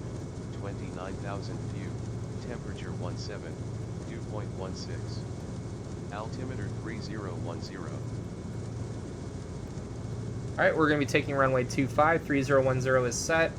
And it's going to be a 6,700 feet is actually what we're going to be looking for on the altitude. So we're going to go set 67 was what we saw in the departure clearance.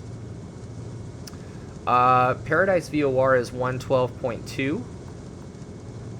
So we got that in there, 112.2. And that's going to be a direct from a right-hand turn, and that's going to be on like an east sort of course. We're not going to really trip too hard on, it's like a northeast course or east-northeast kind of. All right, so we have the weather. We're going to go, we have the CTAF on 122.7.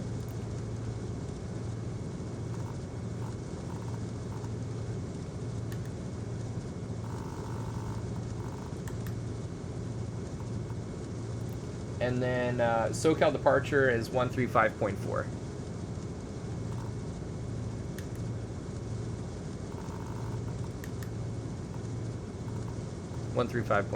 Very good.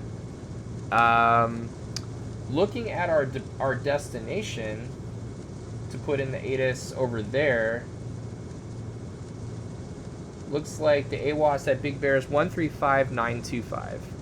135.925.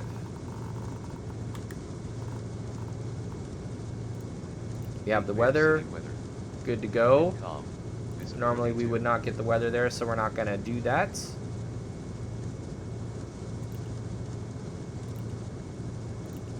Good. Flight plan wise, we know what route we filed, so we're going to input that.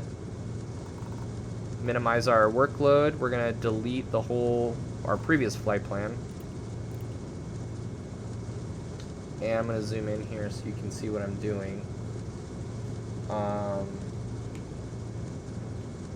Inputting this whole thing here. So I'm going to go departure procedure. We're going to go to Paradise Direct. PDZ.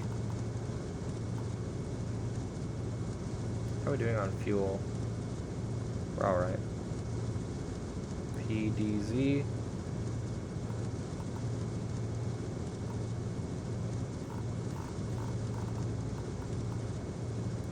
Awesome.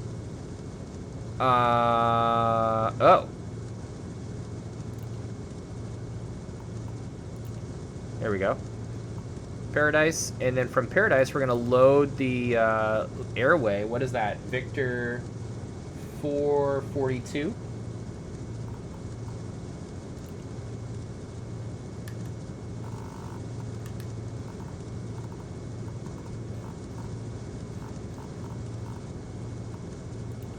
To Apples, and then from Apples we've got load the airway. What is that, 394? Is that what it was? Let me get the actual chart out of the way.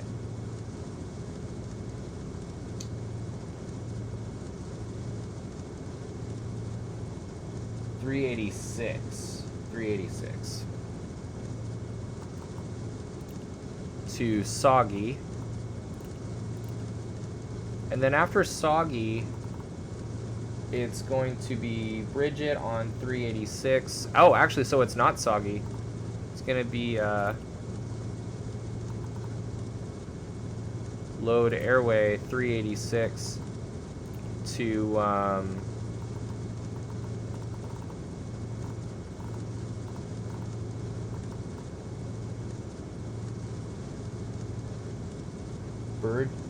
Bridget, but I don't see Bridget on here.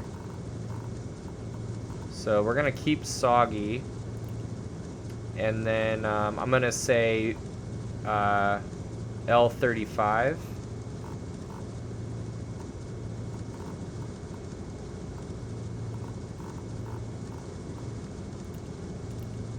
Oh, dang.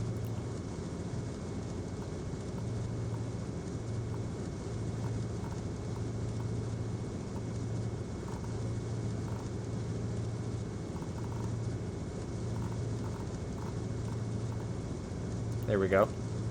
And the procedure into L35 will be the RNAV 26 GPS from Bridget, with the minimums are going to be the Barrow. What are we at, folks? We've got minimums here. Procedures, approach, RNAV. Oh, we got two RNAVs actually. Looks like straight in, or yeah, straight in landing runway 26 is 8140. 8140. Whoa, sorry about that.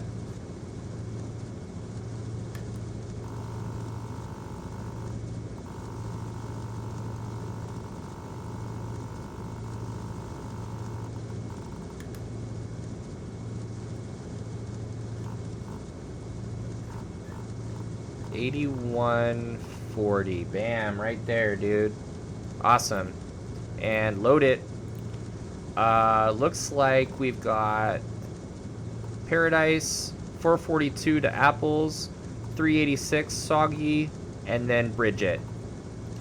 Benja, Halvey, Zezuk, and then back to Bridget to hold. We've looking at the chart and verify that those are all complete and correct. Looks great. And looks like we're ready to taxi to hold short.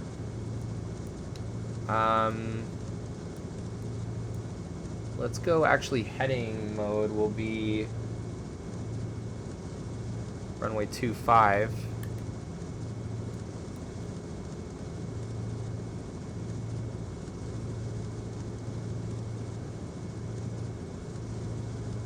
Corona, I just want to get the airport diagram back out here.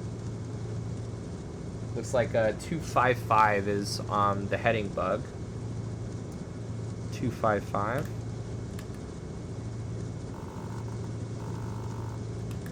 There's 255. And looks good to me. We're all set to taxi we'll do our run up, and we'll brief our approach.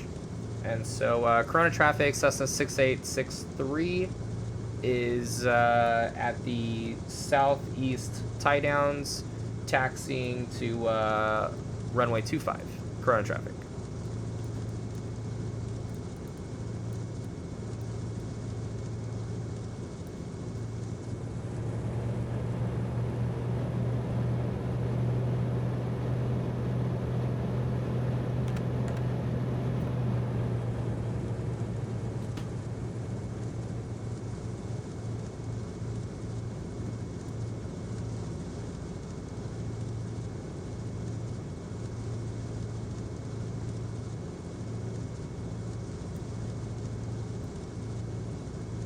All right, really quick run up here.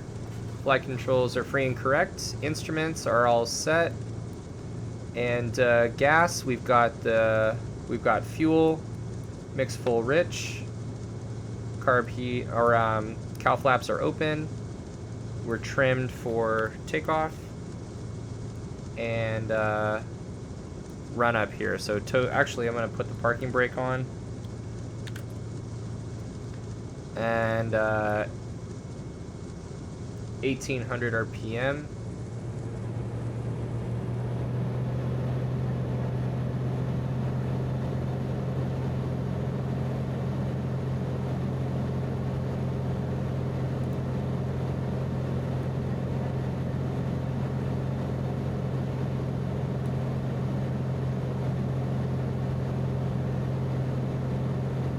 All right.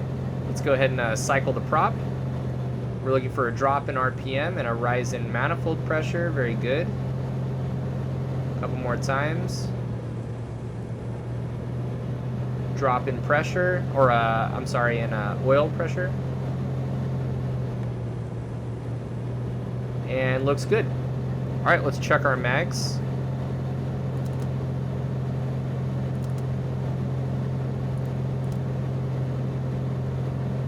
Good. Let's see here. Fuel flow, oil pressure, temperature, cylinder heads, ITT is good, fuel is good, battery is good, and idle. The one thing I wanted to do is plan our alternate. We're gonna go mist out of Big Bear, and I'm thinking Victorville as our Victorville potentially as our alternate. So let's make sure that we know what kind of approaches are going to be in there and what our actual plan of action is. We're going to be going back to Bridget on the missed approach out of Big Bear. So, you know, I kind of like the idea of backtracking from Bridget to Soggy to Apples and then maybe doing something into Victorville. Probably going to be good weather there. So I'm going to look at Victorville at the approaches. Let's see here. Obviously we would not do that because there's a runways closed by NOTAM, but you know, since we're in the sim, let's look at the approaches. Looks like the ILS runway 17. That'd be pretty nice. So an ILS. So what's the weather got to be for us to use the ILS? That's my question. Looking at the airport info, we look at the filing as an alternate. It's got to be 600-foot ceilings and 2 miles visibility at the ETA for us to use it. So it's looking really good. Sensible alternate, making sure that we know what the weather is before we select it. It's also a pretty suitable distance away from, you know, Big Bear is pretty landlocked in the mountains. So this is when we would call it, let's do our pre-takeoff briefing. So we're going to be departing runway, let's see here. It's runway 25. We're departing runway 25, 3,200 feet of available runway. We'll be lifting off at 65, I believe, and then pitching VY is, I want to say, it's like 85 or VY is like 80, I believe, in this airplane, and then an en route climb of 90, of like 85 to 90 is going to be good. It's going to be a right turn, Paradise direct, and then we're going to climb in the hold to 6,700 feet, set in the altitude reference there at the top. Set right there in the altitude reference. Parallel entry. We have the parallel entry already planned, and then we're going to be on our way on those airways. In an emergency, you know, we'll if we have an engine failure before we leave the ground, we're going to power to idle, brake, and taxi off. If there's an engine failure before we leave the ground and enough available runway, we're going to put the airplane back on the runway, power idle, bring the airplane to a rest. And then if there's not enough available runway, we'll probably land on the highway that's right in to the west of the field, and then minimum of 800 feet, we're going to turn the airplane around. And pre-takeoff briefing is complete. Looking at the approach into Big Bear to actually properly brief our approach.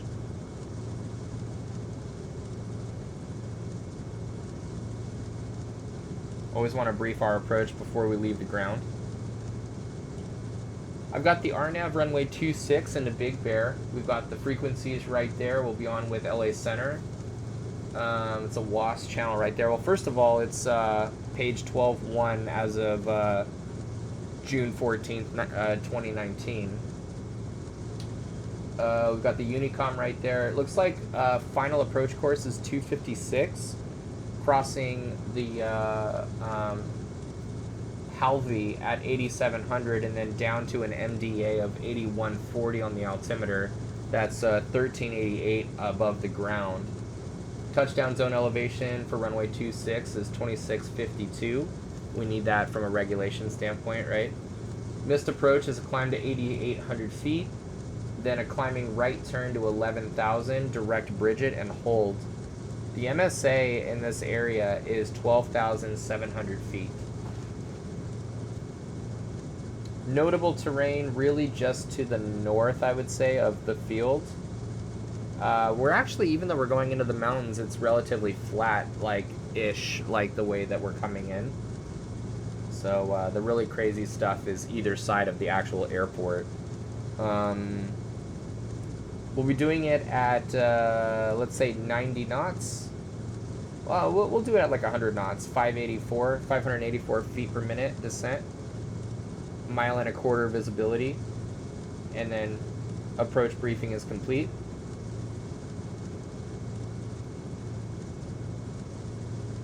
And we're all set. We're holding short of the runway. This is when we would call clearance delivery and let them know we're holding short of runway 25, IFR to as filed to Big Bear,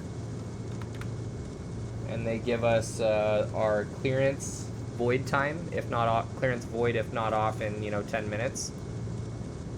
And let me just get this here: heading mode or altitude.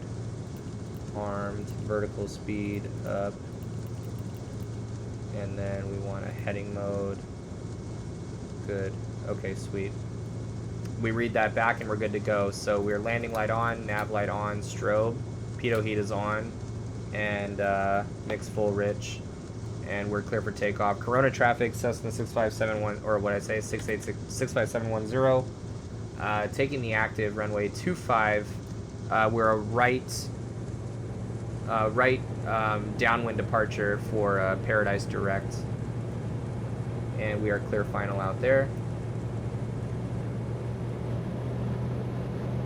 GPS looks oh, sorry approaching guys. Runway 25. I'll leave that right there. GPS looks like it's sequenced correctly, so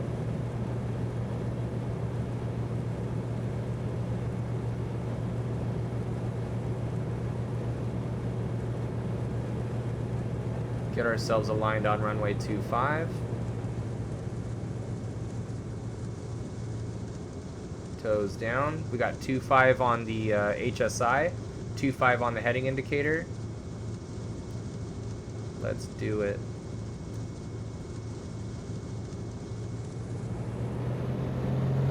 All right, systems are green.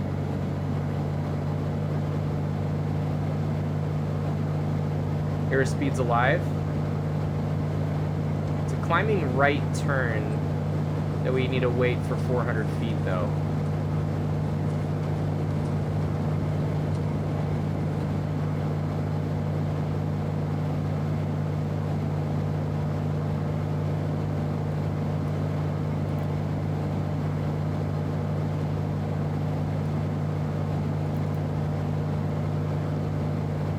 Right, we started off at essentially 500 feet. We're gonna power back for noise abatement.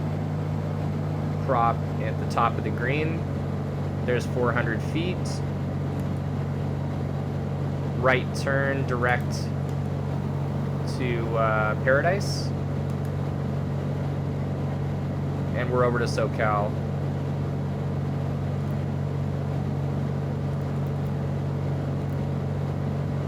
SoCal approach.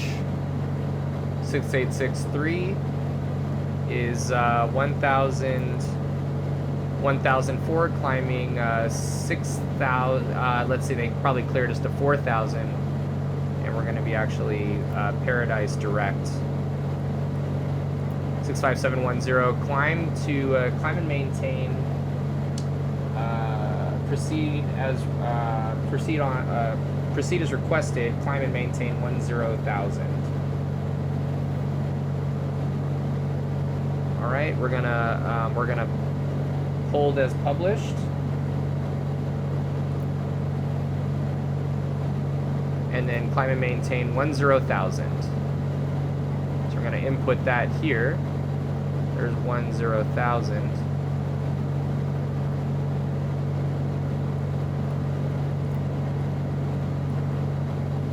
All right. And then it's very important that we tune and identify this Paradise VOR. Okay, so we got the Morse code that we're looking for there. Climb check, power, RPM, fuel pressure, oil pressure, temperature, cylinder heads looking good. We're gonna lean as we come up to 3,000 feet. Fuel is good, the battery's happy, altimeter is set. Actually, this should be 3010. There we go. And we are 3,000 for 10,000. And let's go DME, nav1, PFD. There we go. We got 2.5 miles or so to Paradise. Looks like our first. Can you guys see the? Can you guys see that ForeFlight good, or do you want me to blow that up a little bit bigger? First heading after we cross Paradise is going to be 030. It looks like. So I'm gonna set that heading bug right there and just get ready for that 030. Cow flaps are open for the climb. Looks good. And we have the Morse code for Paradise right there. We checked that. So nav off. All right, we're 4,003 for 10, coming up on a mile.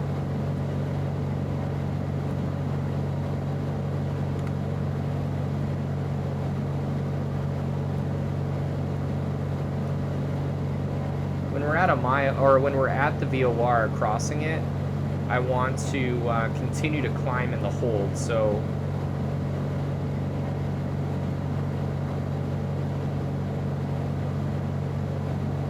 almost there. We're waiting for that to. There's the flag switch. I'm gonna press heading, and then I'm going to start my timer. There's that 1 minute outbound. And then what I'm gonna do is I'm gonna plan for that that when we actually break off. All right. I'm actually gonna put my nose down a little bit more, 900 feet. Very good.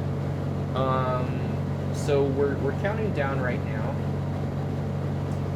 and that heading is gonna be, the heading is, we said 180 will be that left turn to 180, but the course that we're gonna fly after we depart the hold, that's gonna be a 012. 012. How are we doing on time? 15 seconds.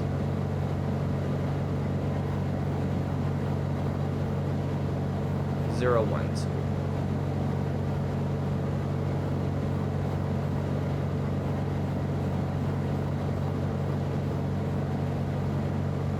Zero, 1, 2. Are we on time? It's been a minute. So we're gonna go to the right, or excuse me, to the left. Left turn heading 180.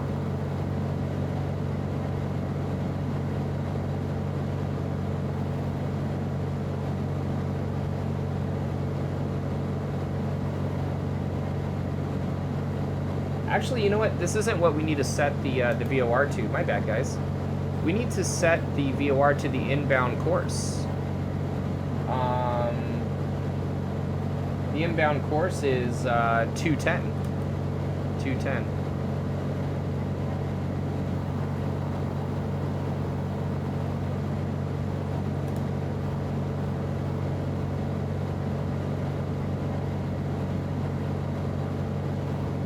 And what's really cool about this is we actually don't need to do a lap in the hold. We can actually just like re-intercept and cross the VOR and then turn to actually get on the airway. So that's kind of nice. Climb check, you know, just like we learned from the AOPA Real Pilot stories from earlier, we want to just check our systems and make sure everything's cool. I'm actually going to lean that out a little bit, increase that ITT, back that power off a little bit to maybe 28 inches or so. A little bit nose down.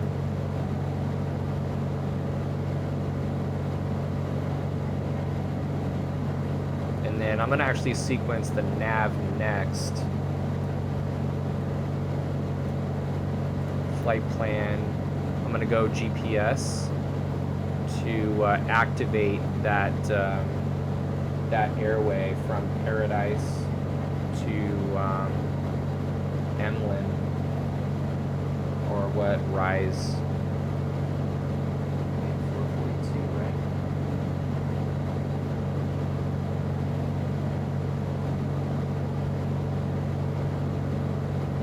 Yeah, okay, whatever. So 210, we actually want that 012 now.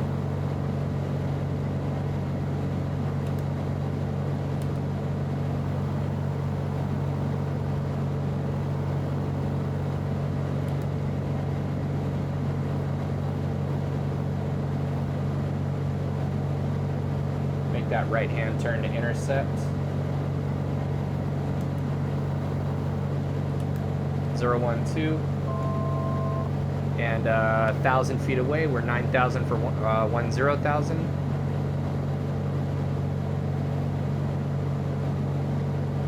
Just gonna put that heading bug ahead of that line there.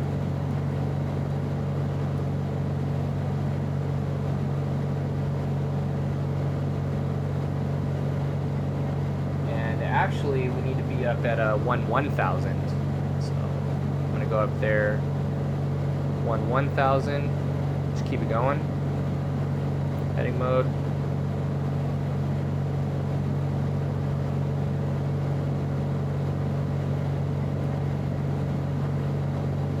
There you go. And then wait for that course to come in a little bit. Waiting for that to come in.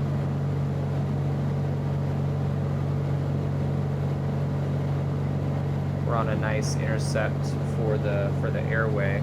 I'll actually put that on a little bit more.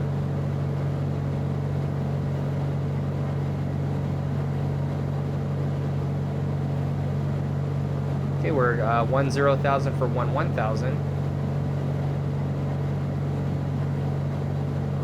Make sure that pitot heat's on. Looks good.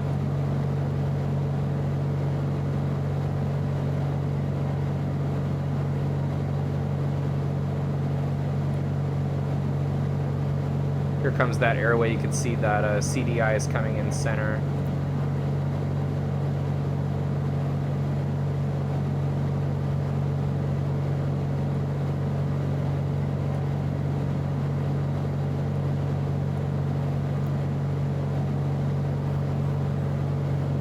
Cool, and it's just gonna go grab that. Awesome, nice little parallel entry and climb in the hold to an MEA. Very good. Back that power off maybe to 28 inches. And oh, we did not arm that. So we're just gonna go altitude hold right there. And we're gonna bring that altitude down to arm that. Vertical speed, nose down a couple hundred feet per minute. And it's gonna go capture an altitude select of 11,000. We caught that nice and early. Very good.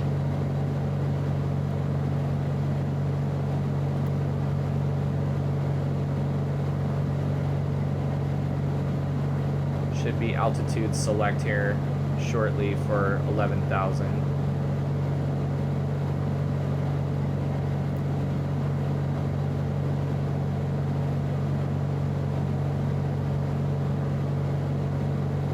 All right, and we do. We have altitude capture at 11,000.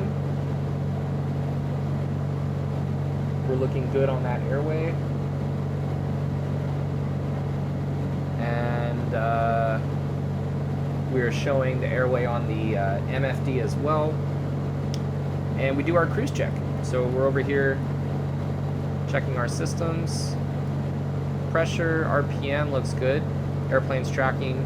Fuel flow, oil pressure, temperature, cylinder heads are nice and warm. ITT's good and warm. Fuel's good, battery's happy. Altimeter's set. We got our DME going. Looks like rise should be 11 DME, so we're just watching that for rise. We also have that on the MFD right there.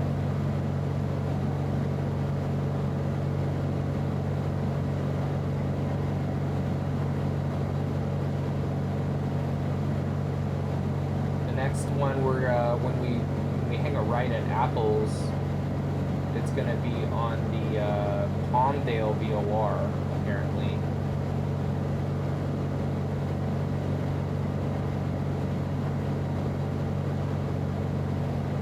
If I could find where the frequency is.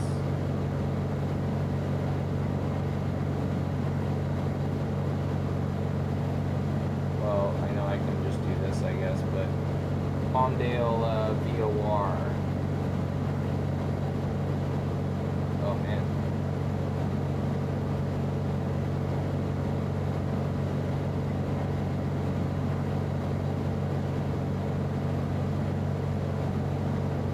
Alright, so that's going to be 114.5 apparently. And here comes 11 DME at rise, so everything checks out. We're going to use 114.5 in both of these actually. We're going to do 114 on standby, 114.5. And then 14.5 as well, active number 2, 14 point. Is that what we want? Do we really want that? Yeah, I think so. We have a cross radio coming up actually at CAPS from Palmdale, so we actually do want Palmdale active in our number 2 nav, where we can actually set up a bearing pointer to help us keep track in real time of what radio we're actually on from that VOR. So we're going to go to bearing 2, which we've set up right there for Palmdale. And what we're looking for as far as CAPS is the 104 right there from Palmdale. That 104 from Palmdale keeps going all the way down there, and then boom, caps right there, and that's gonna cross paths. So 104 is what we're watching the tail of this bearing pointer right here to see when it becomes 104 right in there. So that's good. And this is when we would actually, transponder code, let's just do 0220. That's when we'd get one from ATC or from the departure from our actual clearance, we would have put that in there. Transponder on altitude mode, good. And looks good, man. Looks good. Speed's good. Heat. Oh, cowl flap is closed for the cruise. Let's get a little more cloud stuff in here. And we'll get a little layer up there.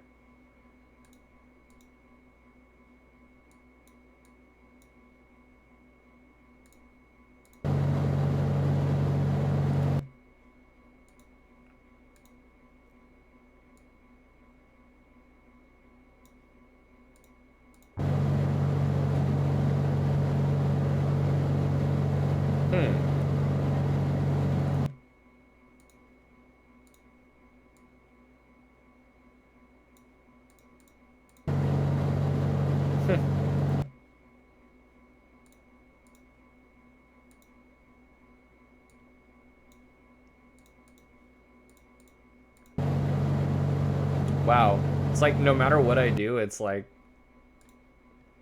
bad weather. That's weird. Oh well. Weird, I wonder why it's doing that. I wonder if I go... Okay. Whoa, why?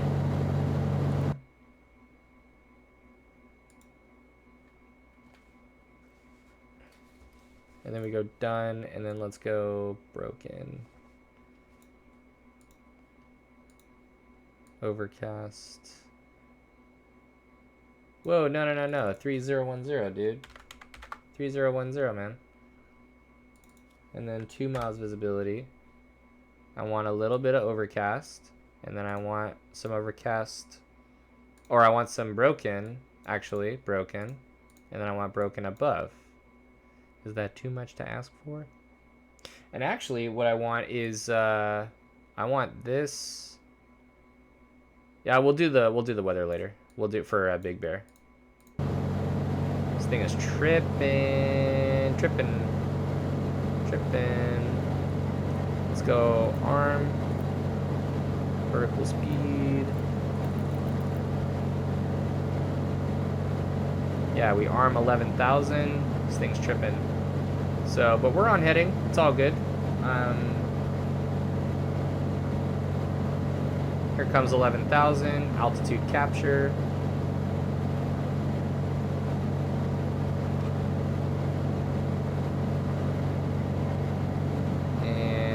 Altitude capture. There's altitude capture, 11,000. Yeah, this thing's weird. This airplane is weird in sim for some reason. Sometimes it behaves perfectly and it's awesome. Other times it's like, I don't feel like working. It's so weird. The machines are learning.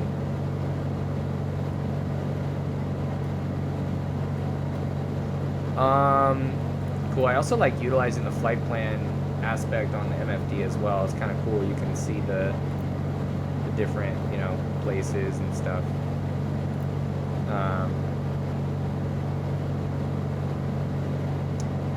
And actually, you could like turn the range down like that. Really good. Interesting things.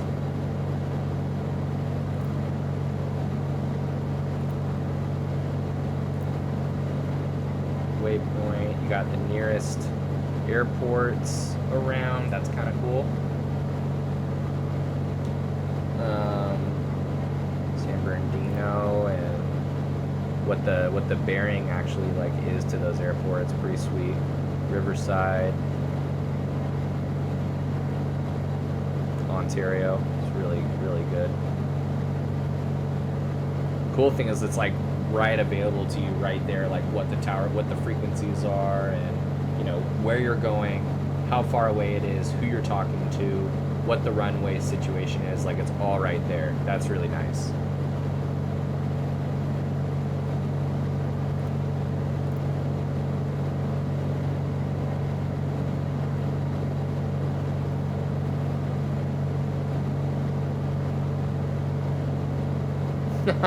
Skipper, what's up, man? What's up? That sounds like you're kind of plane where it's less of a plane and more of a transportation, or a what do you call it?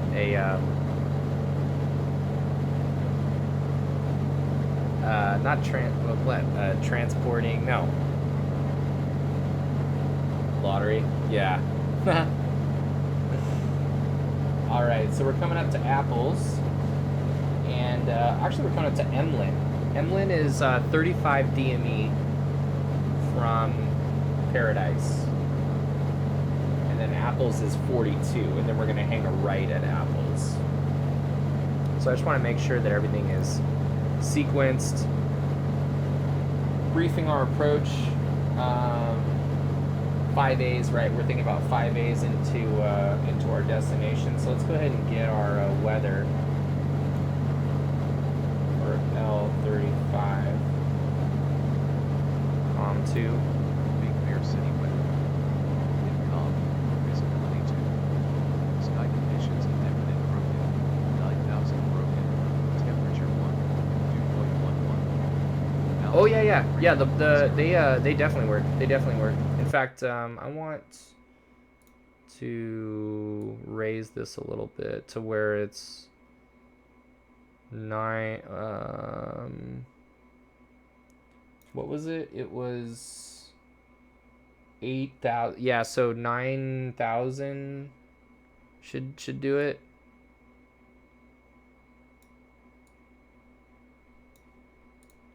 Big Bear City weather.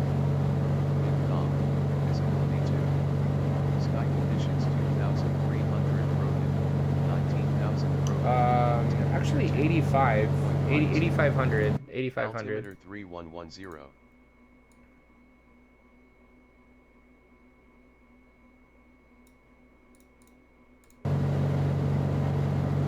Big Bear City weather.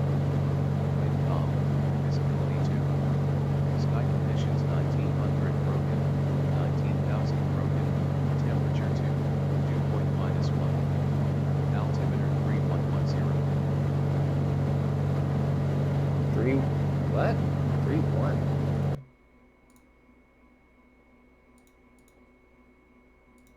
3010, man. Big Bear City weather. Wind calm, visibility 2. Sky conditions 1,900 broken, 19,000 broken, temperature 2, dew point 0. Altimeter 3010.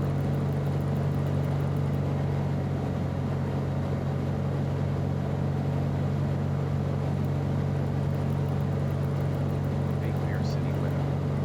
Wind calm, visibility 2. Sky conditions 1,900 broken, 19,000 broken, And temperature 2, dew point 0. Altimeter 3010.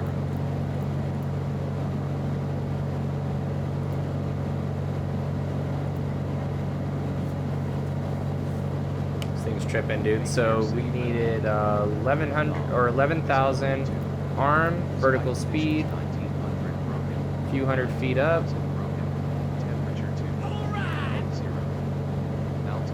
Thank you for the follow, Avates.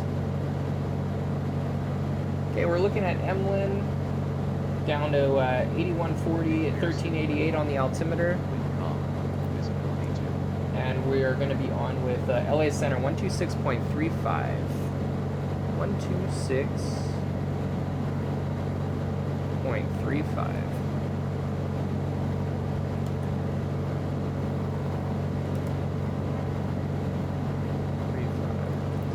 And that's LA Center 6863 or 68, what is it? 6863. I don't even know where we are. 6 Foxtrot Zulu. We are 1000.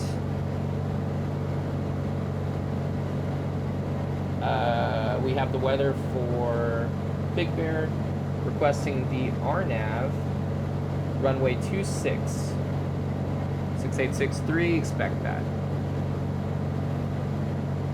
And we're coming up to Apples. So Apples, remember we said that Apples is the 081 from Palmdale. 081 from Palmdale.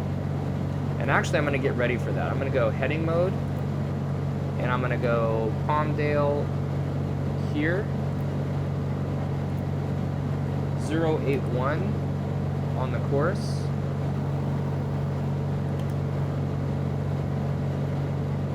And I'm going to keep it on heading mode, and then I'm going to go nav on, oh, nope, heading mode. There we go.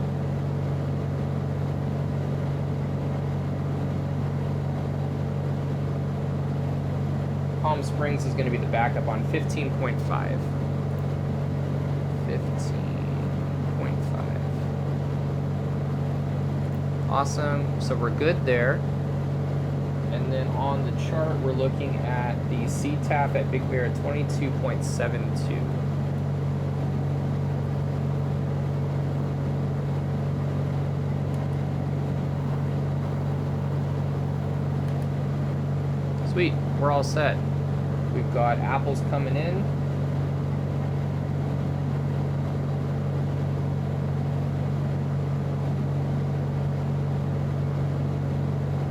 There we are.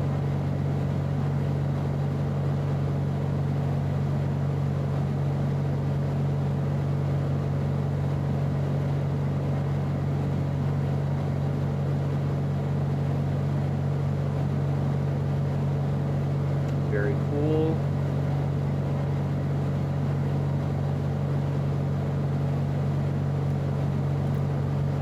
And 11,000 feet is our MEA. It's looking really good. We've got the bearing pointer. We're ready for soggy. That's going to be a 69 DME from Palmdale, and 40 DME from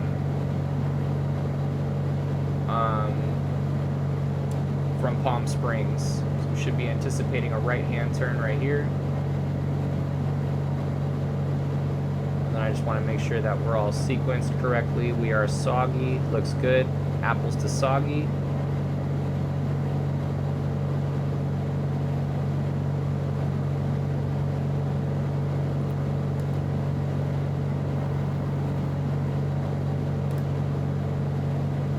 Should be what, 081, right? 081. Okay, just double checking everything. Systems check. Magnetometer looks like it's okay, and power, RPM, fuel flow, oil pressure, temperature, cylinder head, ITT looks good. You guys, I think after we land at Big Bear, I'm going to come back and play some video games. What should we play? Should we get at like some Banjo-Kazooie?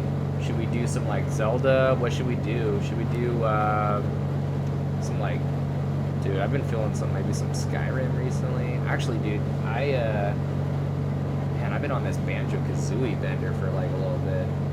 Actually, you know what we should do is Halo. That's the bender that I've been on, is this Halo 2. Yo, that would be awesome. What do you guys think?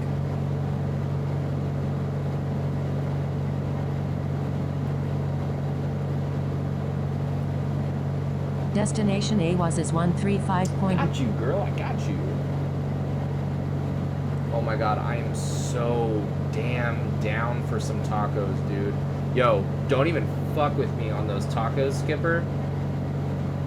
Now I'm gonna go get tacos. Now that's what I'm actually gonna go do. Because, dude, yo, this place that my girl found that she knew of a 24-hour taqueria, dude. 24 hours taqueria, like, after COVID. Fucking 24-hour taqueria, dude. after COVID. Yo, that's when you know your shit is baller, dude. People are still coming back, dude. That you could stay open 24 hours. You're not even on a main road, dude. They're not even on a main street, like turn off of the freeway. It's not even like a big street that they're on, dude. Motherfuckers are still open. Wild. Absolutely wild. Nah, I don't think deliver, dude. I don't think deliver. So yeah, it's like it's definitely a little bit of a journey. It's not a super long journey, but I mean, you know.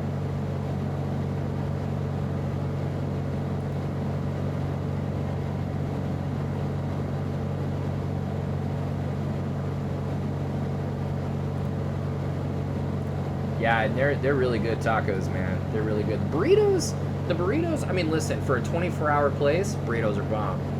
But I would give the burritos like a 7 out of 10, dude. Like the carne asada, at least, the asada burrito. You know. But it's all good, man. It's all good. So down at Bridget, Bridget to Benja is 94. 94 is going to be the next one that we actually select here. This dude said tacos, bro.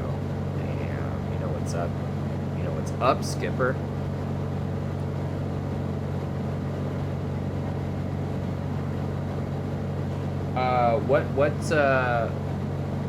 What kind of cuisine are you into, man? What's your favorite kind of cuisine? You like a Mexican food as well? I mean, who the hell doesn't, dude?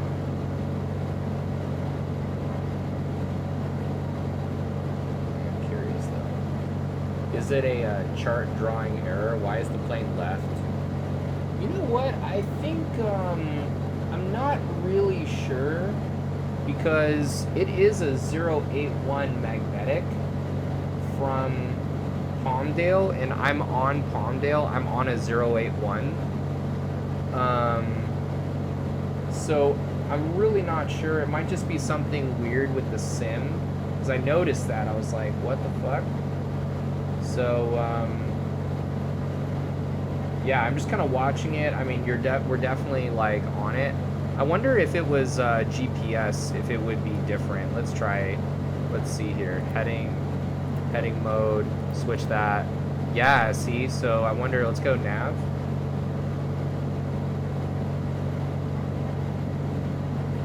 I bet a little nav map is on the line. Yeah. No, I mean, the MFD shows that we're kind of off too. And see, now we're gonna get back on the magenta, and the 4 flight's happy now. So it doesn't really matter because it's an RNAV anyways. So might as well, right? And we're just trying to make sure that we're sequenced from Soggy to Bridget. So I'm just gonna be, you know, making sure that we're ready to sequence that. But it's looking really good now. Yeah, I noticed that too. I was like, what?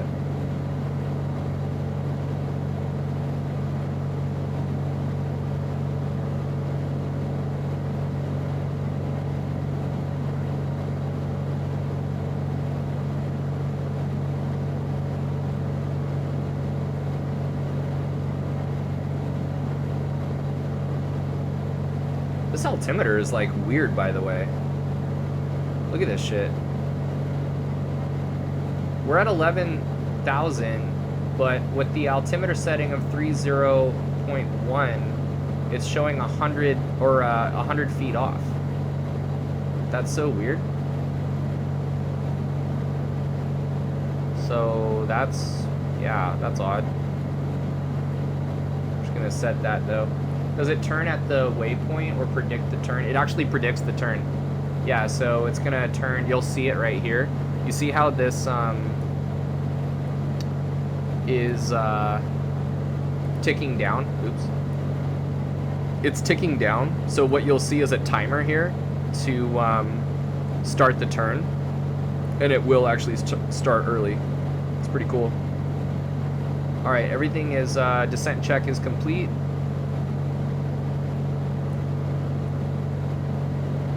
Yo, like those tacos are like all I can think about right now, dude. That's crazy. 75 feet, the max altimeter deviation. Yes, it is. 75 feet within the field elevation is what you wanted to check when we were on the ground. There you go. It's a good point. It's a very good point. So our approach briefing is complete.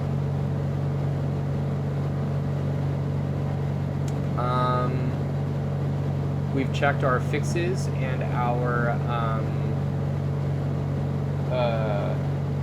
so does the prediction take the ground speed into consideration for different speed planes? It does. It actually does. It's kind of crazy. Yeah, so you will be turning earlier, you know, the faster you go. Yeah.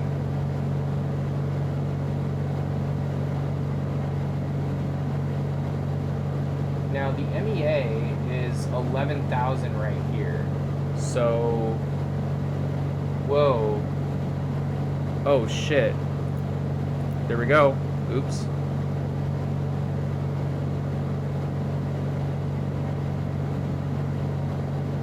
Yeah, pretty crazy, right? It does that in the sim.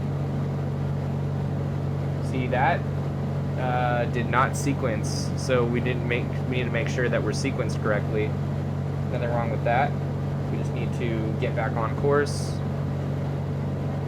Make sure that the heading is good. Might need a heading mode to get right back on, actually. Yeah, it's pretty crazy, dude, right? Like, I actually don't understand coding or, like, computer languages or anything like that.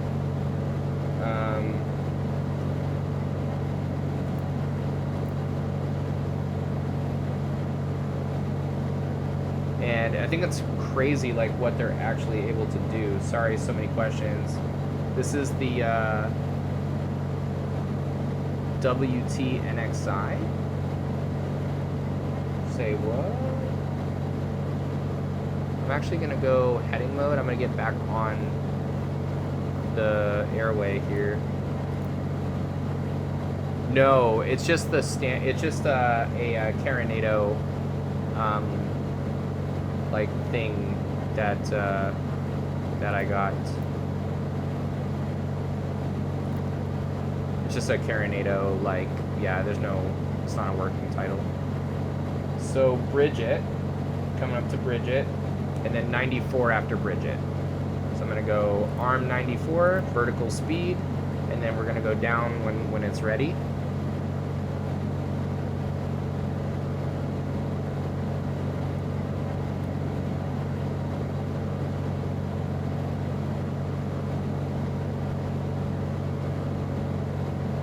And then Benja.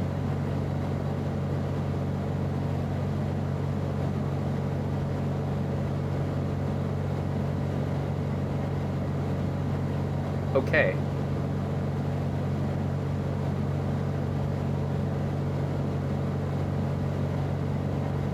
Yeah, it'll do an autopilot hold.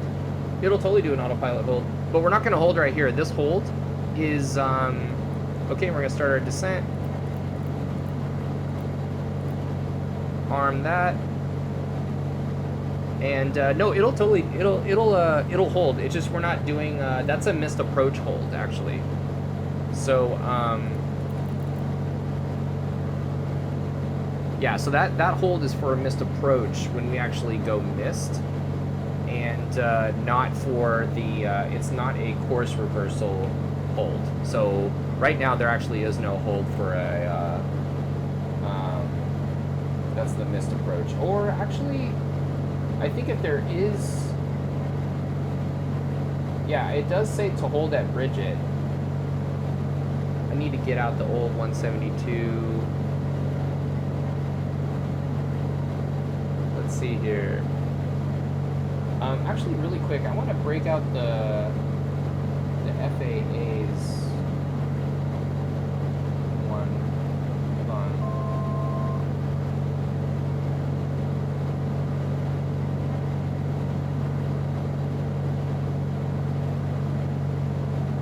Yeah. So there's no hold for the. There's no course reversal there. So, okay. So here you're coming at 1,000 feet away.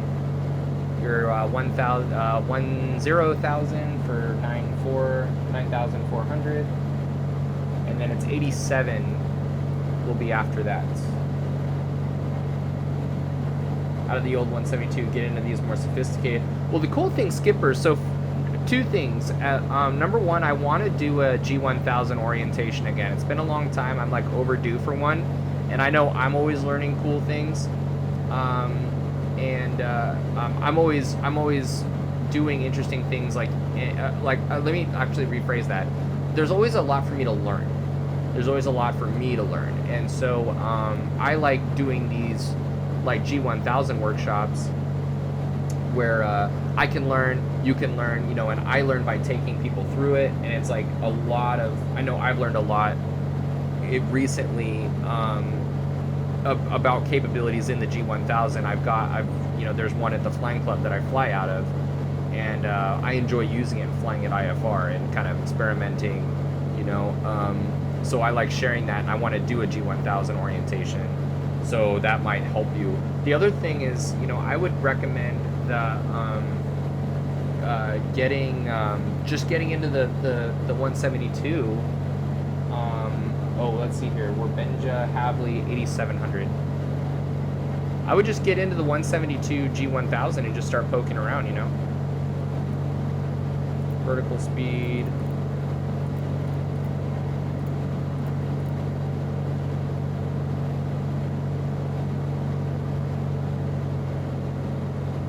My understanding is that the Asobo G1000 is lacking, but yeah, working title NXI is a lot more featured. Yeah, Flight Sim 2020 G1000 isn't too bad, but yeah, it does lack some. Yeah, that's I've seen that. I've heard that as well. You know what I would just want to do is just the G3X. With the Garmin, you know, I taught for a good amount of time. First few hundred hours of my CFI stuff was probably at 8700. Was G3X with GTN 650s, and that's with the G5 in there, dude. Super dope setup, super really nice setup right there.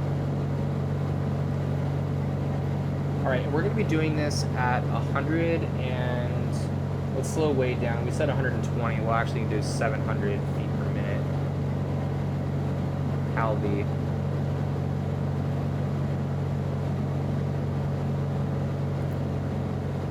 These were actually light sports. So let's do...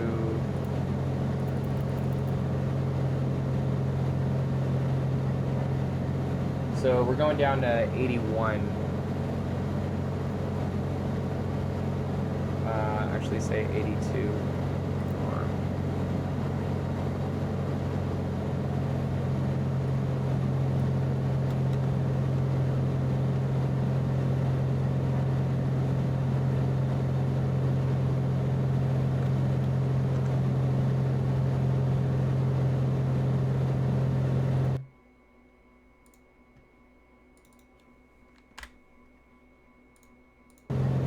Okay, runway in sight.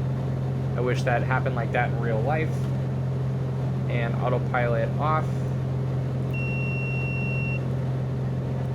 Let's go flaps 1 and 2.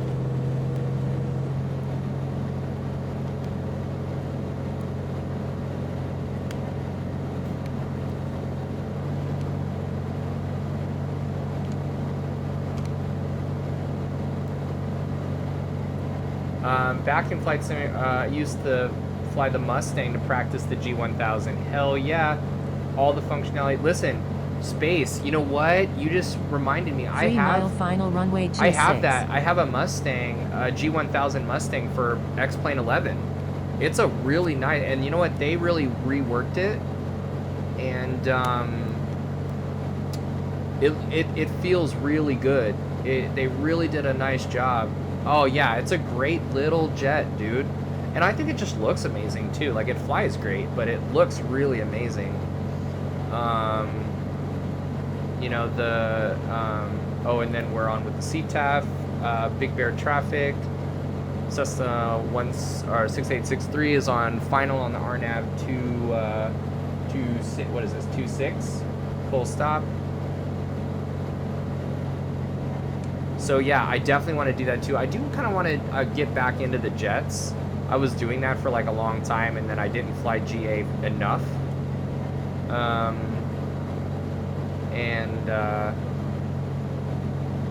Check this out, guys. We're doing a 90 indicated and 100 true.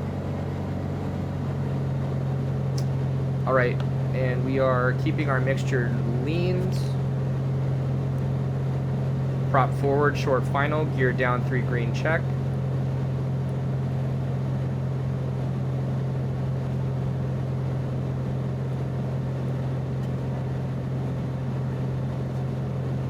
Took my instrument check right in the DA42. No shit. That's awesome, man.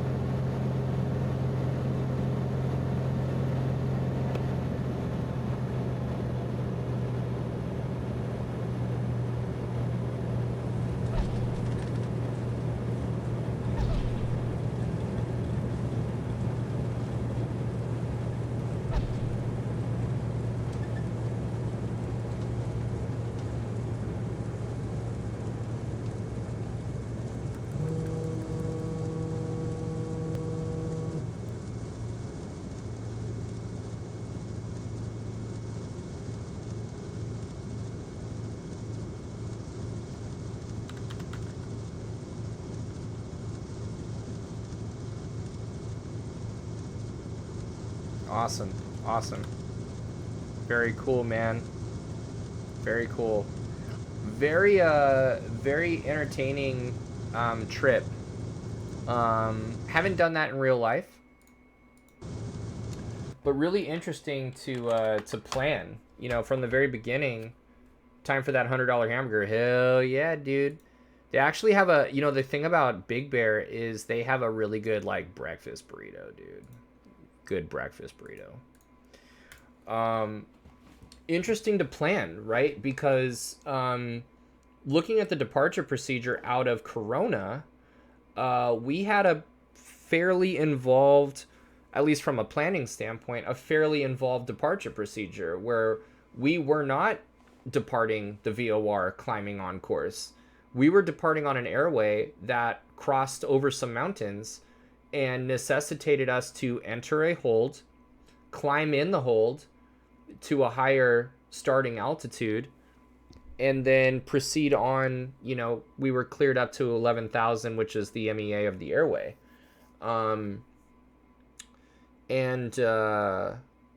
Along the way, you know, we used various like G1000 tools. We used the GPS. We used the VOR mostly.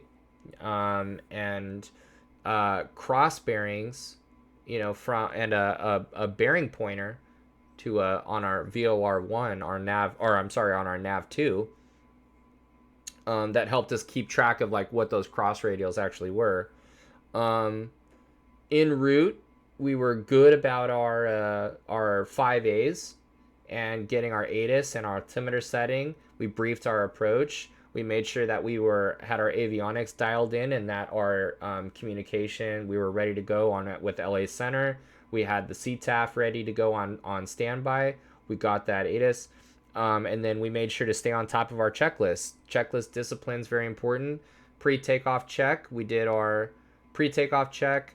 We briefed our approach before we left the ground. We climbed, cruise, descent checklist. We briefed our approach again. It went really, really well. And ultimately, you know, we were on an RNAV approach, making sure that all the enunciations were there. And really nice approach. Really nice approach. We had to go the back way. We actually had to go out and around because the way in there's no way into Big Bear through the front way. We had to go the back way because at least on the back side, on the east side, the terrain is low enough where it's like reasonably low, you know? So, yeah, that was a lot of fun. I've been to Big Bear. Let's see. What are your thoughts on cleaning up the plane when still on the runway? So from a flight instruction standpoint, we do not do anything to the airplane when still on the runway. We don't do anything until we're clear of the runway. So from a flight instruction standpoint, what I teach students is don't touch the flaps, don't touch radios, don't do anything until you bring the airplane to a rest on the other side of the hold short lines. So just good practice. That way you're not rushed, you know, you're not, you know, trying to, sometimes like the flap lever and the gear lever can be in different spots in different aircraft. So that would suck to be like in a rush to bring the flaps up and you actually like pull the gear up on the runway. So, space. I've been to,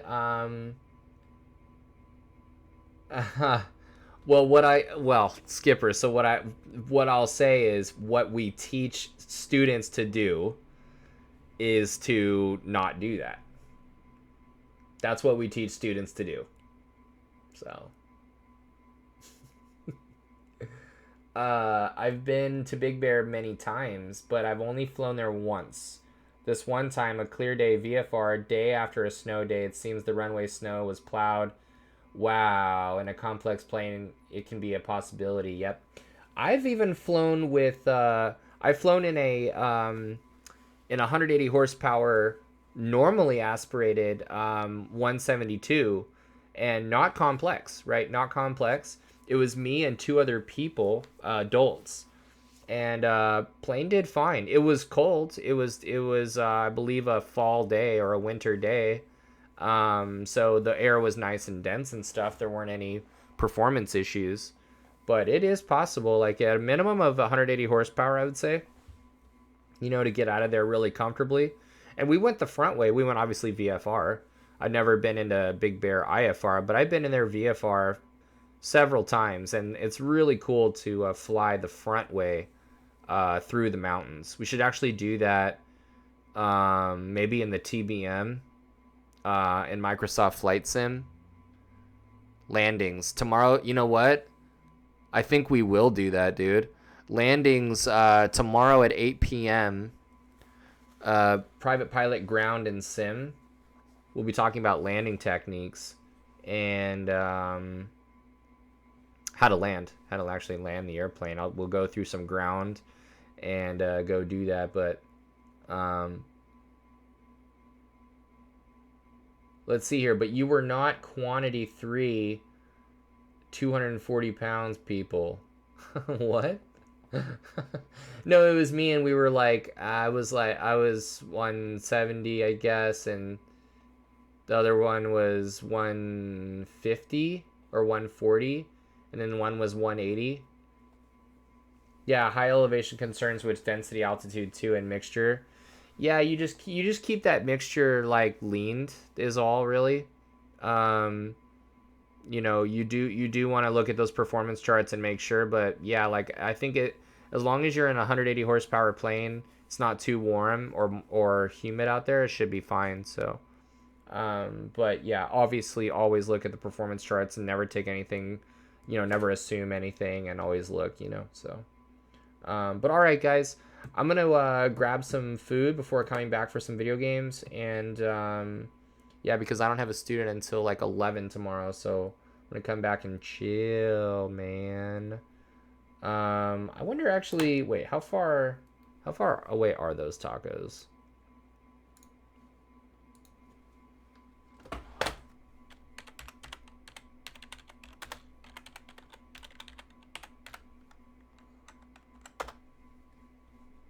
Let's see here.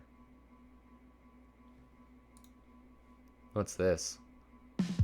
Goodbye, Roman. Density altitude with Harry Bliss. I haven't seen this.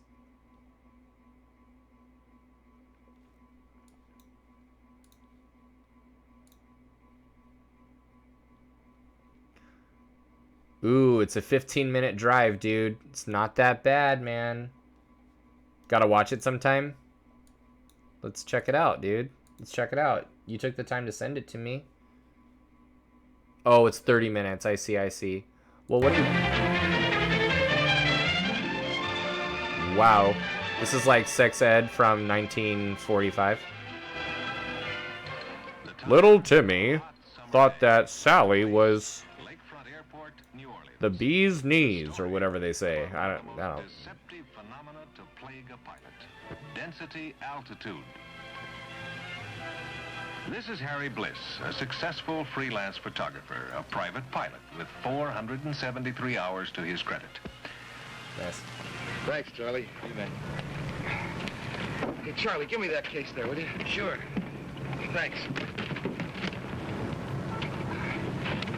Sure is a lot of gear, Mr. Bliss. Well, that's all of it, Charlie. You know, I never knew it took so much equipment before just to take pictures. Is that right? This is Lois Bliss. Dude's he's a private pilot with 400 hours, and he's They've flying been a commissioned Bonanza. by a national magazine to do a series of illustrated articles on the West. Honey, you want these pamphlets and things? No, all the charts and stuff we'll need are on the plane. Think I'll take some anyhow, in case I run out of something to read. Women. Wow, what? Our new airplane, what else? Oh, I think it's great. It's got much more room, even with all the equipment. Yeah. You know, we're carrying 3 times what we did before, and we're just up to grow. But such is not the case. Is that right? I've got to be running along. Mr. Bliss? Mrs. Bliss? Yeah. With runway to spare.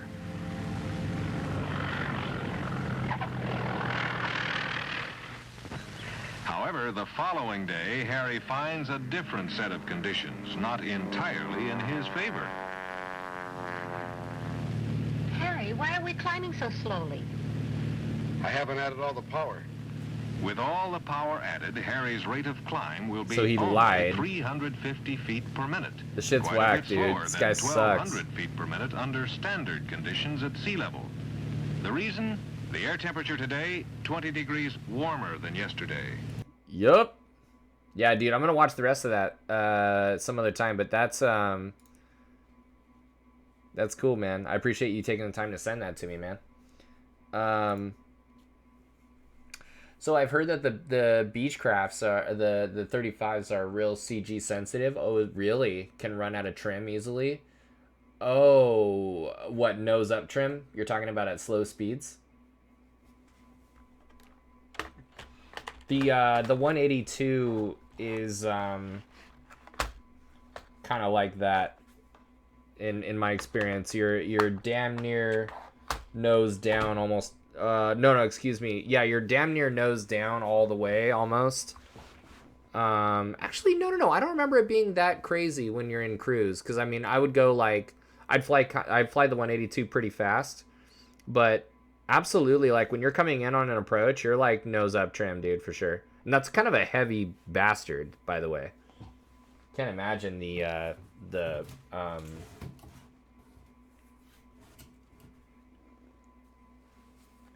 nose down, I think, since stuff is back for tail low. Oh, really?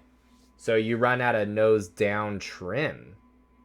So you're telling me that you run out of nose down trim? So you could actually be so nose down, you run out of nose down trim before the nose actually, so for a given power setting, it's possible for you to be at a higher power setting, requiring more nose down trim for level cruise flight than what's available on the trim from the trim capabilities. You're going to end up at a certain power setting. If it's a high enough power setting, you're actually continuing to push the thing down.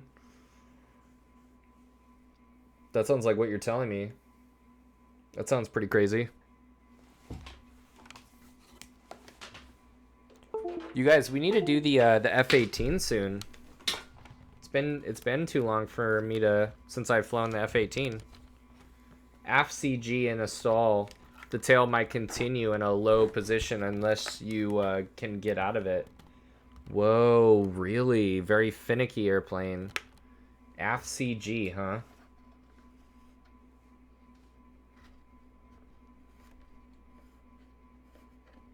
Aft CG. Dang.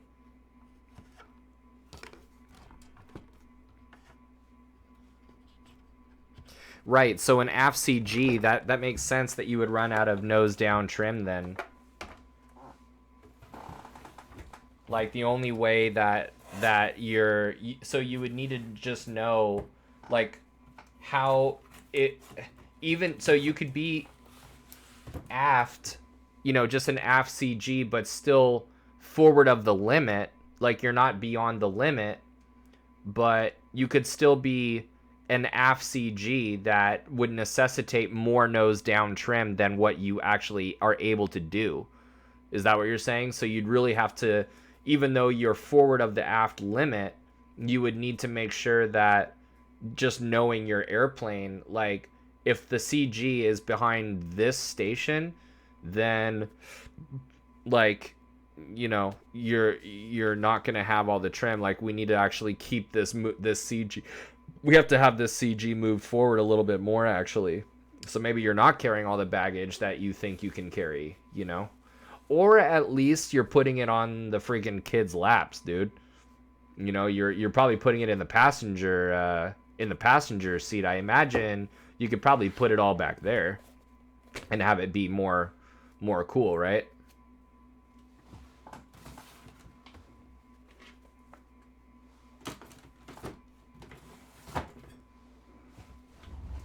Yeah, distribute mass for better CGs, definitely.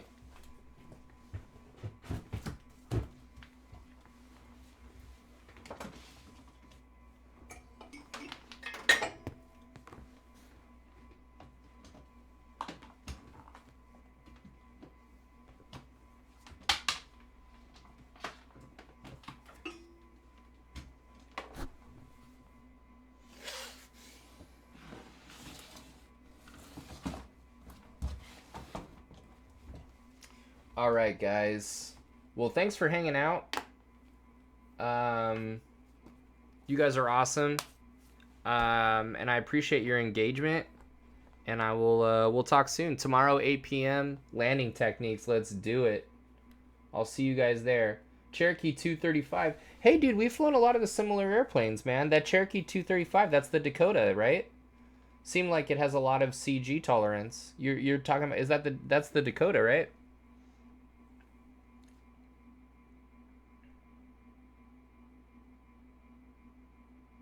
Yeah. Oh, 236 Dakota. Yeah, the Dakota is what I got my high performance in actually. I got my